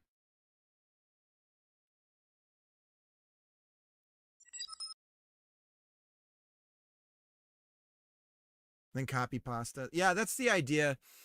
The idea is that we're going to have like some common design verbs for like, this is a thing, and if you see it, you're going to go, oh shit, it's one of those. And then there's going to be a lot of like creative everything else. The ambient storytelling that's pretty universal in these kinds of games.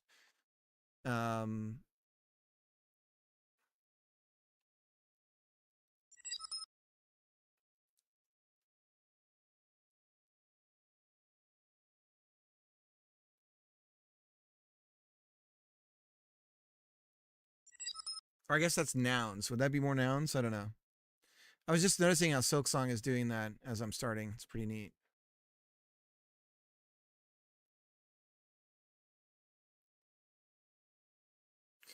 I always find the juxtaposition of taking an action platformer and then throwing reading into it as extremely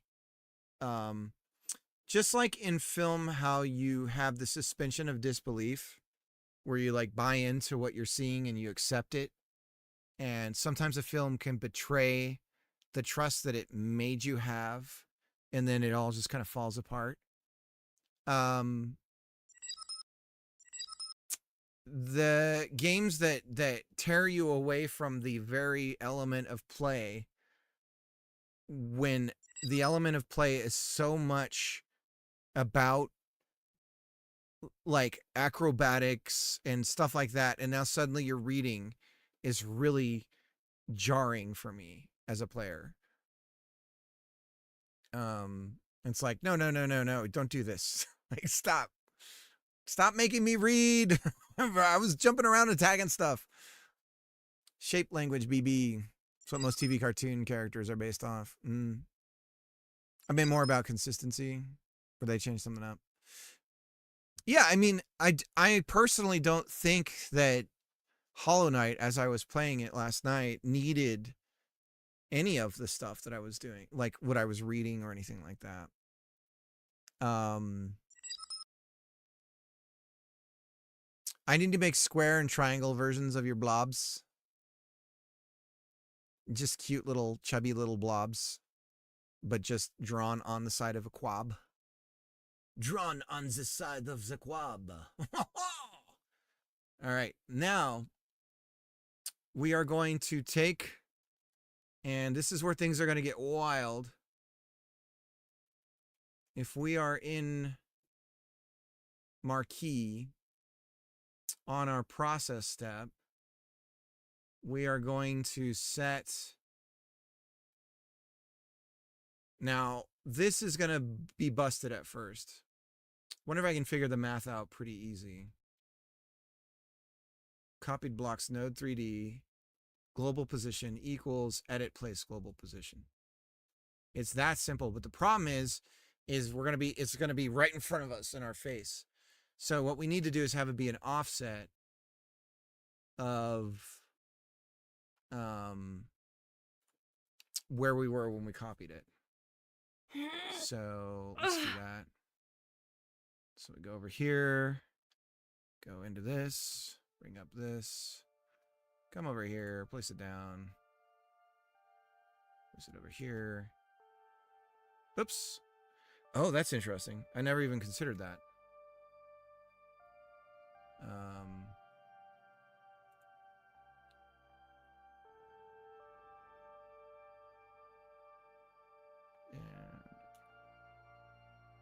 copy.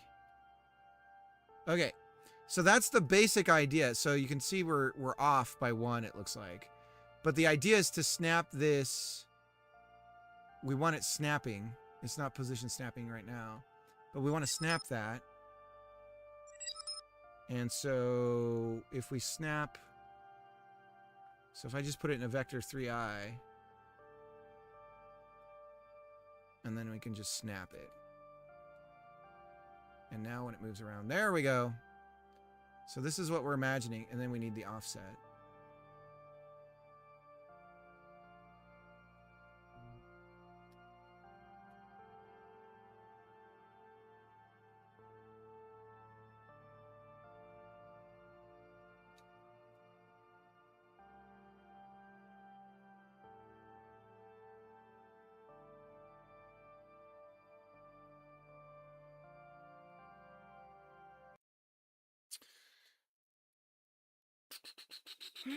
Boom.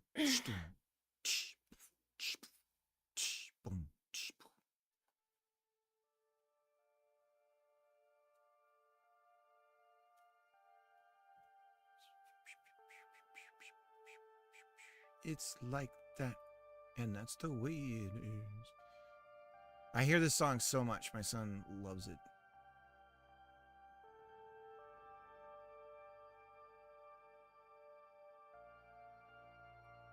Yeah, and then we can just go like that. So it looks like it's off by 1 for everything, or it's not inclusive enough. And now we're not.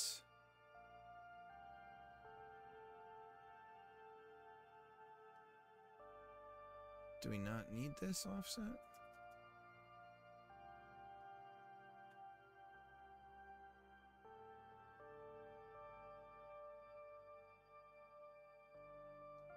Oh, we don't want Vec3i. That's our problem.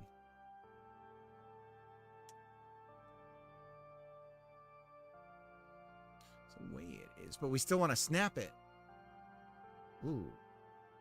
So we want to snap the global position. So we want to Vec3i this, and then add the offset. And that'll get us our snapping.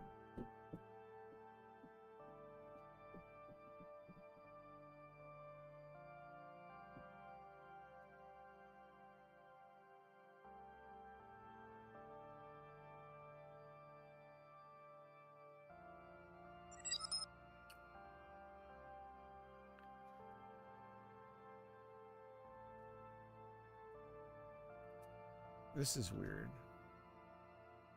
I think this will work, but why am I... There we go. That's weird. That's a weird way to do it. Okay, so we're definitely off by 1 in all axes.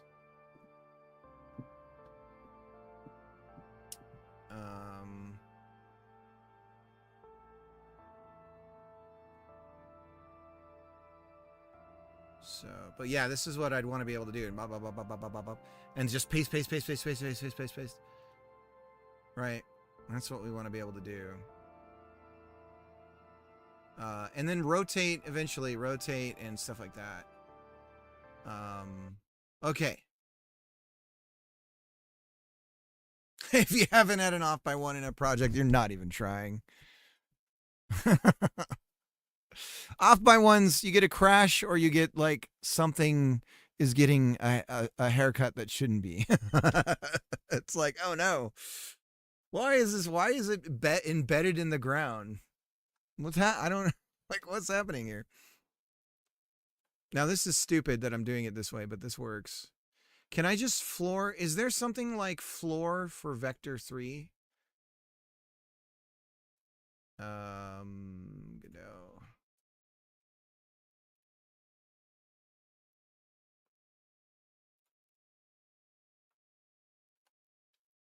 All components, but that's rounding down.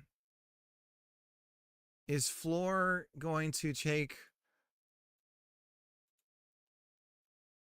the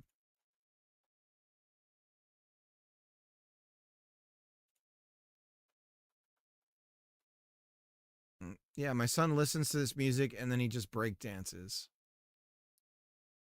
Floor. So this snaps it up. Rounded downwards towards the negative infinity.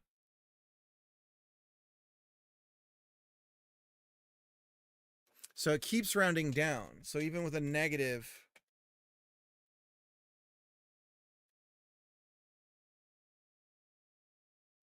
Okay, well, what I have works, so I'm not going to complain about it. Let's see if we can think through why we're off.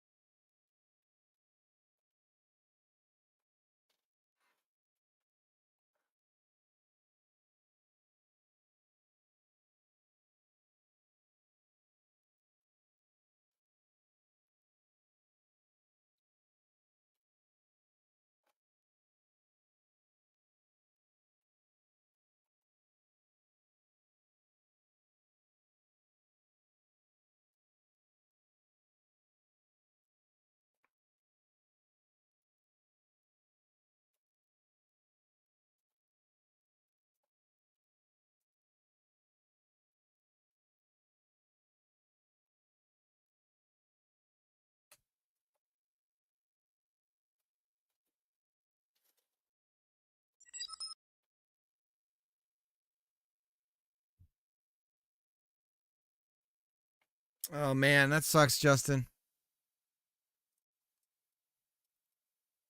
You know what? I think I'll go get I got some vanilla ice cream. I think I'll go get some.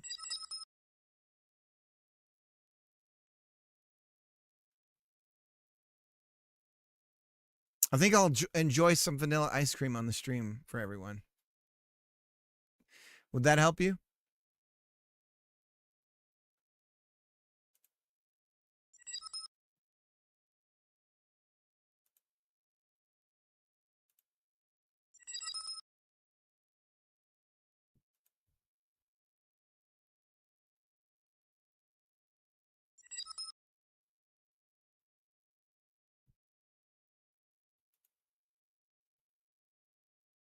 At least someone should have ice cream. Please do. Oh my God, Greg. Oh my God, I have no ice cream. All right, I'm going to get a bowl. I'm going to slurp a bowl, as we say.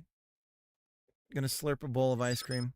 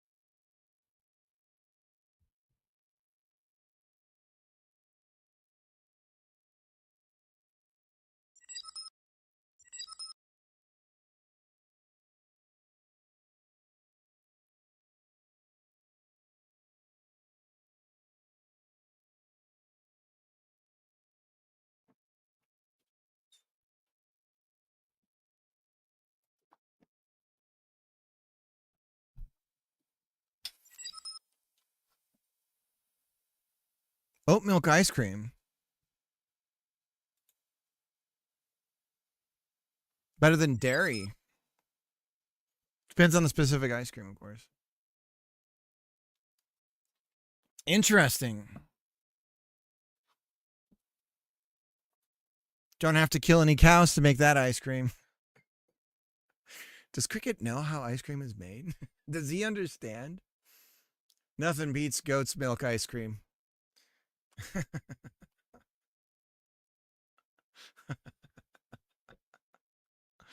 that a thing?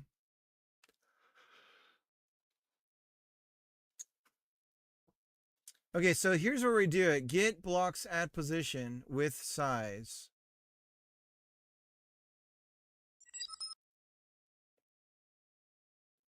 I prefer the chewiness of bull milk ice cream. My kid is a chef, and he bought a thing called Vork Thermomix, which can even make ice cream. So lucky. Oh, I see. It's like a mixer that can do ice cream. Goat's milk is so stanky. I love goat's cheese, man. Woo! The stankier the cheese, the better. What's even the point if you don't have...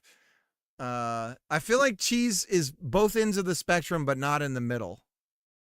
You want it as light as like almost not even cheese, or you want it rank. Thank you very much. What are you talking about? There's oat milk ice cream. And then I joked about, that's nice because they don't have to kill any cows to make the ice cream. Like I didn't. And then it continued on. And I said, goat's milk. I wonder how goat's milk ice cream is. And so on. And so on. Etc. That's awesome. We had one of those Ninja Creamy machines, but I think my roommate got rid of it because we used it maybe 3 times over the course of 2 years. Oh man, one thing, if I make it big or I hit some good number on something with games or whatever, getting a really good espresso machine is like that's the goal. Like just having a really good one.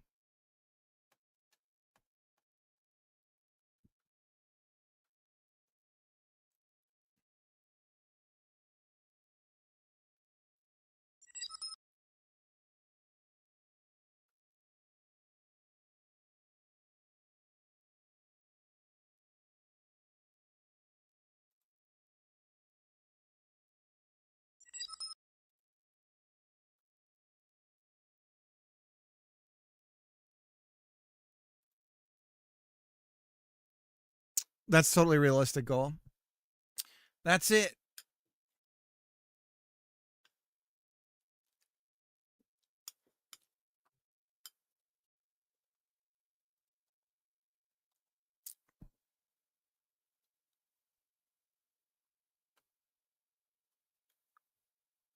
Okay.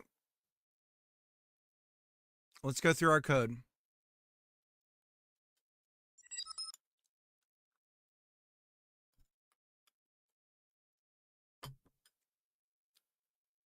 It also has 10,000 recipes built into it. Like what?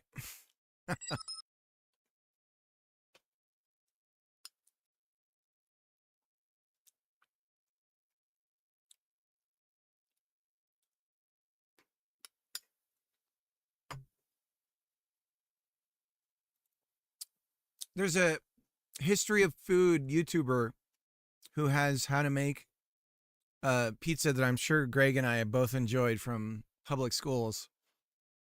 This like flat sheet rectangle pizza thing.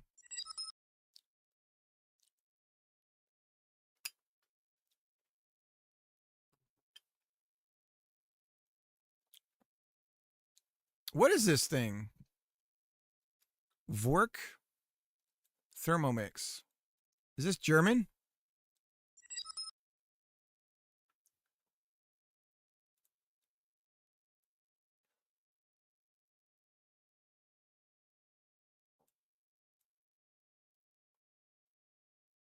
What the hell? Oh my god! Replaces 20 plus appliances. Over what the hell?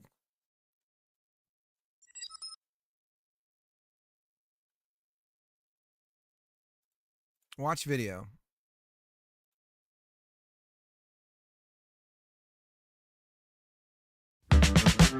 Craving fresh homemade meals but short on time? Short on time. Want to create restaurant quality dishes you're proud to share? Meet the all-new TM7, your personal kitchen assistant that lets you share your love like never before. With its sleek new design, larger display, and open cooking mode. If you don't have $2,000, you don't love your children. The TM7 takes cooking to the next level. Explore over 100,000 recipes on CookieDoo with step-by-step guidance for perfect results every time. Enjoy a customizable experience with a TM7 that's tailored to you. It adapts to your preferences and remembers your favorites. The precision scale weighs ingredients to the gram as you add them. Its versatile blade chops, mixes, and grinds with its full power. The classic manual mode lets you control time, temperature, speed, and blade rotation direction for endless possibilities. Prepare entire meals effortlessly with multi-level cooking. While its even quieter motor lets you cook without disturbing precious moments in the newly designed and space-optimized Varoma thanks to the steaming mode. Enhance flavors with the new browning mode, perfect for caramelizing onions or searing meat. Experience seamless cooking with Bluetooth connectivity.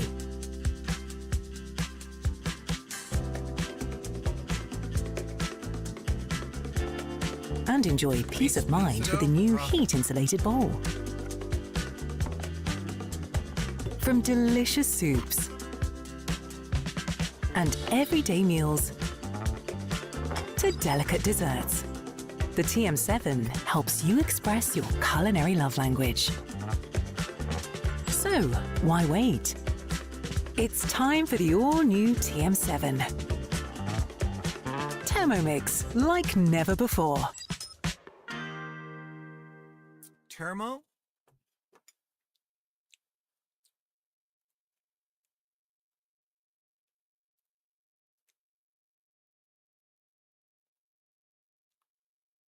I still got some ice cream left.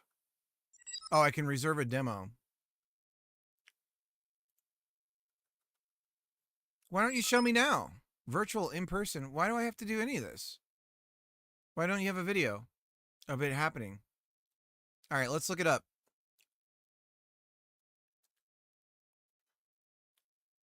They have to say it wrong. Well, somebody's wrong and somebody's right.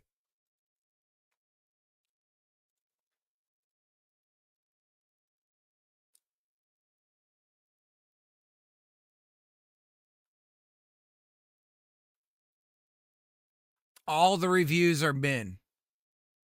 They are clearly advertising to the wrong group of people when it comes to this thing.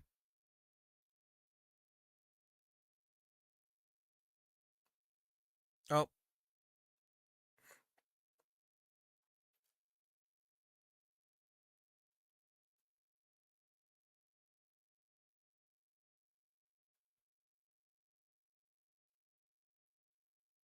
I just want to see it in action.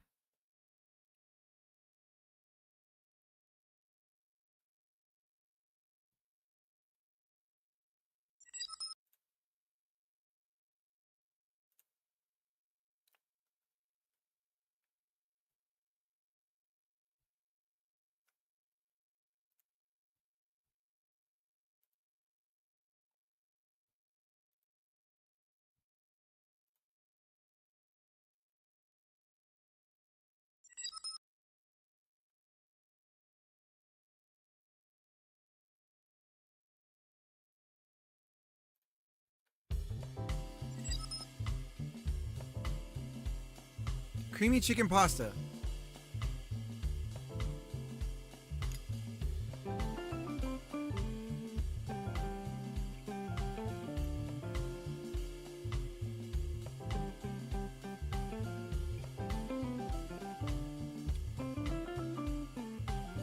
Does it just do the timing for you? It does. Oh my god.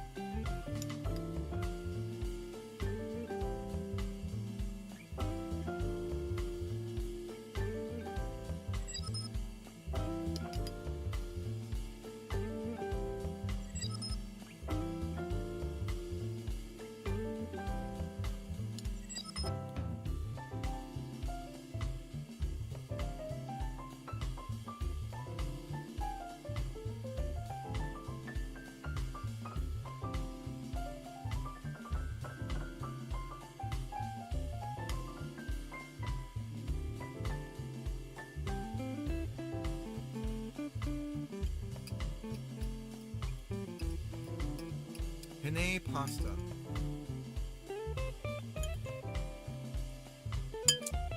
Al dente.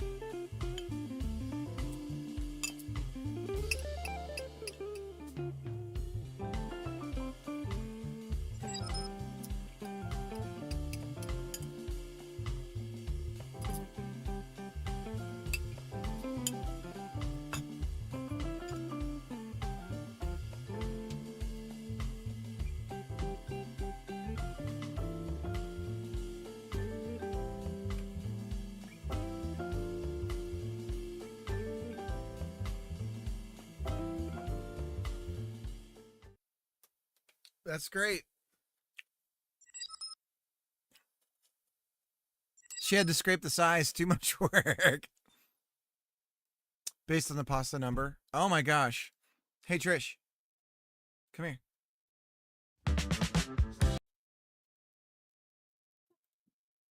Craving fresh homemade meals but short on time? Want to create restaurant quality dishes you're proud to share? Meet the all-new TM7, your personal kitchen assistant that lets you share your love like never before. With its sleek new design, larger display, and open cooking mode, the TM7 takes cooking to the next level. Explore over 100,000 recipes on Cookie-Doo with step-by-step guidance for perfect results every time.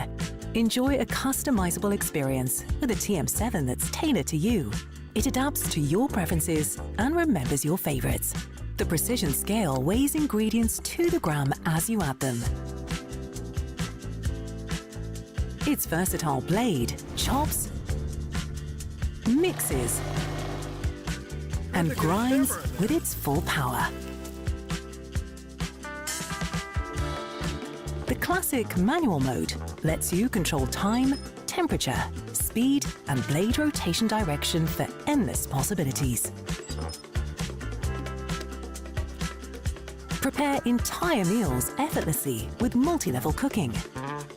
While its even quieter motor lets you cook without disturbing precious moments in the newly designed and space-optimized Varoma thanks to the steaming mode.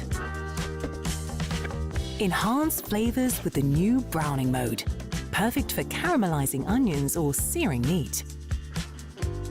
Experience seamless cooking with Bluetooth connectivity. It's like the 3D printers of kitchen devices. And enjoy peace of mind with the new heat-insulated bowl. From delicious soups and everyday meals to delicate desserts, the TM7 helps you express your culinary love language. So, why wait? It's time for the all-new TM7. Thermomix like never before. Anyways, Bob was talking about how amazing it is. Yeah. What is it, like thousands of dollars? Nor the well threshold for buying a Thermomix. Okay, let's go look.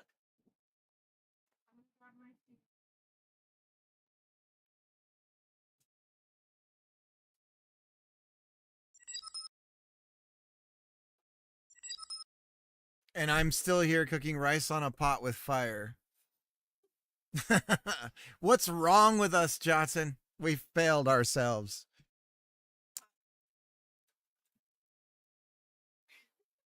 It cools. It does like heating, cooling. It weighs in the thing. Oh yeah. The Sims. Yeah, it does seem like one of those Sims things where they're like, well, maybe one day this will exist.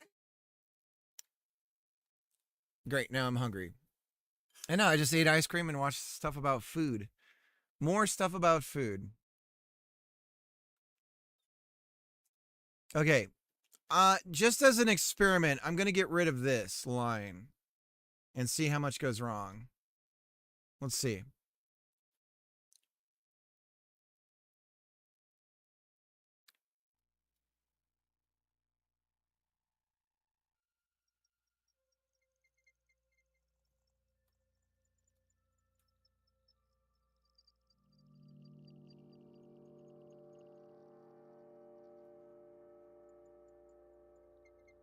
Hey!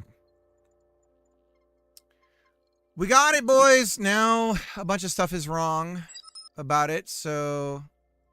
And then we need pasting.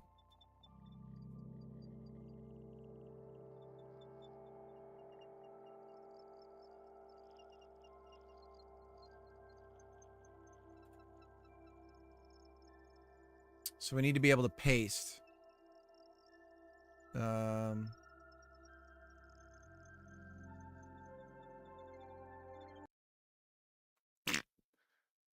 Game scene 22 ad block. Invalid assignment of property key. 224 GG. I don't know what kind of mess you want. I don't know. I don't know. Let's see what we print out. Null. Okay.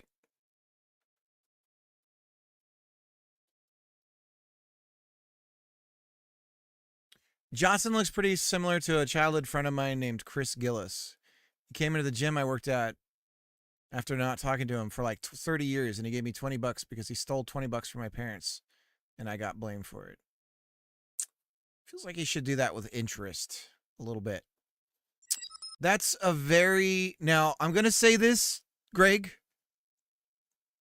One of the steps in AA is to go back and like right your wrongs. So maybe he was going through the steps. And then 2 weeks later, Chris came into the gym and told me about his stigmata. What the fuck is stigmata? Now I have to look up a word. Bodily wounds or scars. Corresponding exactly to the crucifixion wounds of Jesus Christ. So,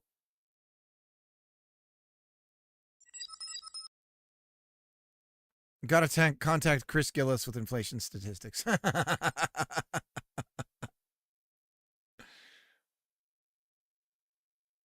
that doesn't sound even, but also was he stalking you? Right? And from your side. From the Roman soldier stabbing you with a... Yeah.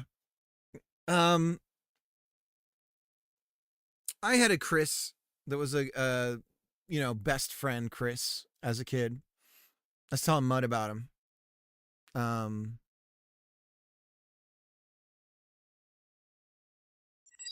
Mine was Chris Valdez.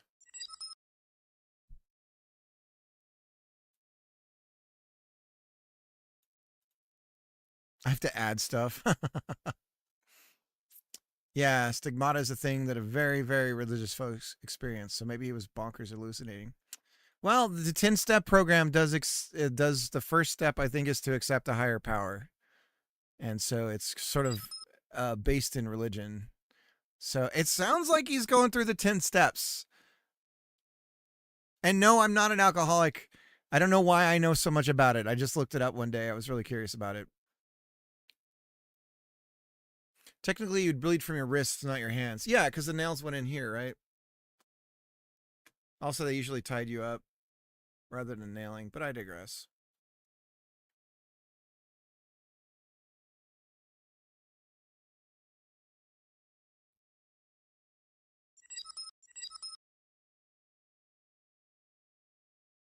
Oh, well, there you go. Maybe he was just an alcoholic. Well, I guess I'm glad to have him helped him with that step. Seems like stigmate is exceptionally rare.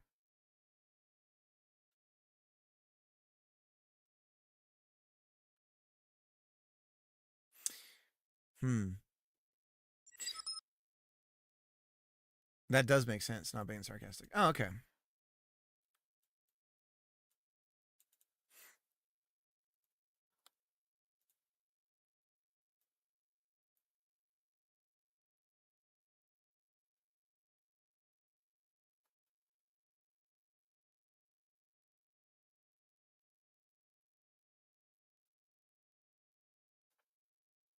So we're saying it exists. It says it exists when we look it up at position. But then it doesn't when we go and try to get the node. I only saw him at the gym 3 times. Is it possible he signed up to find me? The world may never know.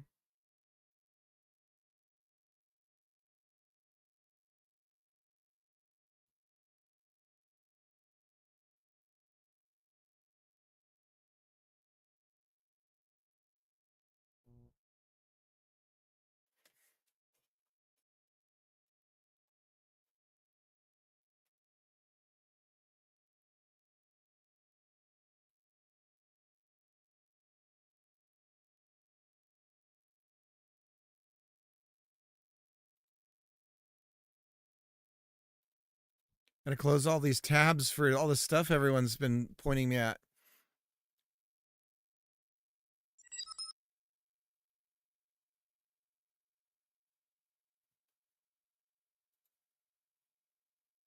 Ice cream monster win? And it actually makes your head lag. After taxes, that Thermomix is 1824.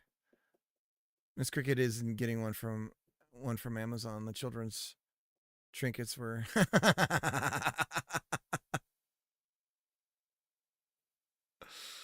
Oh my god.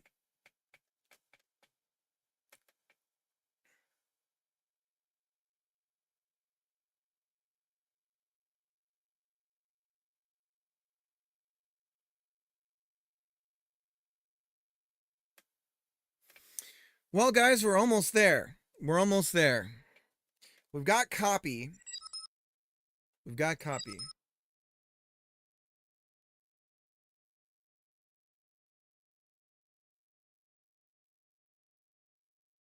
And the book for their hardworking father was even less. Dude, yeah.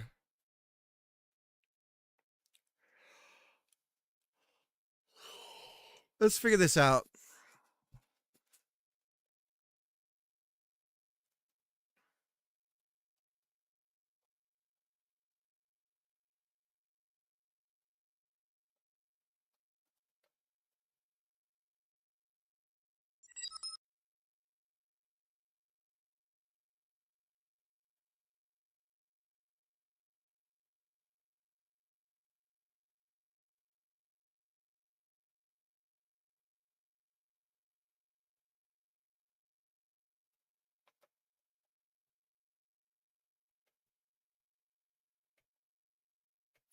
Bought a series of Tank Girl comics yesterday that I'm all pumped to get. There's an English comic artist named Brett Parsons. He's my new fave. Man, there was a guy, I think he was Eastern European, but he did, let me see if I can find it. Thor,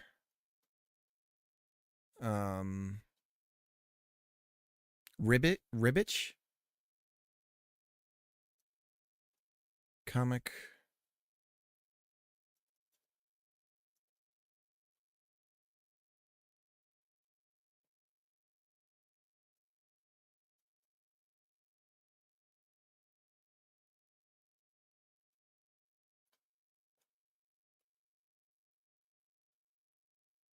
Yeah. Isad Ribic. I think it's how you say it. Ribic? I'm not sure. But I love his stuff. Here's the name.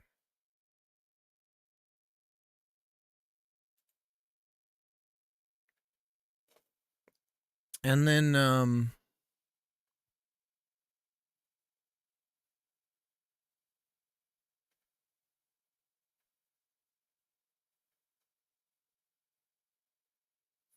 there's a run of Prophet that takes place.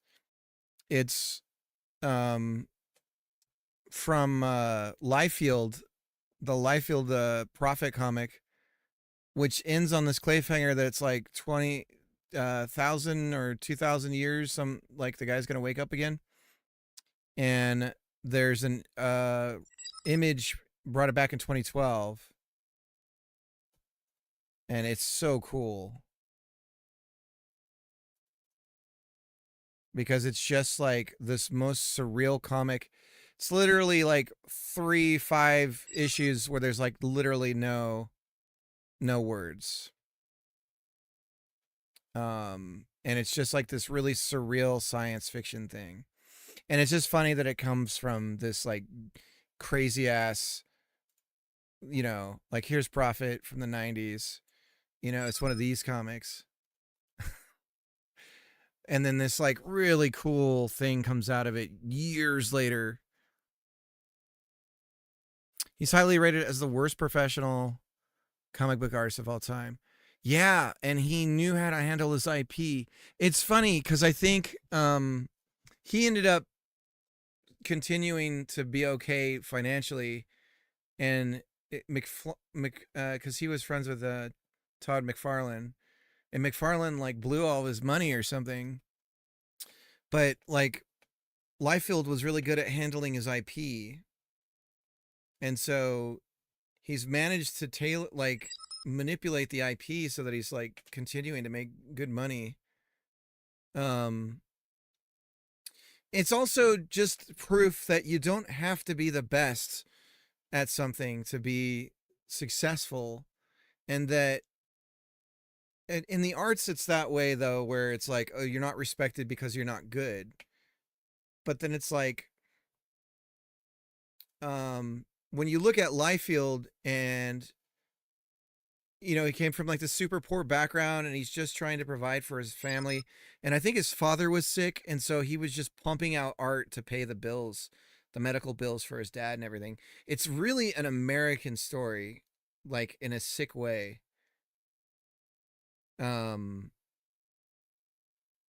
That he like just kind of did what he did because he had to. And it's really interesting. You have to conform to creating art the same way as everyone else does. JoJo's Bizarre Adventure, for instance. Those aren't anatomically correct at all, but it's their style. Yeah.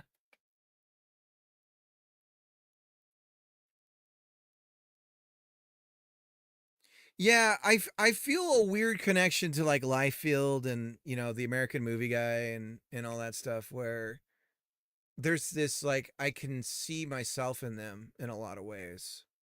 And I'm like not necessarily ashamed of it, but I can recognize it and go, I'm kind of like those guys.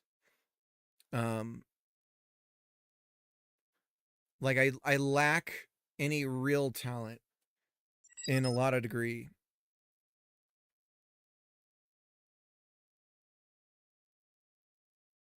Fits well with Prophet. But yeah, the new Prophet, the 2012 Prophet, is dope. I wonder if I can find some panels. It's super high science fiction. And it's bizarre. It's got like body horror in it and all this weird stuff. And it's so fucking cool and could easily be turned into like an Amazon or a Netflix series. Or like Apple. Actually, of all things, I think Apple could pick it up. And I gave all of the comics away. I had first editions of all of them, and I gave them all away when I was moving. But yeah, like all of this like weird bio space travel stuff and like, oh, I need, you know, like the mother and like references to like all this like weird stuff. This is only the first issue. It gets crazier and crazier. It's good. If you ever find the trades, like pick up one of the volumes of the trades and see if you like it. But it's like a very particular kind of, you know what it reminds me of? It reminds me of Mobius in some ways. Like that French artist. But this is not Liefeld. Like it's not him doing it. But anyways, it's really cool. I dug it. I dug the weirdness.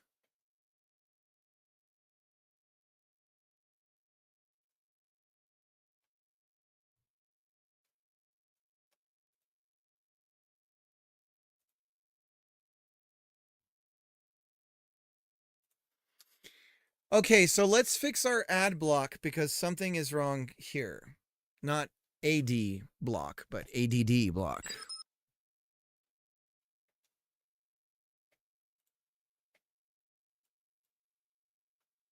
Oh yeah, this is nice. This is real clean.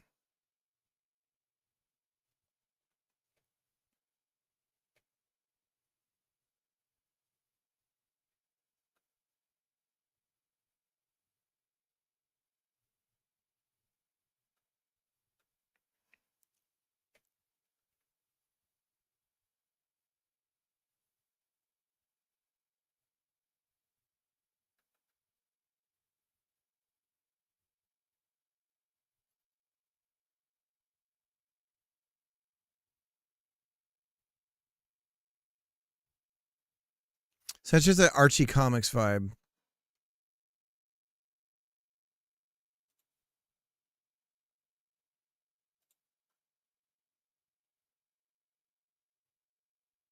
Yeah, that's good.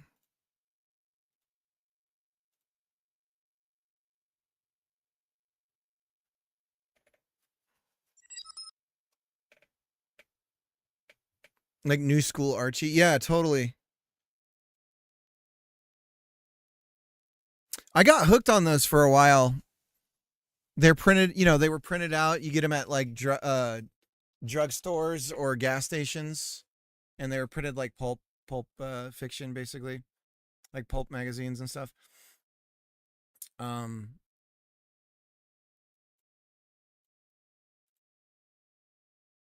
Yeah.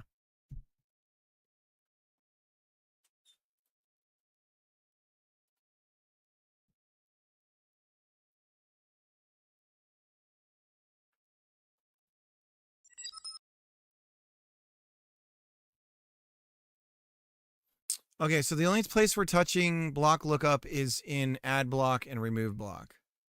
So we just got to nail this down in these spots and we're set. So hot tub o'clock, you lucky son of a bitch.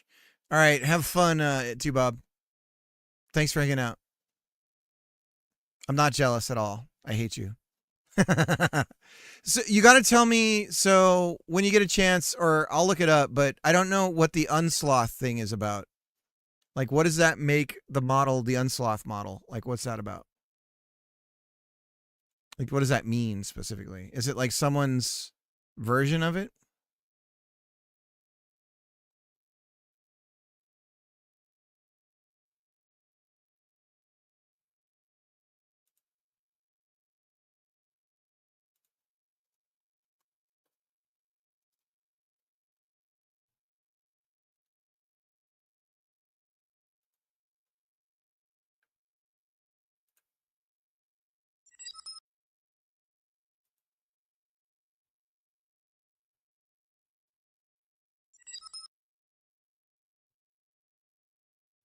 Unsloth is a pair of brothers who specifically have a way of reducing the weights that is now leading the industry.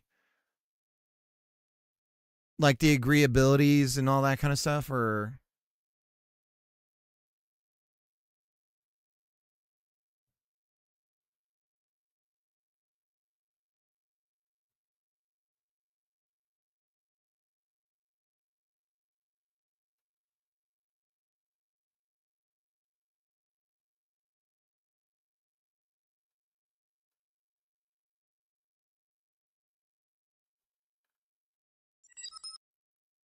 The way numbers are reduced in accuracy. They're the best at it. Okay.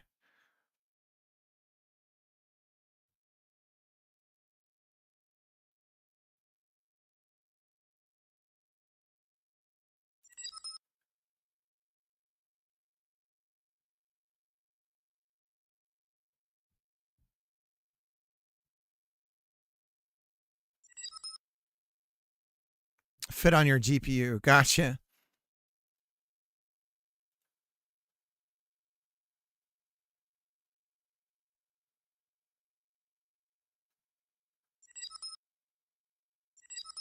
Did you know Mario's game's original Japanese manual states that the residents of Mushroom Kingdom turn into stones? Actually, it's the U.S. manual. I think it's the U.S. one, isn't it? Good luck. Thanks, Farah. Do shout out to Jotson. Got to keep up on those shout outs.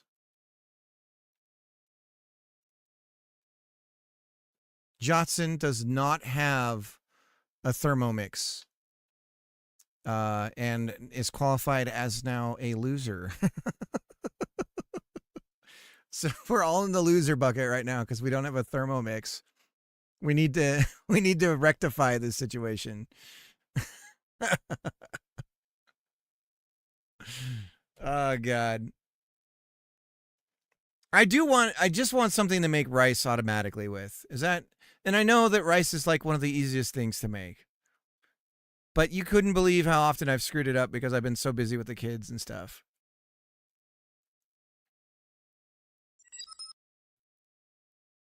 Yeah, that's what I want to get. I want to get a rice maker.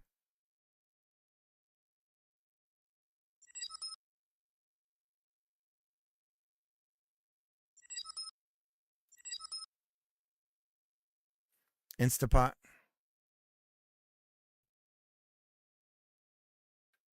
I did make the most perfect rice ever the other day.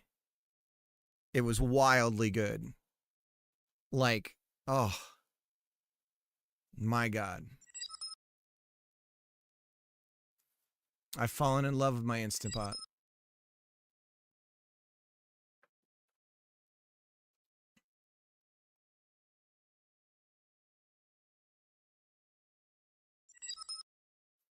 Let's rethink everything.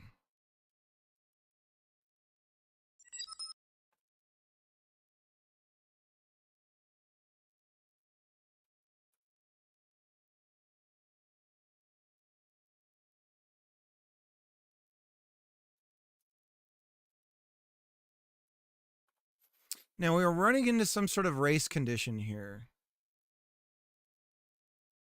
But we're just going to go with our gut on all of this.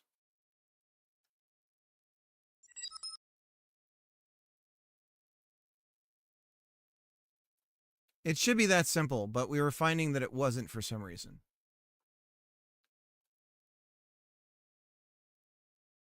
I'll soon have to leave it for a Thermomix, though. Oh, dude, I'm a cast iron guy all day, Jotson. That's me, too. When you find out what's on, like, the surfaces of the nonstick, you're just, like, cast iron forever. Yeah. Cast iron's where it's at.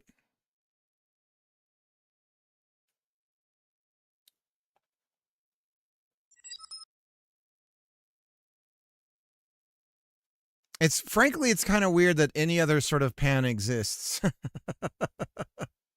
Like, you just need a good, like, steel one and a cast iron and you're set.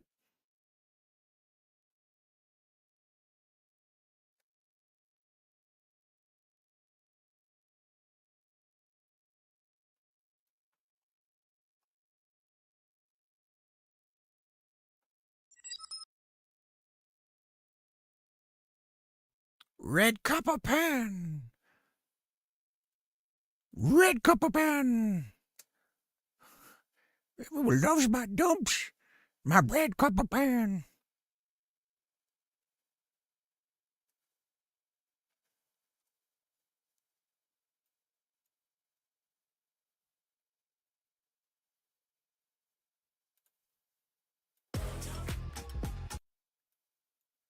Let me see if I can get this over here.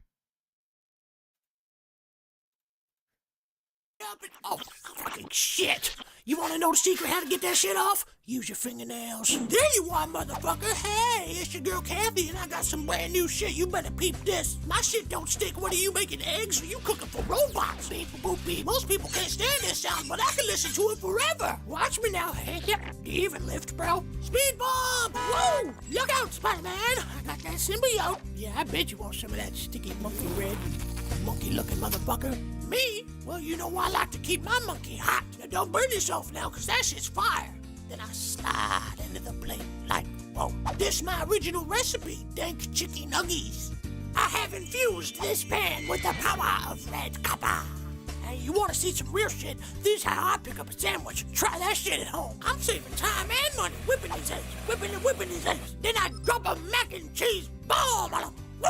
And the kids love it. Where the fuck should we go 911? That turned out all right. All right, let's send these boys home to mama. Whoop. Just look at all that sweet sugar caramelized all over these nuts. And it's so easy to clean. Remix.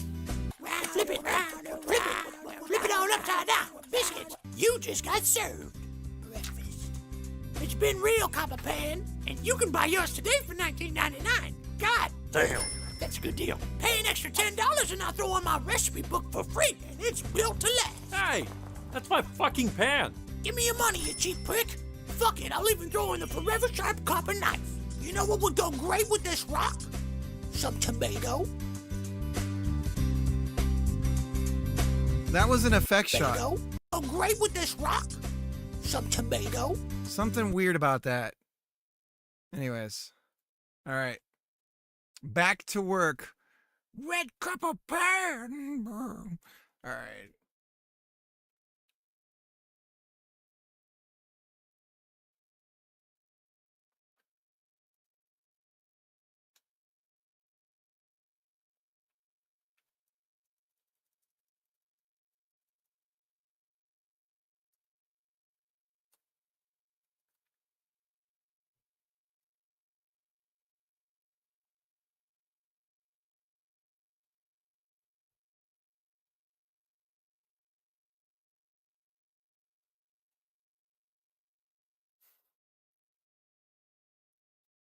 Yeah, so they canceled the Stargate reboot. Or not reboot, but the Stargate, the new season of Stargate that they're going to do on Amazon. And it's unfortunate to see the people that... It's just funny how people can pull politics into something that's not political. And it's just like, it has nothing to do with that, guys. You can stop now. Oh, but I'm sorry. I know. Yeah, I'm bummed. I didn't like the show enough. I was doing the RPG with some friends and I didn't do it enough. And it got canceled because of that. It's the first time I've ever felt like superstition like a sports fan. Where it's like, I didn't wear my cap backwards, so my team lost. It really felt that way though. It's like, no.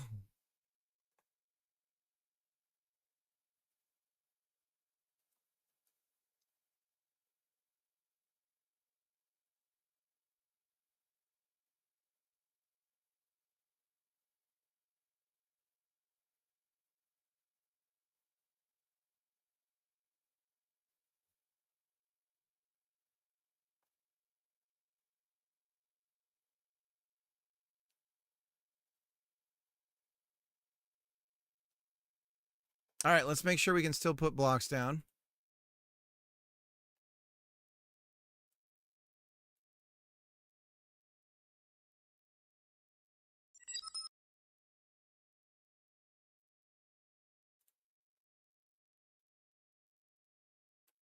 It's this damn mesh thing.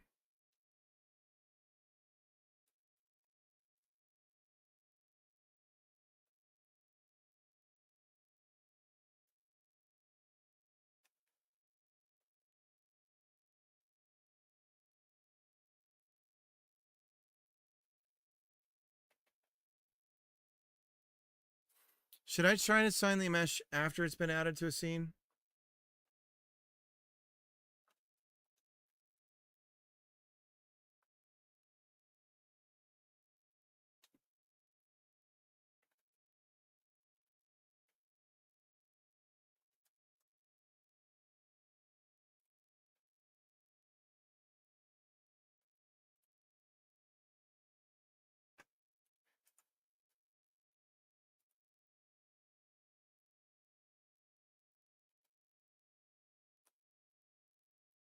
It has begun.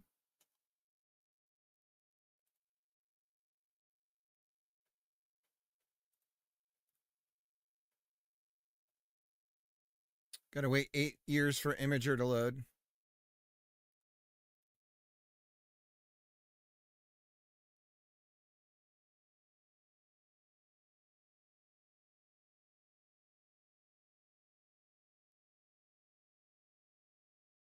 What is that?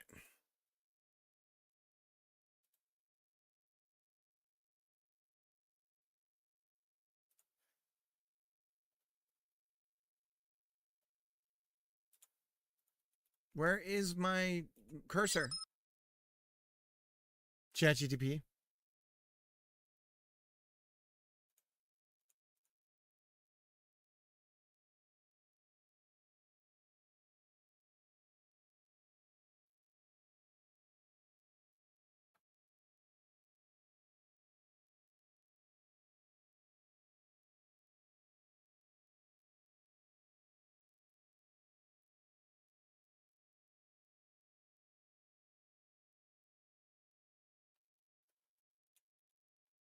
Dude, what is going on?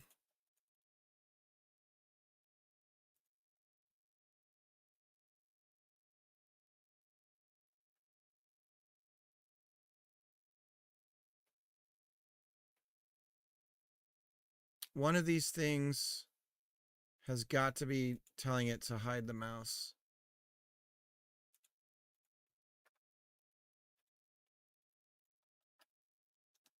Ah!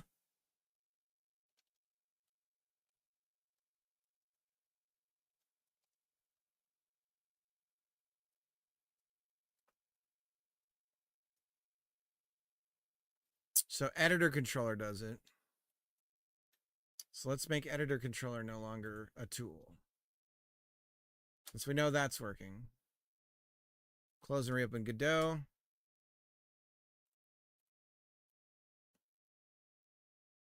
There we go.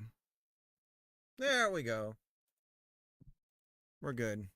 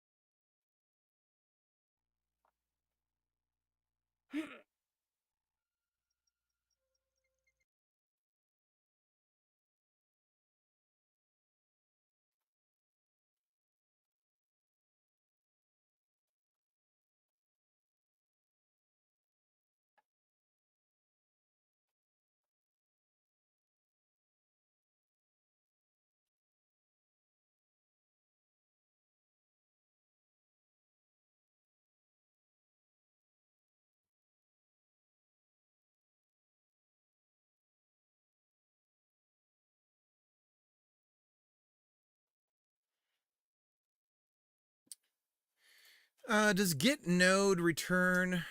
See, this is where I started doing this weird thing. I think what's happening is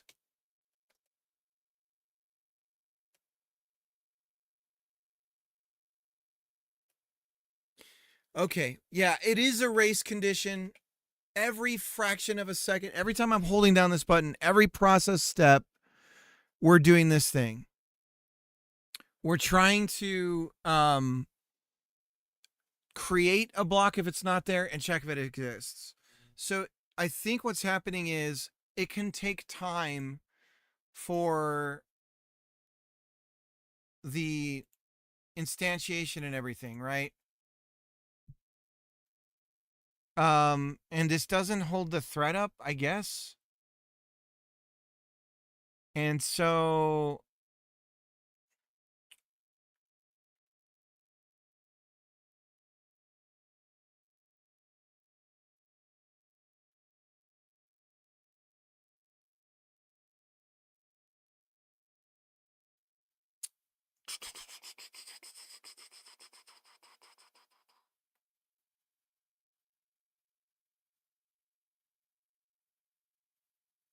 okay. I think I understand why it's happening.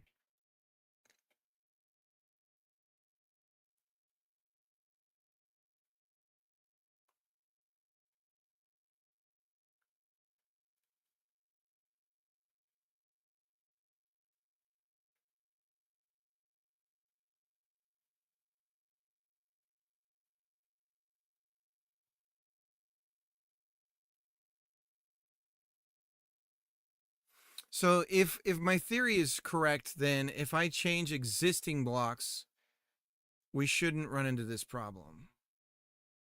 So if I go to the editor and we find a bunch of blocks here on the outside, and I just go like this, if I paint it across here, it won't crash. And that's correct. And then if I go out into open space and I decide to paint, we could potentially crash. Of course, now it's not doing it. There we go. Got the crash. Mariano, we're winning. We are winning. Trying to win.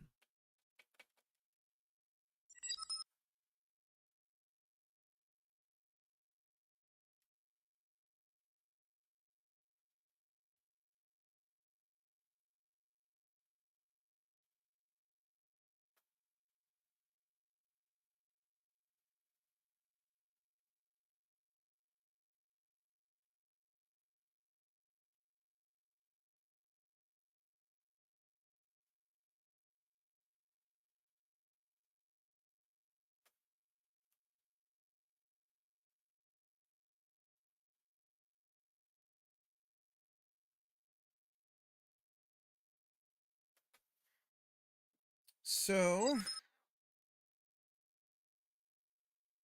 this type of error should never reach production. Yeah. So that's something you saw in search, Wixer? Mariana, how you doing?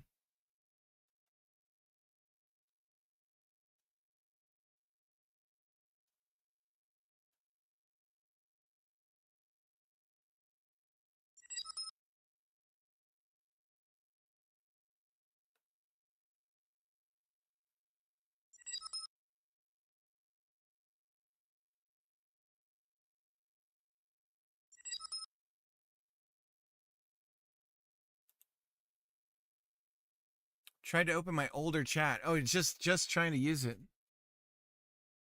A little tired, working up my courage to start coding. You could do it, Mariano! You got it. Tom Millman's working right now. Shout out to Tom Millman. Shout out. Tom Millman.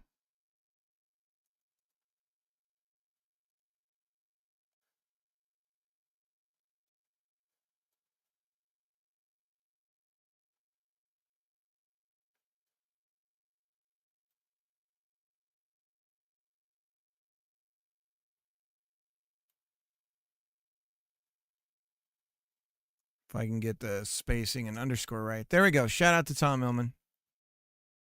Tom Millman. Ladies and gentlemen.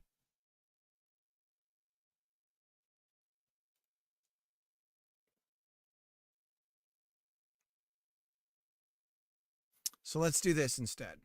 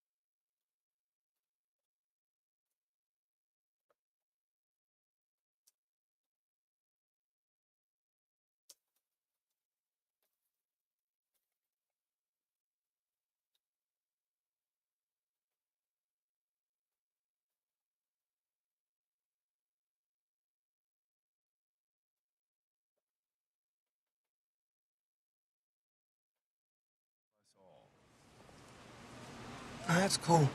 Cool? Yeah, cool. You think it's Frog cool? Z, thanks for the raid. Cool.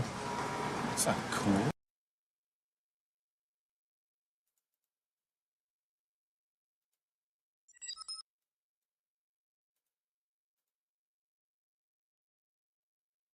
Thanks for coming in.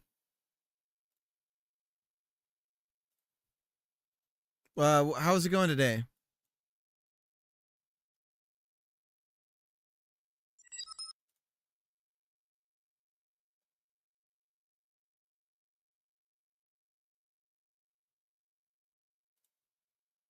Making Minecraft. We're in the same wheelhouse.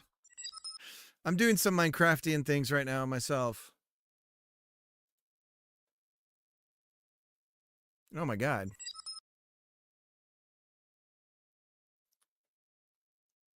A 14-hour stream trying to make my own render pipeline. Oh, awesome. Damn, that's impressive. Not for visuals, though. That's awesome, though. The center pixel. Narrow its projection so it only covers. Justin's had it. It's gonna go get some ice cream. Around the mouse. Get some sleep. Can I show a video? I'll take care of the kids. Put some maybe. Paw Patrol on. Okay. And then you have This red. is awesome. Equals this. Thank you so much, Prague. Yeah. Have a good one. Implements custom render.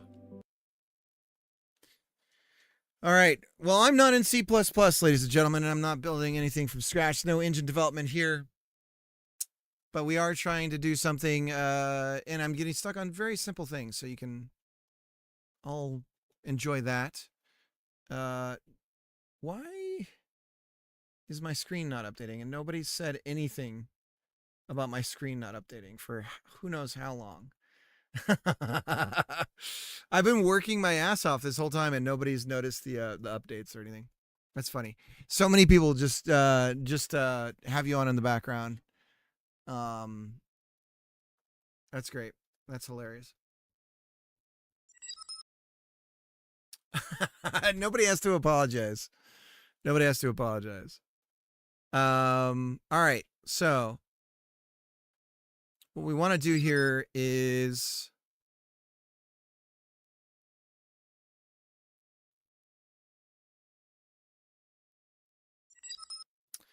it's these press and holds on these secondary actions.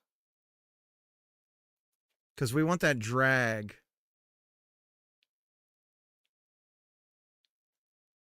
That drag and click and drag. I got sucked into Silk Song.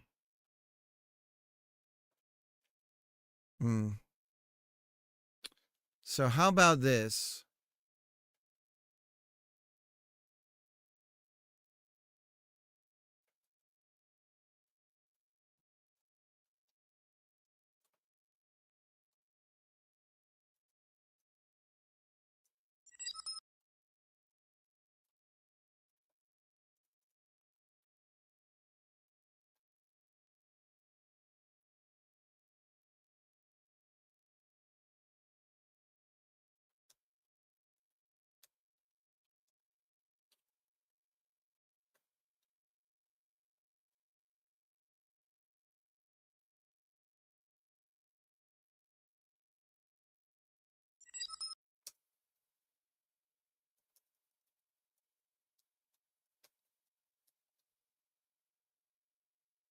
Blaming the controller?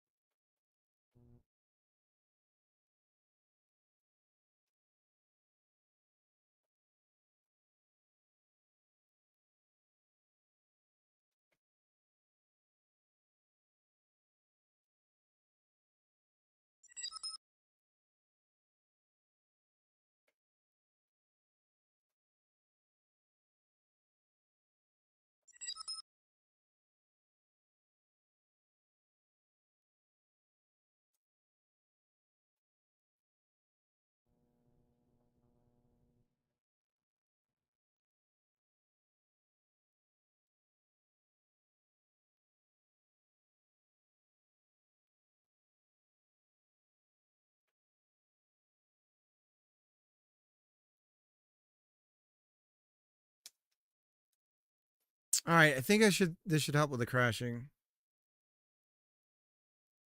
Only problem here is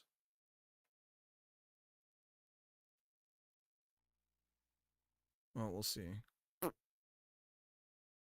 And it immediately first thing it does is crash.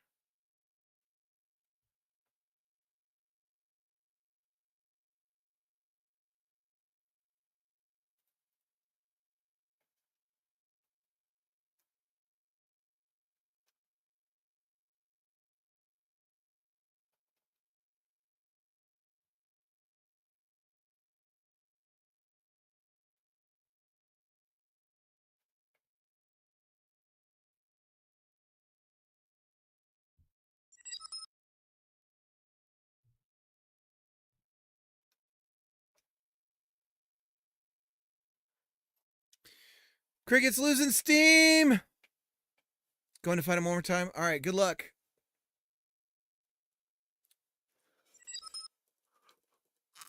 Be right back. I'm gonna grab a refill.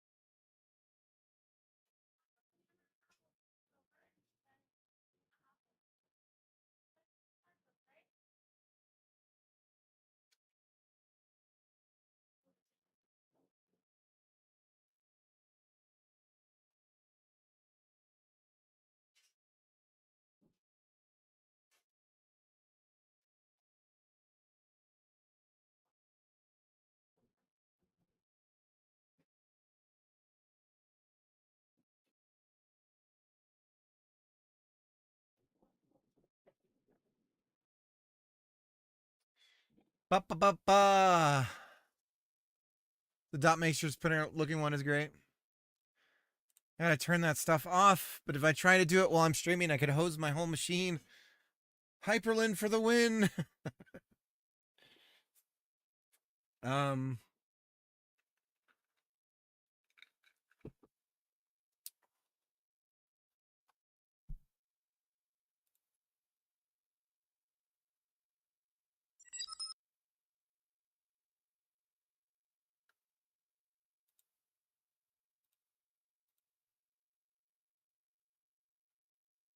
It's pure entertainment. It's more that I have to turn it off because it like shuts down it'll shut down the monitor, and when it does that, everything screws up on OBS. So that's what I have to disable. But yeah, it's just the old Marshy screensaver. Because life is joyless. Get used to it.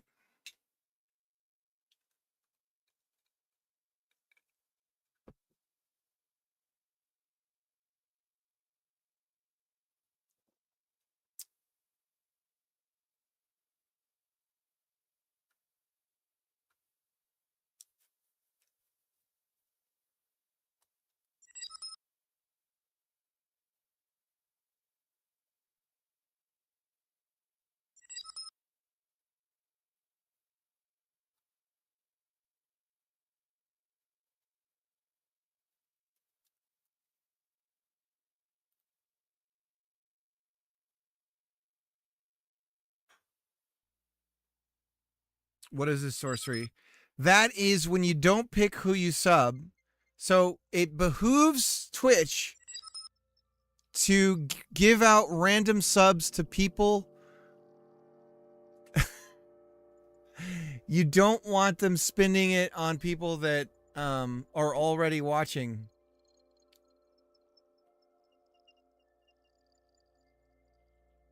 You want that money wasted so that the people watching feel they need to sub and that they're missing out. So I'm guessing that the algorithm from Twitch is weighted to give out subs. If you choose random distribution, that it gives out subs to a bunch of people who don't watch. But I could be wrong. I don't know.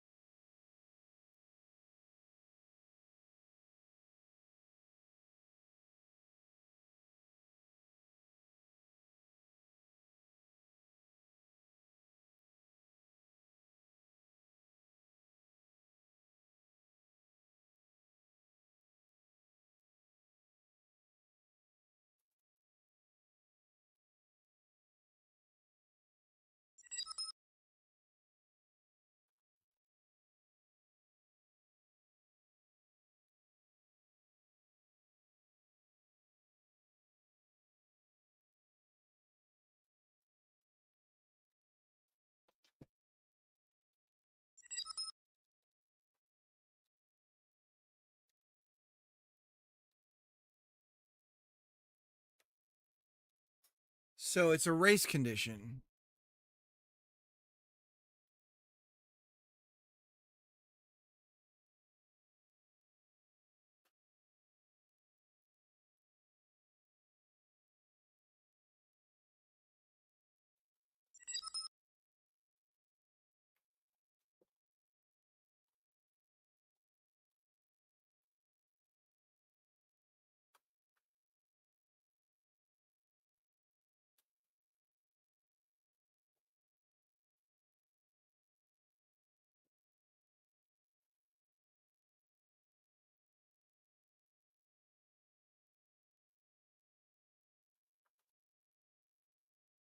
In the race war. I'm trying to end all race wars that are in the game.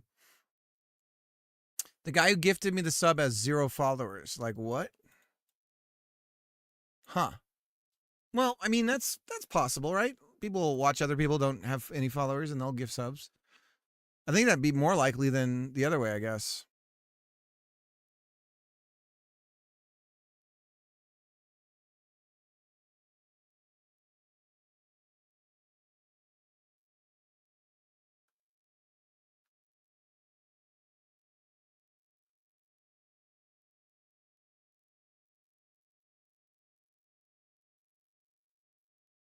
No, that can't be true. Sorry, I'm getting distracted with Reddit. If Home Improvement was made today, Jim and Tim Taylor would have been born 1991 and 1997. This can't possibly be true. He ate like 2 bites and said he was full. Okay. I'll give it a shot. I'm gonna go hide my face in disappointment.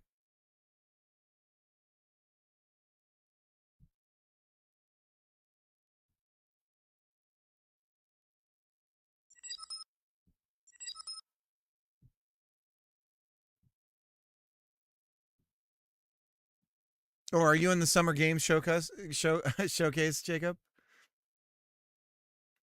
Average white male faces mortality.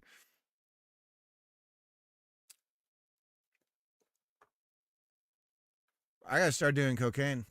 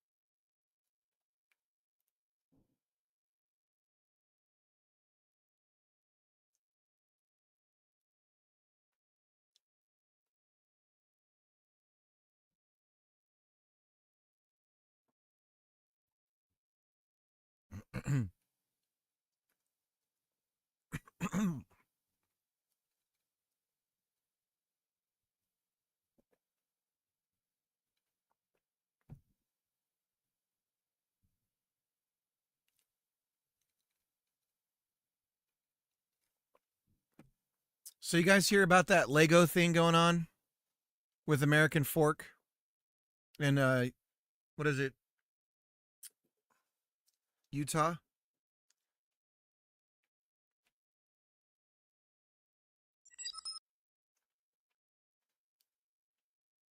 It's funny because I already know about those cops because all the stuff that I watch. That the cops in that town are unhinged. The one or the people said Bricks and Minifigs stole their Lego collection. Well, yeah, I mean they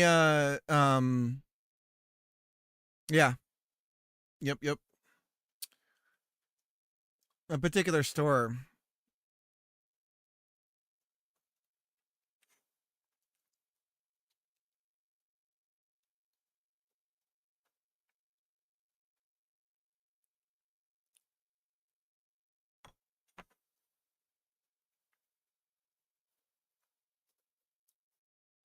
Guess whose brother trains those cops?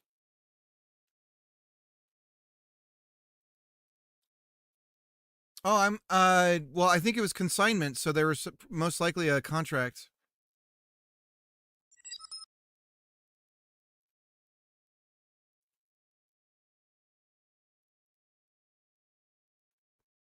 But I haven't looked into any of the details.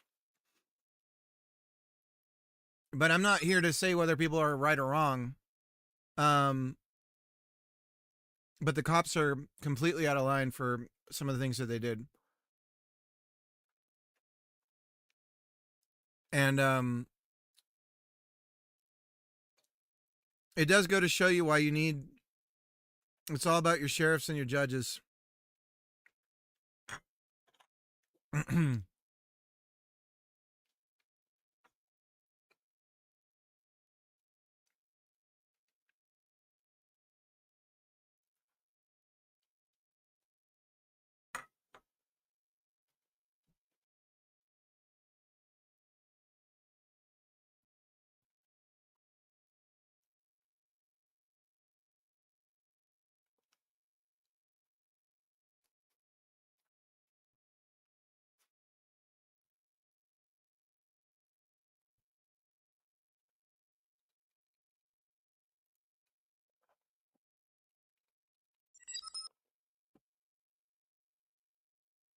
Not a ton so far. Oops. All right, back to work.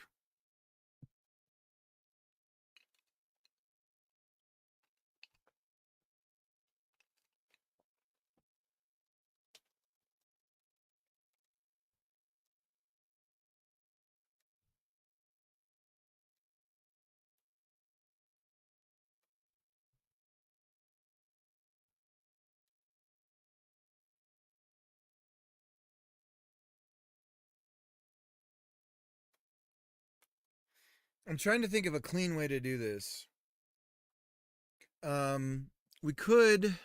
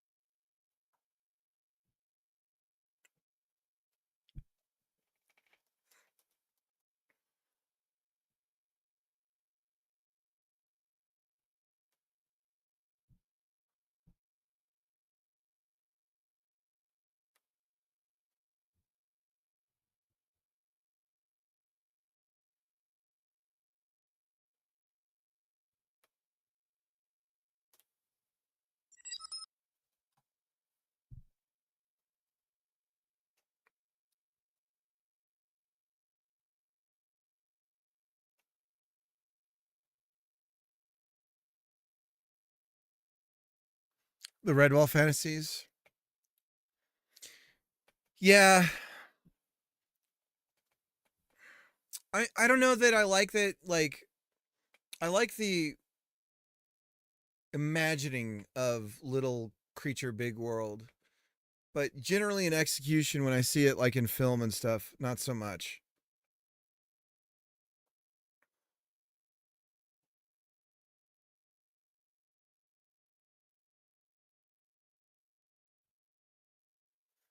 But I'll definitely check it out.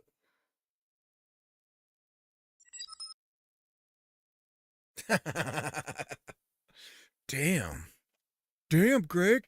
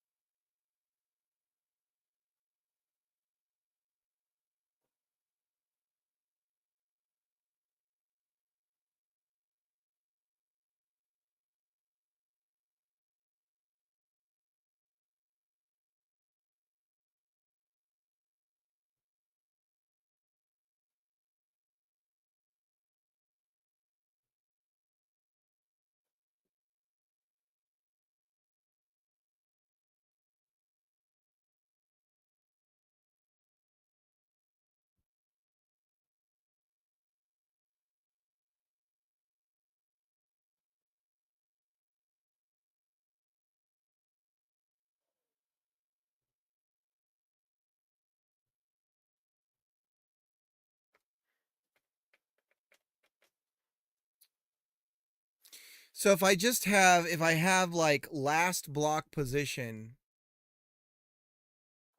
that's not enough because we have different block types. So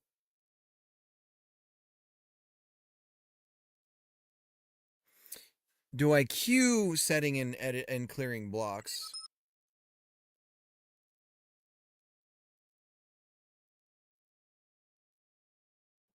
Roller Girl? Let me check that out. Is this happening right now?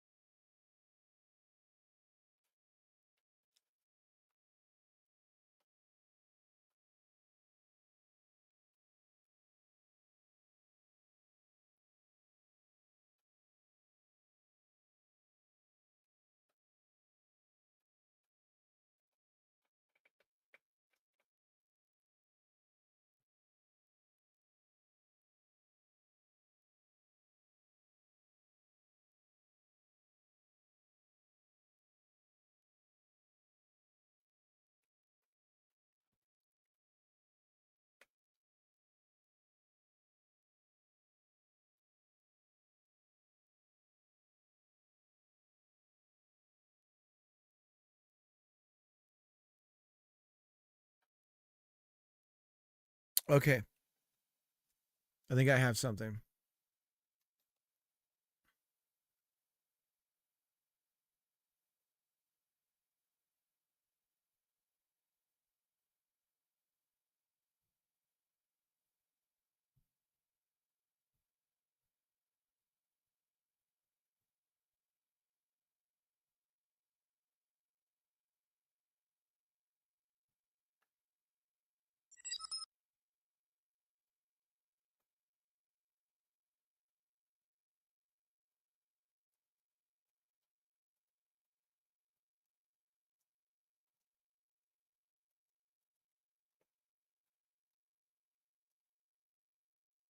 Last set block position. Last set block type.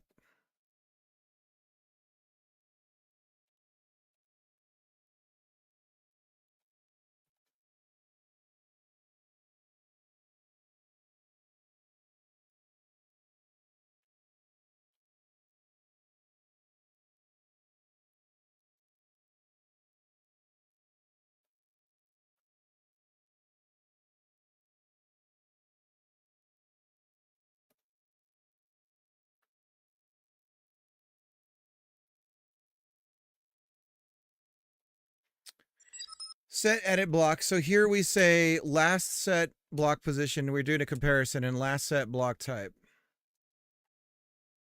And basically, if they're the same, then we're not going to do anything. We return.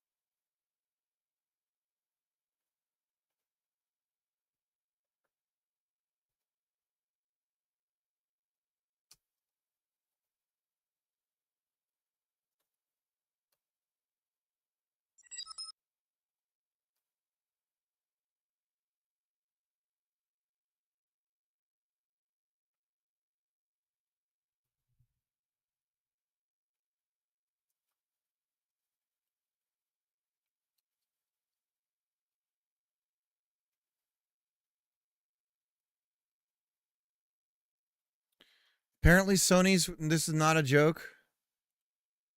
Sony's working on, there's no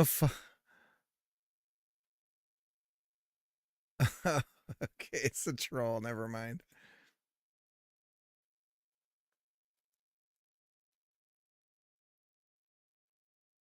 They got an arcade snowboarder that looks like it'll fill my SS Tricky hole. SSX Tricky. Fill 3 of the sick looking ones. Huh? Oh, it's really good. What's it called? Damn it. Should I be having that on right now? Do you have a link?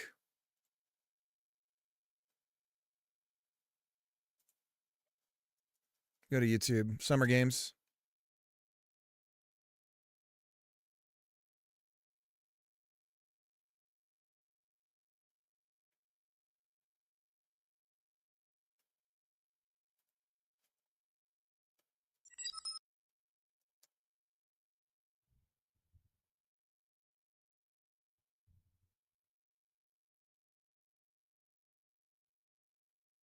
Oh, okay.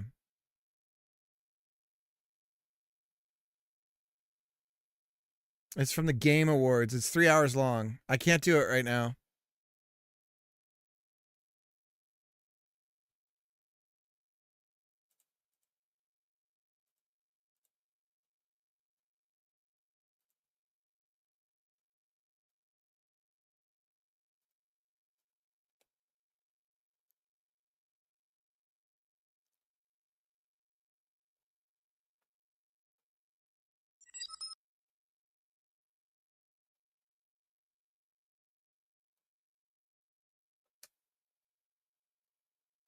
Okay, so if any of these are the same, we early return.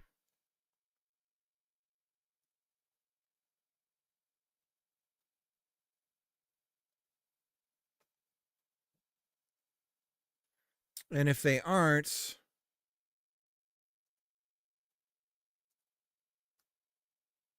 we set them.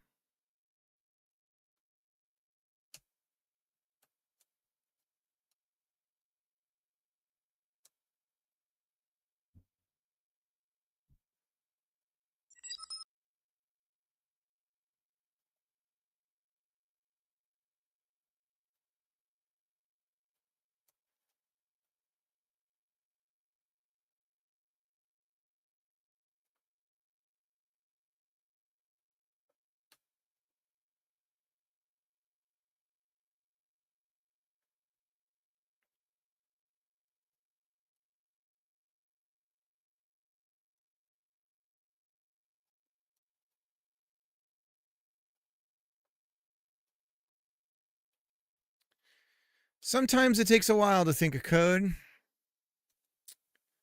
Sometimes it takes a while. It's going to take a little while.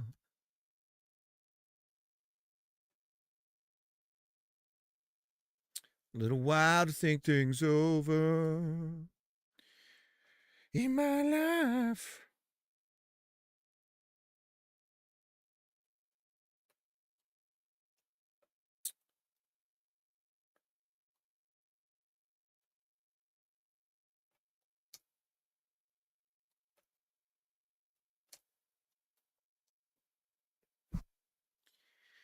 I've known heartache and pain.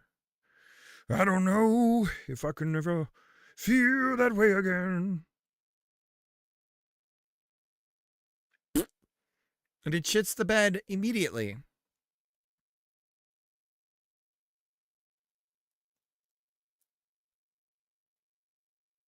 Oh, I know why. I know why. I didn't build the room.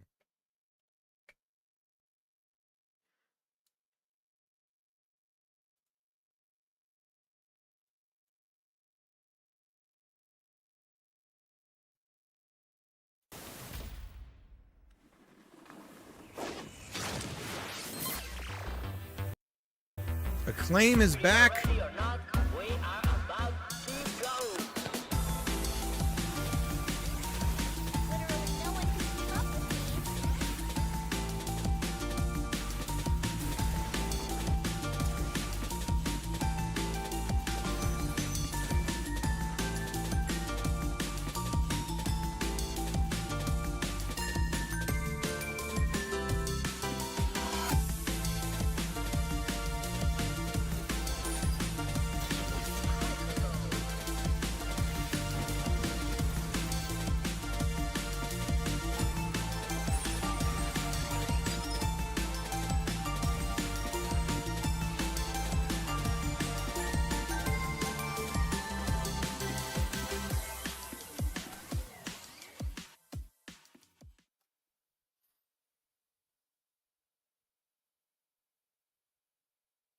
It looks cool.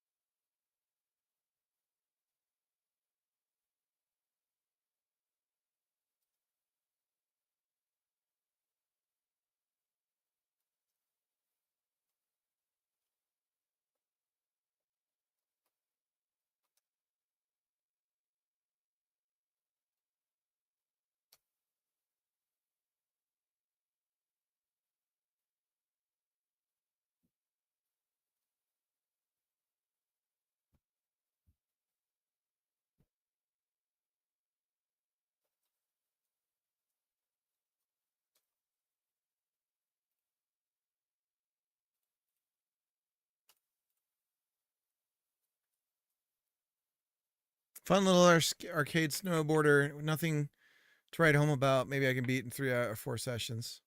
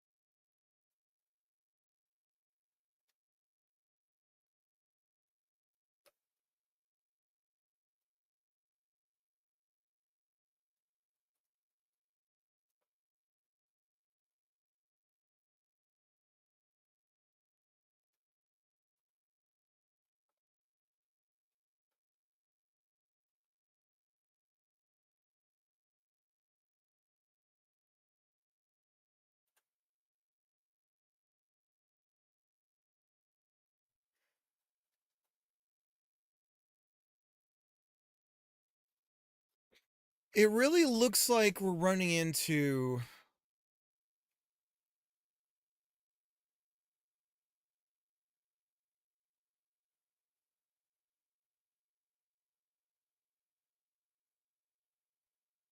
I just don't understand why this is happening. It has all the characteristics of a race condition, but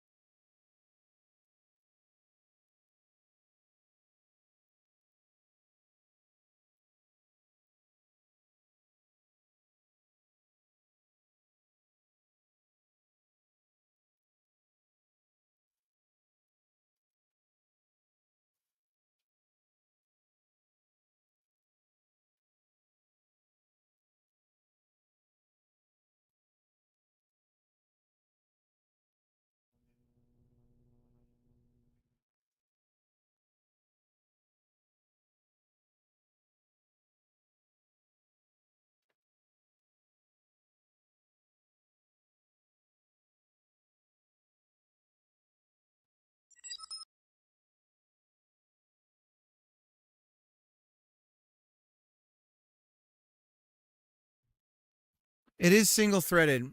It looks like I just might have caught what I was doing wrong.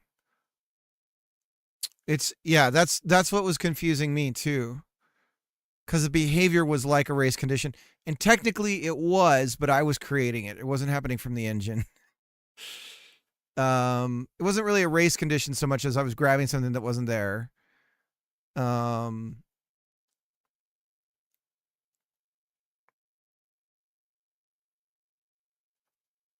And if we're setting, so this is, I see.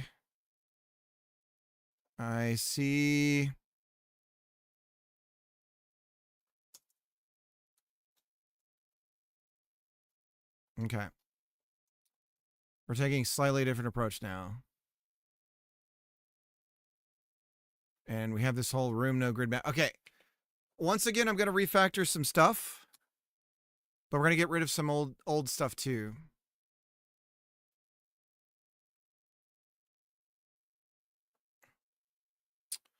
So we've got an old room scene and script. Okay. So what was happening was we were creating and adding the block properly in the sense of instantiating and everything like that. But then we were basing whether or not we were setting the block position or adding it to the scene if the room didn't exist. And so that seems to have been triggering some problems. Bantamum, yes. If the room didn't exist. So we're going to, and this is room, no grid map. Yeah. All right, let's get rid of room. And we're going to do some renaming and file deletion.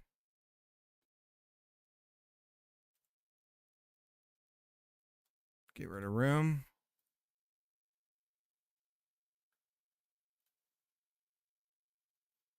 And rename room no grid Get map. ready for the ride of your life. To room. Reload. And rename room no grid map to room. And then we're going to search here for room. And we're going to get rid of room no grid map to just be room.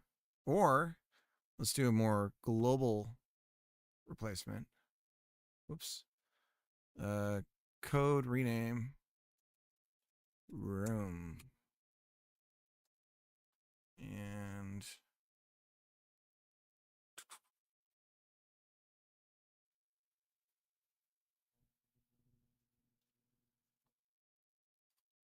LSP's busted. Do a quick search. Room, no. Grid map, 214.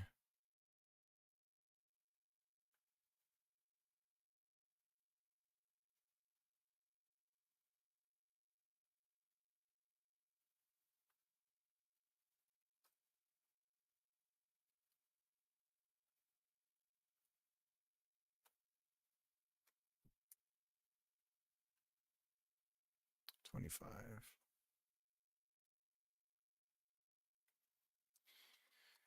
Okay, is the game still run? That was quite a... Let's reload the project, because sometimes changing class names can cause some issues.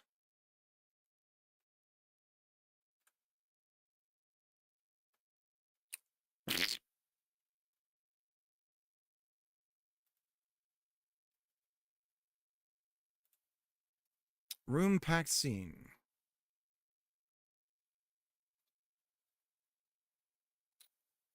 Okay. And rename. That's weird, right?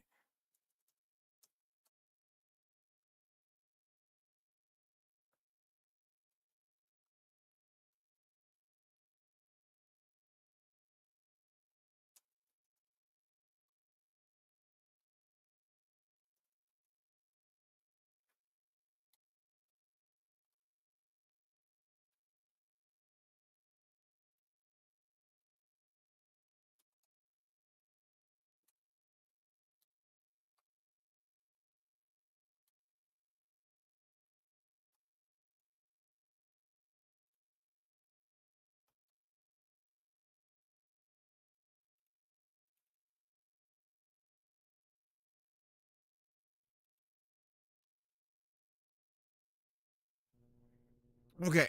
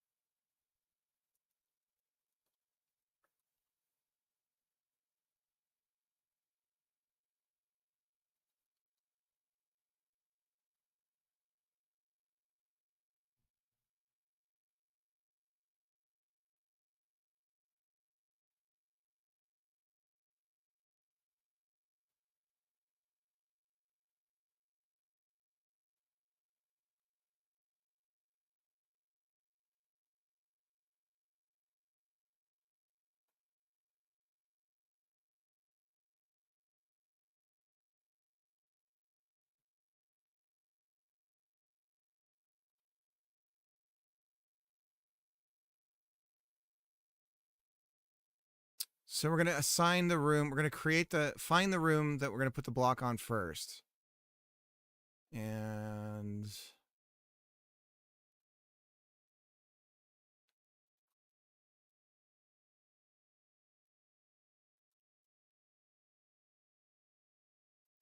so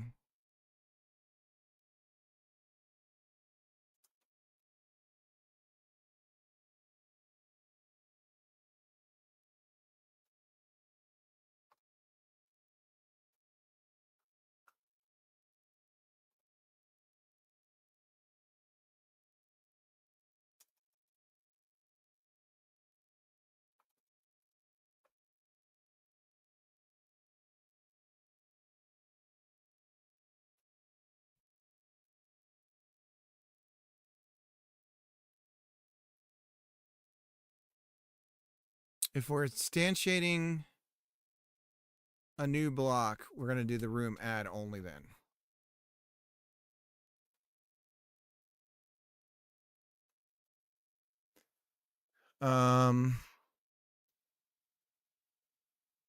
And then at the end, we assign mesh type.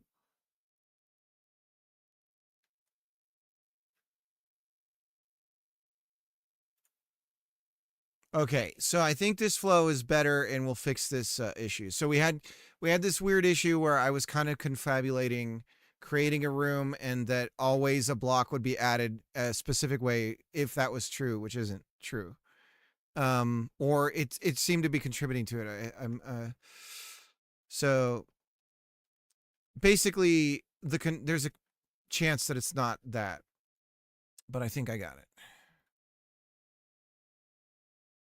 And oh, we need to save the scene.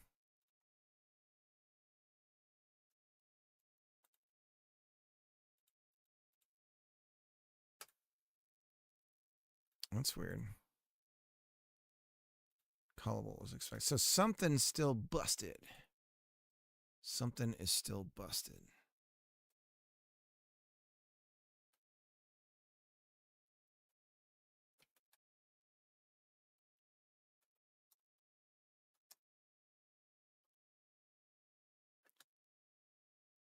It's a game about finding yourself and coming out to your parents.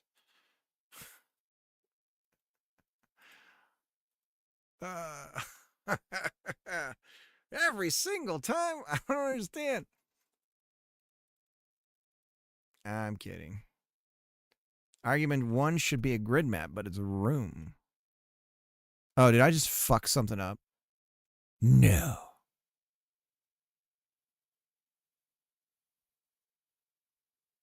Room editor. Failed to parse. Oh, we can ignore that. That's fine. Just build the rooms.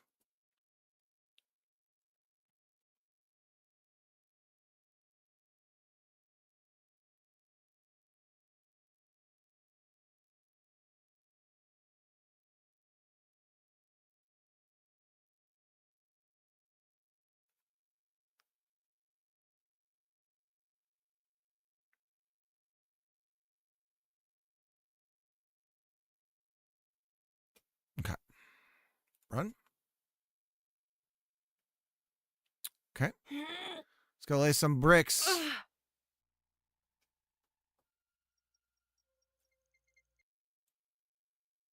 God damn it. Now it's not even adding them.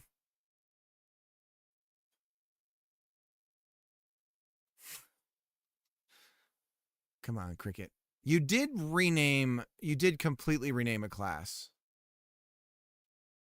You got to hand it to yourself, Cricket. You really should have just patiently done one thing at a time. You know what? You're talking to yourself, too. Got to hand it to yourself. You're talking to yourself. You know what I mean? Do you know what I mean? 228. Right here. Valid assignment of property key. No. How is this possible?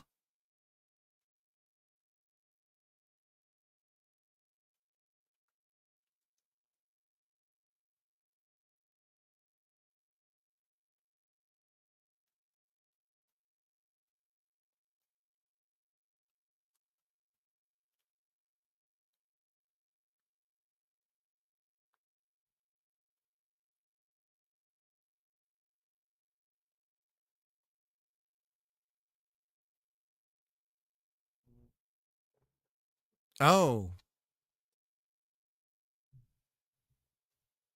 Hang on. We're assigning this before we add it.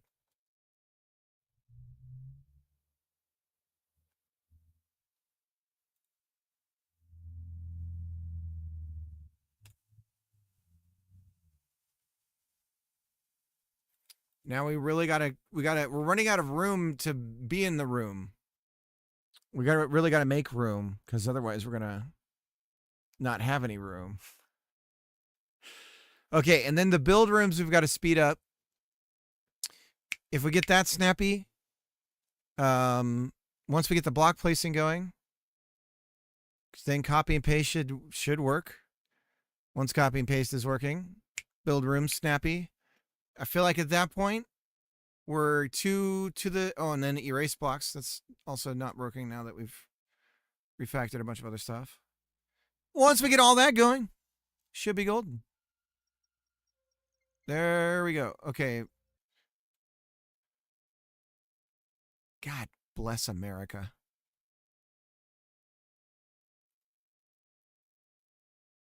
No. It's got to have something to do with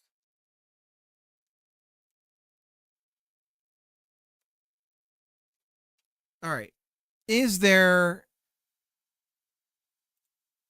Does add child, let's look at this.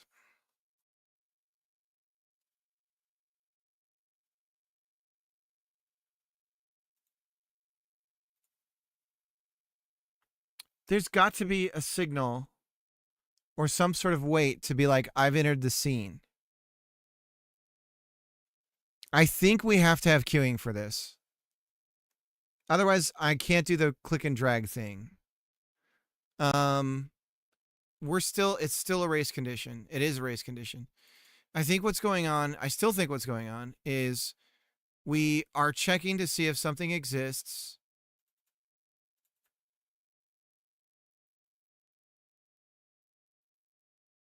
So interestingly,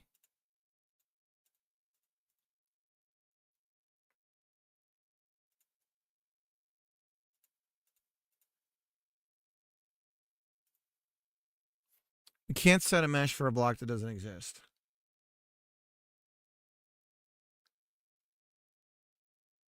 We don't want to create a node if it's empty just because it may still be being added to the scene tree, and therefore and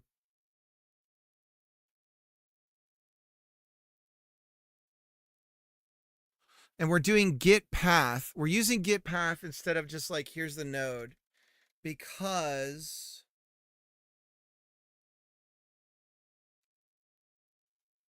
we don't actually have a node reference, because we need this to be savable as something that we can grab. Again, is there any reason why we can't just store the node?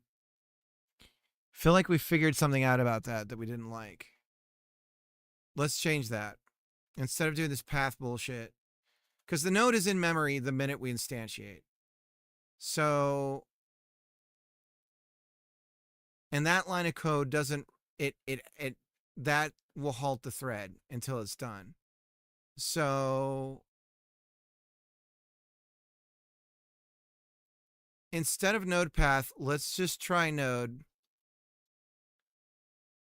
And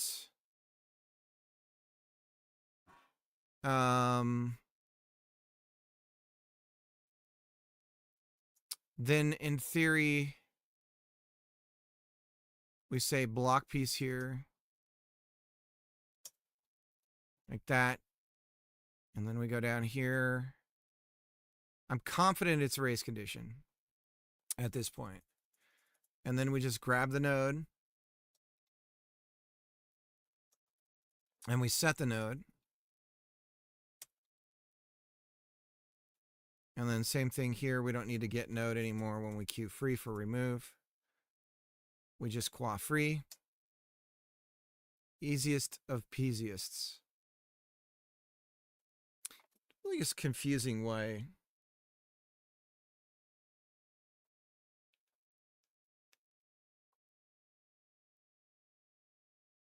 Why it's not finding it this one. But so that means we got to change how we're building again. I think I had to do the node path. I'm starting to remember now. I had to do the node path because of how things work in the scene editor.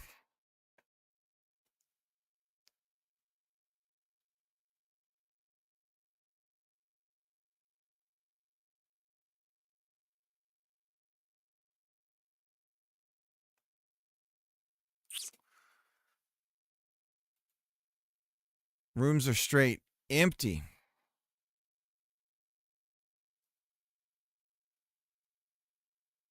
Something still needs node path here. 152. GG. Block lookup.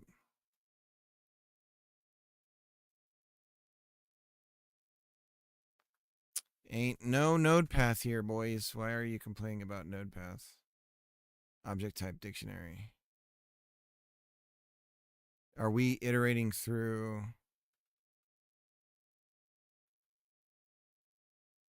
Room cell, resource map, rooms.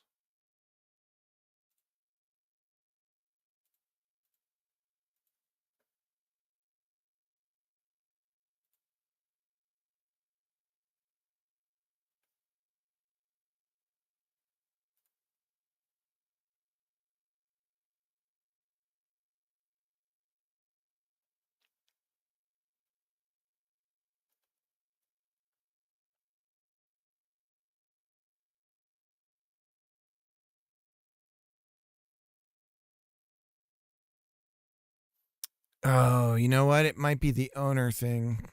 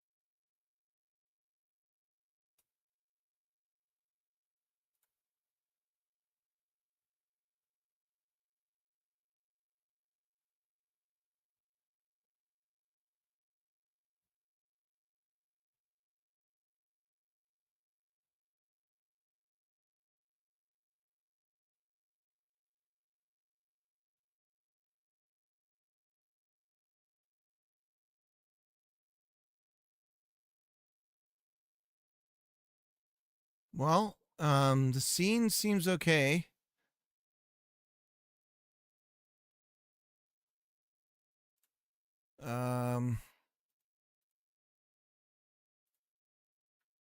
Let's run the game. Okay.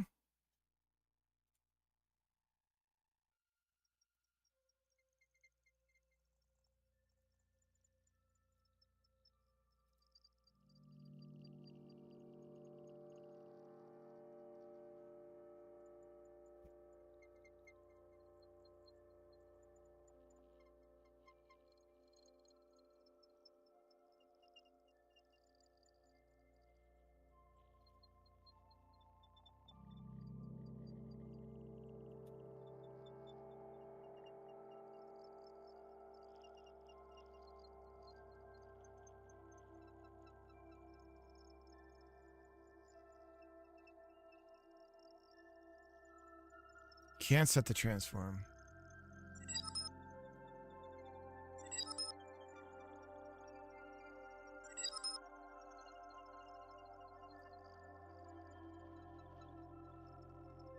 I think I got it.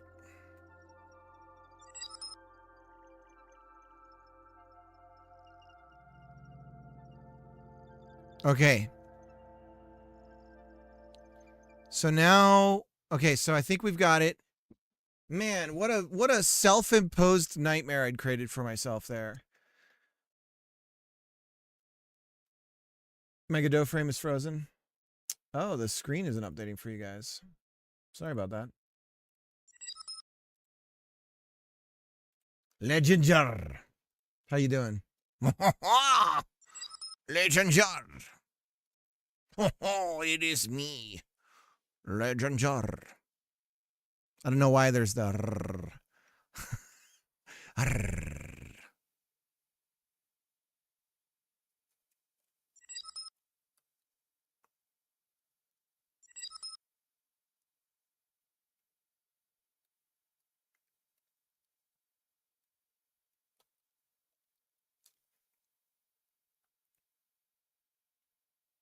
Got my first 10 days paycheck. It was 40K. Holy shit. 5-minute timeout for Leginger for success. We don't reward success here. We punish it. Okay, well the function's not being called, so that's why we're not erasing anything. So Leginger, I'm so proud of you. Plug the game. Let's do that. I hate your guts. Get out of here. Join us in following Leginger. There's the link to the YouTube channel. But more importantly, there should be, and it's not showing it, a link to the Steam page. Oh, hell, the orb. It's right there. Incremental, delightful, beautifully rendered. Great use of music. Yeah, just all around good. I hope you get hit by a truck. Congratulations. Yeah, paycheck for May's month will be around 27K. Not sure about June as we're dude, I mean okay, look, that's more than, and I know I'm going back a few years, but that's more than I made when I was working at the bank. And so that's someone's entire year's pay right there. And probably enough for taxes too. Depends on how you set things up, I suppose.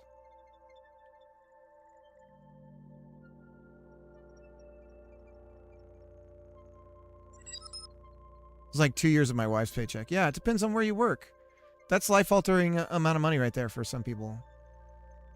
And certainly, I'll say it, if I made 10K from a game, that would be huge. Just because of our lifestyle and the way we live, it's just, for us, it would be significant, you know? So that's wonderful, dude. I'm super proud of you. And I know I came down hard. You were asking me, I won't be specific, but I remember you were asking me for some advice, and I was very, I was almost feeling like an asshole. But I'm glad, you know, you did what you did. It's great. I remember being very vehement about my position. So I'm glad it worked out, man.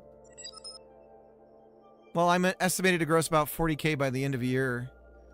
About 160K net. Yeah. Doesn't that hurt Where are you at that you're getting hammered with taxes?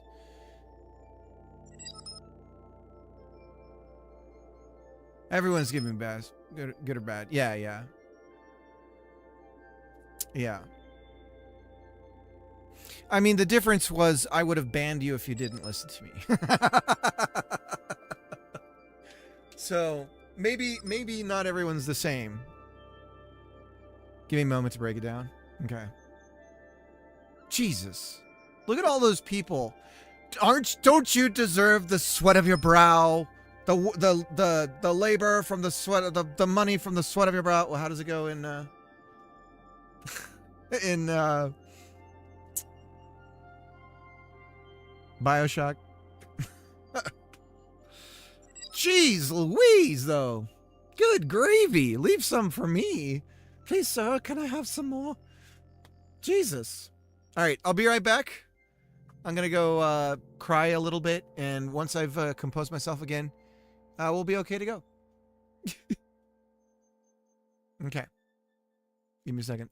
Actually, I'm just taking a plate back.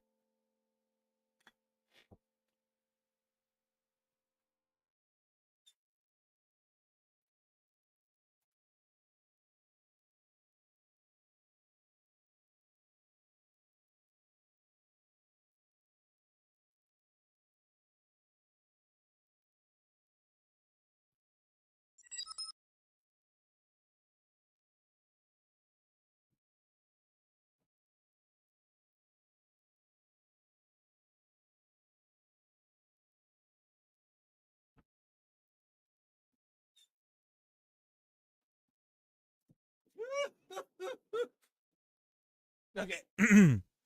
Sorry, there was a ghost that was haunting the room. So if you heard like a woman wailing, that's what that was. That wasn't me. I just want to be clear about that.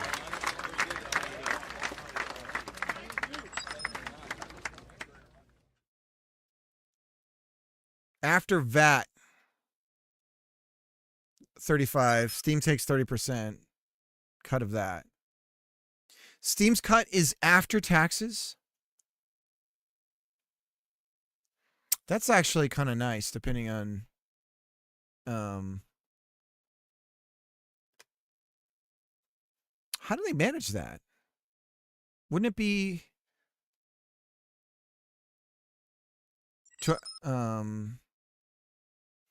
then that becomes my true net value. Publisher takes 30%. They make you cover the cost of that VAT. I see. They make you pay the taxes. Okay, that makes sense. Then that becomes my true net value. Publisher takes 30%. Publisher. My friend takes 5%. Publisher.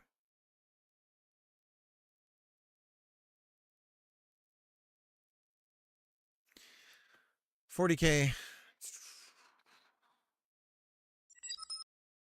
Wait. Why did Nathir say exactly what you said? That's weird. Game's traction is good, though. We're overwhelmingly positive 1,000 reviews. 1/4.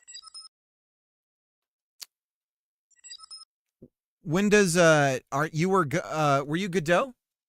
At least the engine's not taking a cut. Jesus. Although I think, what is it? It's pretty high now for Unity to take a cut, right? Unity? Is Unity annual? Does it look at annual? So like let's say you have 5 games. Annually, those games are making X amount of money. Is it per game? Is it per business? How does that work when Unity takes cuts?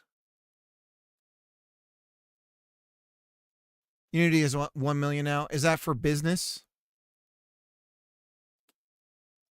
Like, honestly, no idea how they know. You're supposed to pay them, but fuck knows how that is done. Yeah, there's probably, I mean, I'm guessing the engine just has like a phone home on it, right?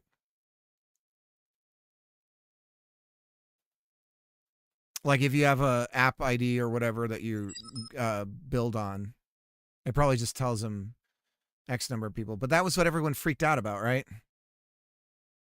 Valve knows. Yeah, yes. Yeah.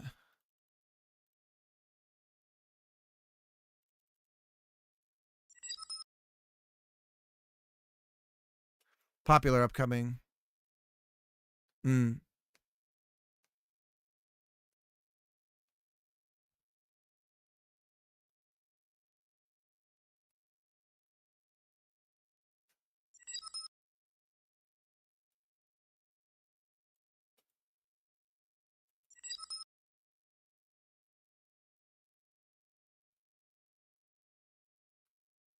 So if you look at it like they doubled your sales, the publisher, and they took 30%, it's like you made 20% more from that.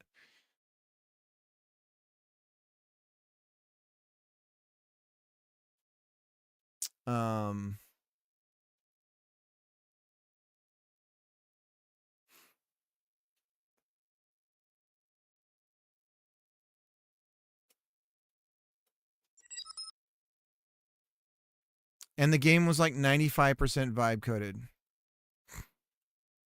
Well, that makes me feel good.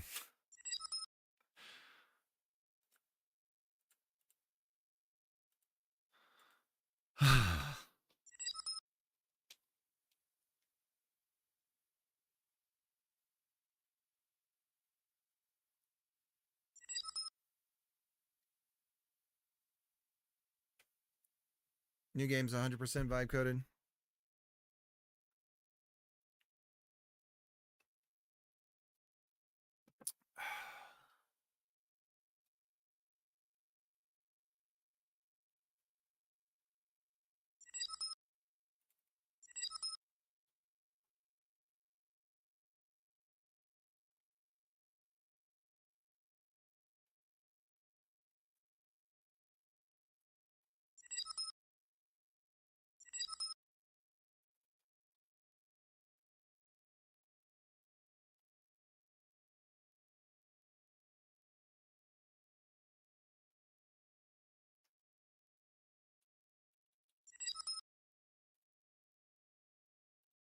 All the architecture. 2-player networked multiplayer game.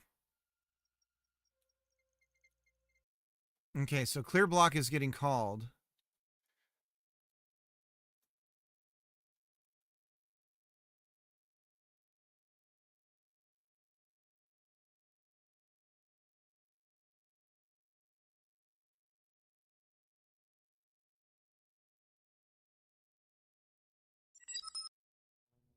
Seems like AI is making a lot of, you know what it reminds me of? It reminds me of the early days of YouTube.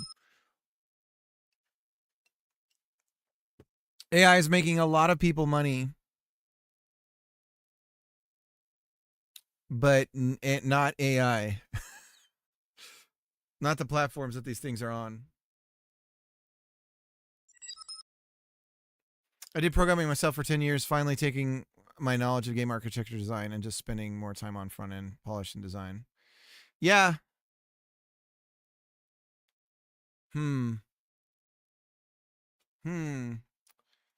Yeah.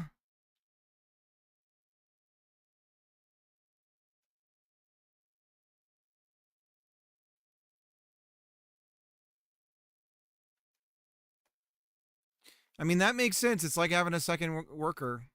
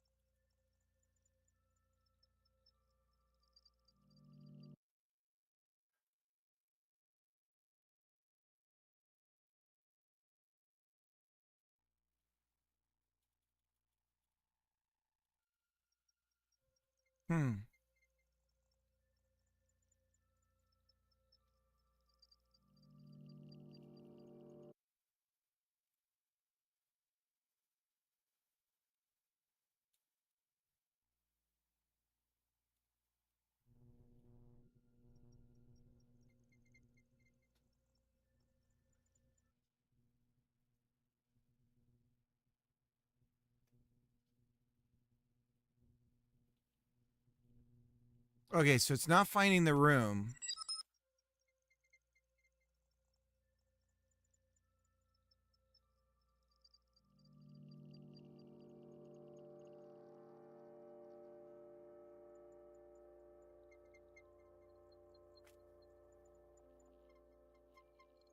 Same problem.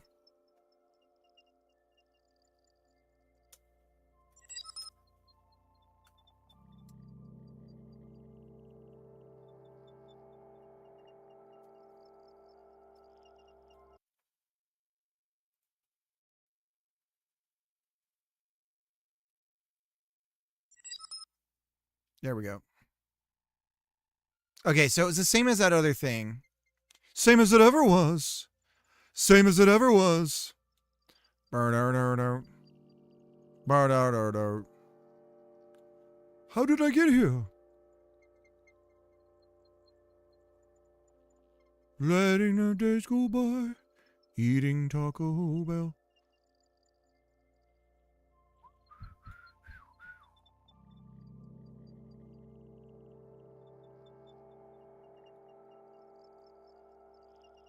Well, dude, invest some of that money.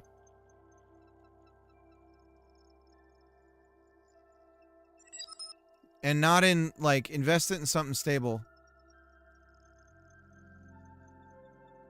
If you can.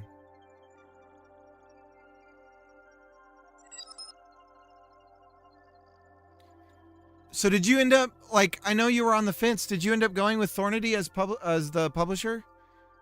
Or I don't think Thornity thinks of himself as a publisher, right?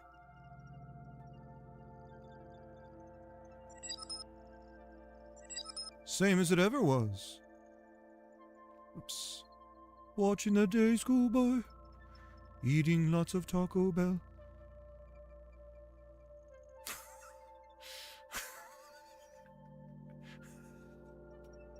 Oh my goodness, Leginger.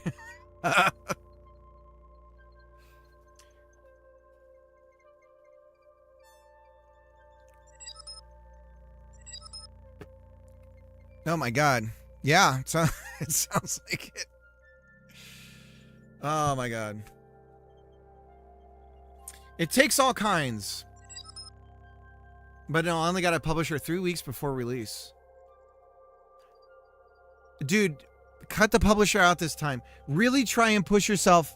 Okay, here's my suggestion. Pretend like you're the publisher. Get yourself up to wish lists without the, like, email lists. And then you gotta build email lists. We are. Go to the website. Oh, what website? Hang on. Okay, so now our outline is in the wrong spot. We can fix that. All right, boys, we're getting there. We're back in business. We got block editing in place.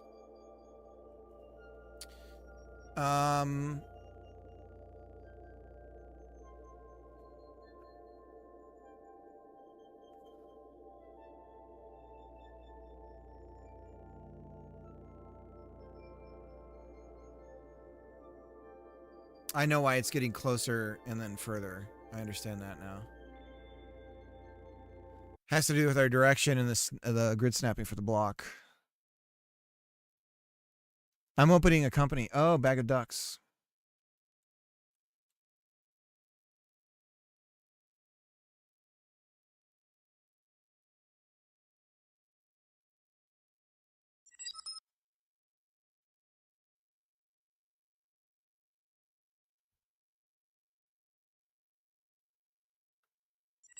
That's cool, dude.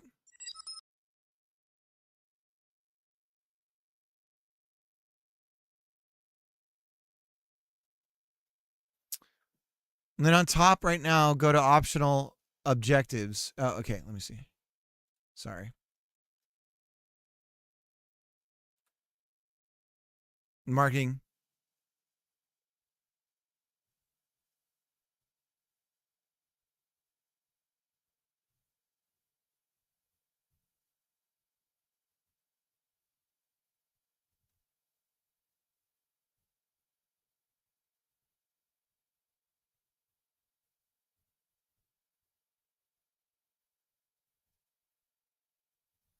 Ads, emails, localization. I see. That's cool.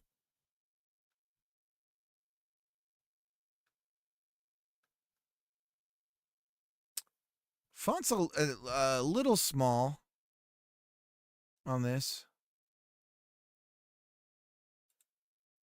Am I not rendering full size? I'm at 100%. Yeah, I would say the text is a bit small. Wild, dude.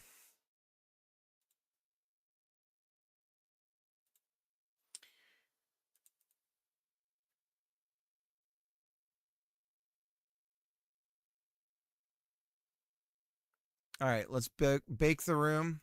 All right, let's see if copy and paste works now.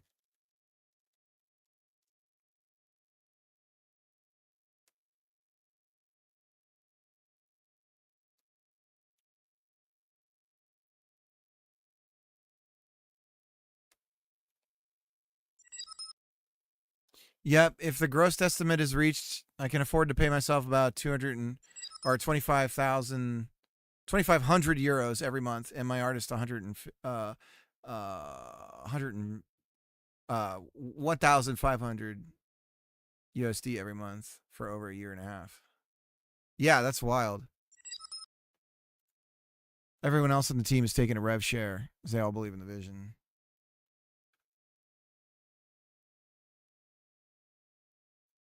Okay, I built the room, but yet we did not. These did not go away. Interesting.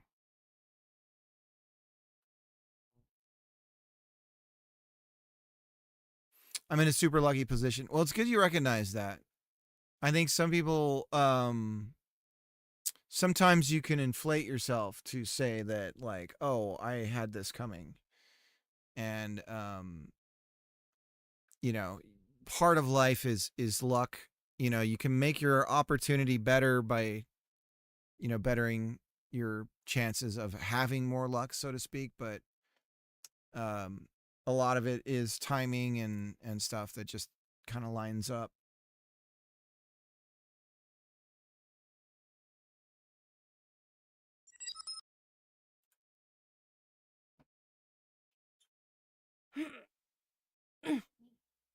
Hey. Just plating, so it's like about 5 minutes. Yeah, they're gonna last like 3 minutes of switch time too. Okay. So I don't know if you wanted to come out or if you want me to bring in. Yeah, I can come out.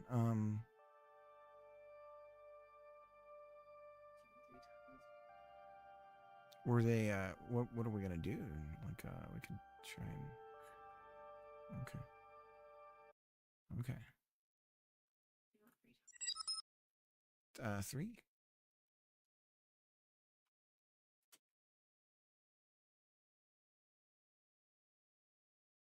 Malta is giving a Codex Pro trial for a year to every citizen.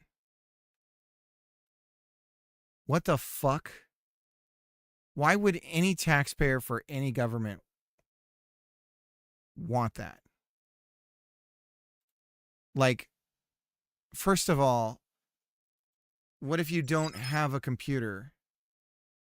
What if you don't want to use it? Like,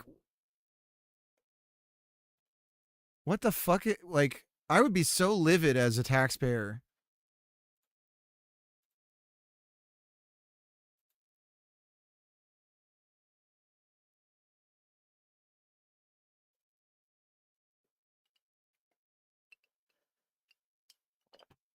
I mean, why not just a flat amount that I can use on AI and redeem for whoever I pick?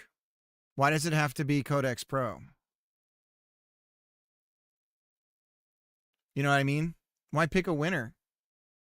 It's one of the things I can't stand.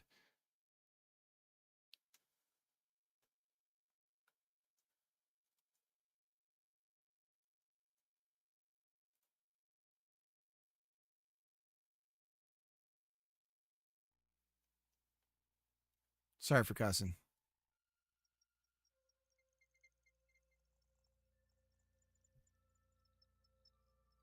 Okay, so erasing is working. Let's try copy and paste. So we'll go over here, switch over to our little lasso friend. Highlight this. Click to the end. Copy.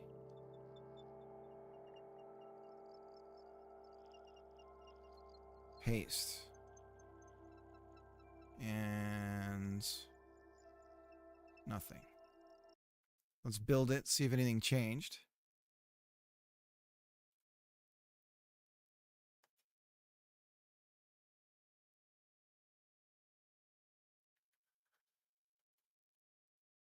Editor controller. Let's look at our paste.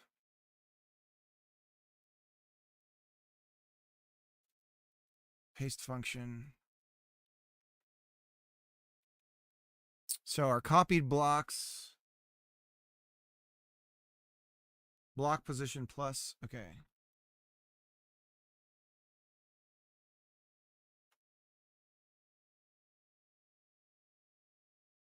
Global position.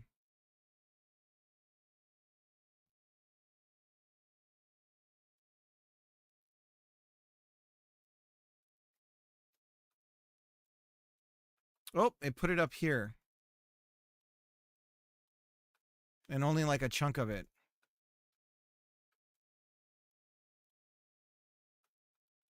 Okay. But we're getting somewhere. It also took the top part, even though I didn't have that selected.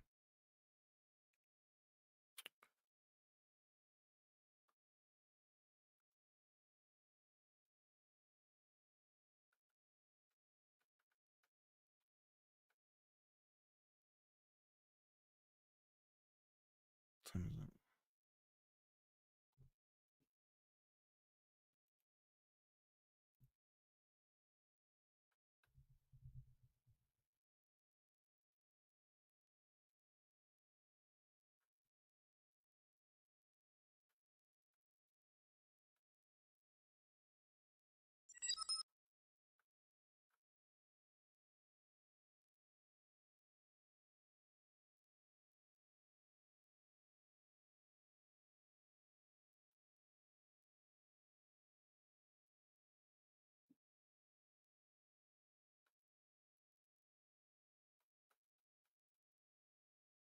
$2:30. I'm tired, so off the bed. Well, congratulations. It was nice chatting. Most times your ball's deep in something, so you don't talk much. But this time around, I was able to. Yeah, I'm super excited for you, dude. It's really awesome. Have a good night.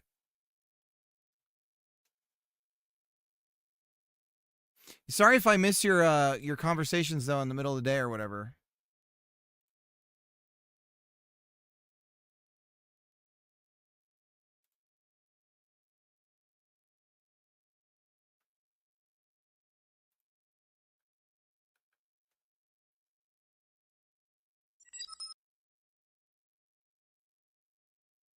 Make sure to come in at some point. Would be up for showing you progress on the current game. Yeah, for sure.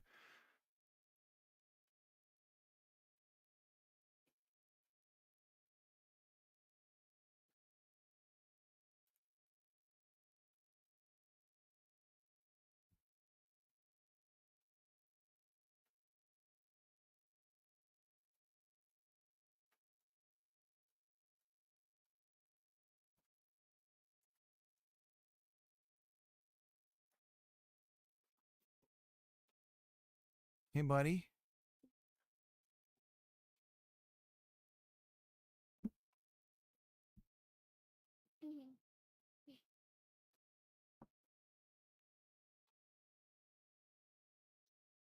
Block position plus marquee goal position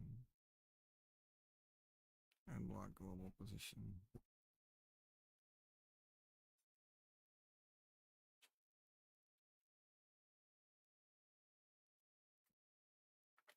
For each block position, copied block, global position, and then we do add block. Huh?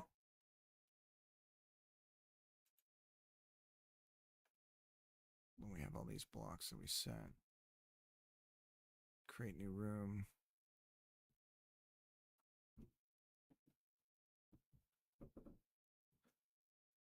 So it made a bunch of new rooms, and we didn't quite get the copy right.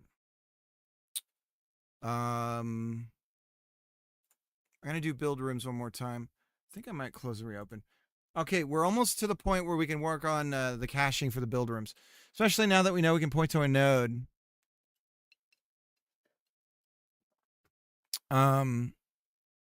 For our list of things here, we can easily do some checks, and if, as a matter of fact, I think I could do it right now. The problem is knowing what to delete. So, Minnie, how you doing, sweetie?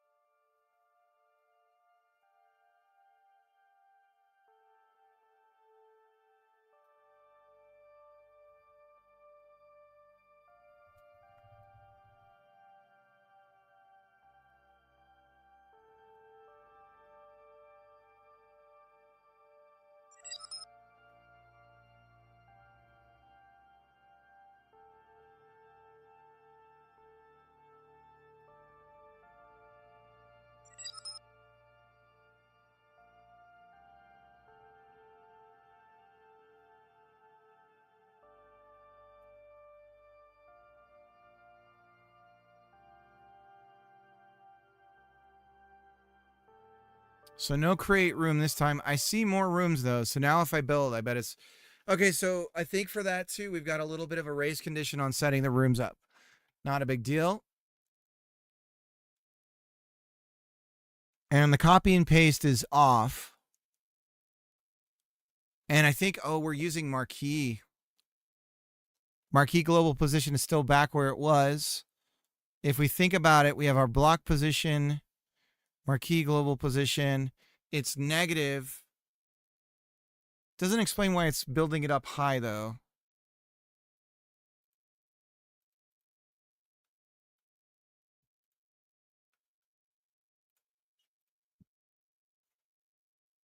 You're up against the Guardian. Nice. Burr, is it in like a cold area?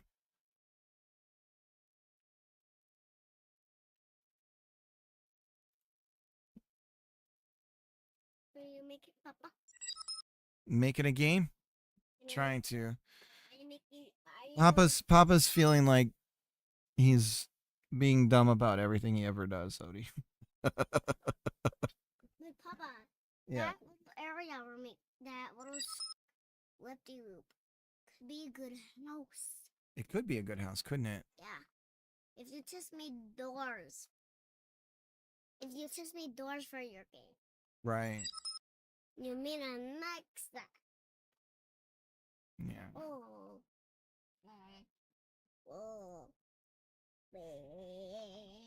Let's search around and see if we notice anything weird Okay. about these rooms. Okay.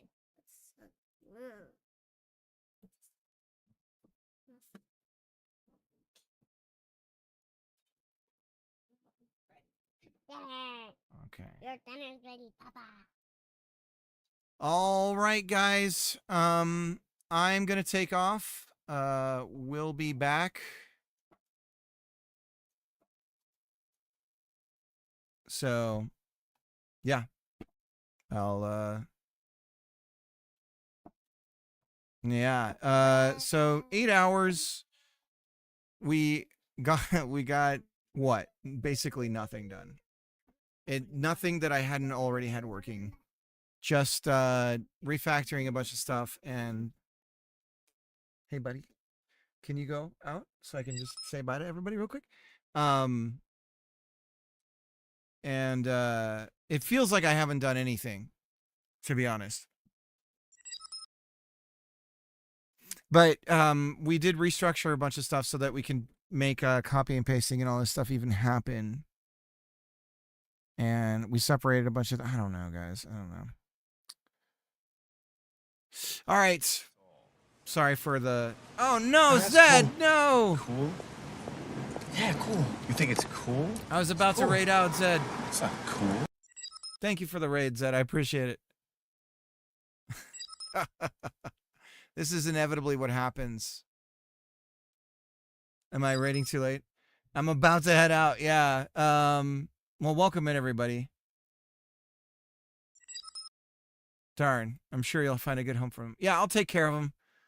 Normally, I'd put on Paw Patrol for him so they have something to watch.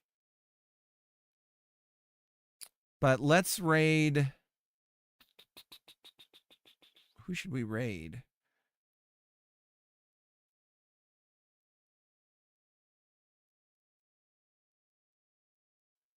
I mean, let's do Fiera's been grinding so hard. He deserves it. Vibe OS? I haven't heard of it now. All right, raid. We're going to raid Fiera. Fiera's working on a game. I call it a flap 'em up. It's a game where you're a bee, and it's got a very high, like you got to be skillful to play this thing. We're searching, by the way. I'll check it out. Although honestly, with the word vibe, it really doesn't help sell it for me. So I'll check it out, see what it's about. But yeah, Fiera's really cool. And everyone be nice to him. And my screen is frozen again. Not showing anything I'm working on. That's weird. It's been that way for a while, it looks like. Yeah. I don't know why that's been happening all day. Well, that's where I'm at. Okay. Much love to everybody out there. I will see you guys later. Bye-bye. Thanks again, Zed, for the raid. I hope you're doing good.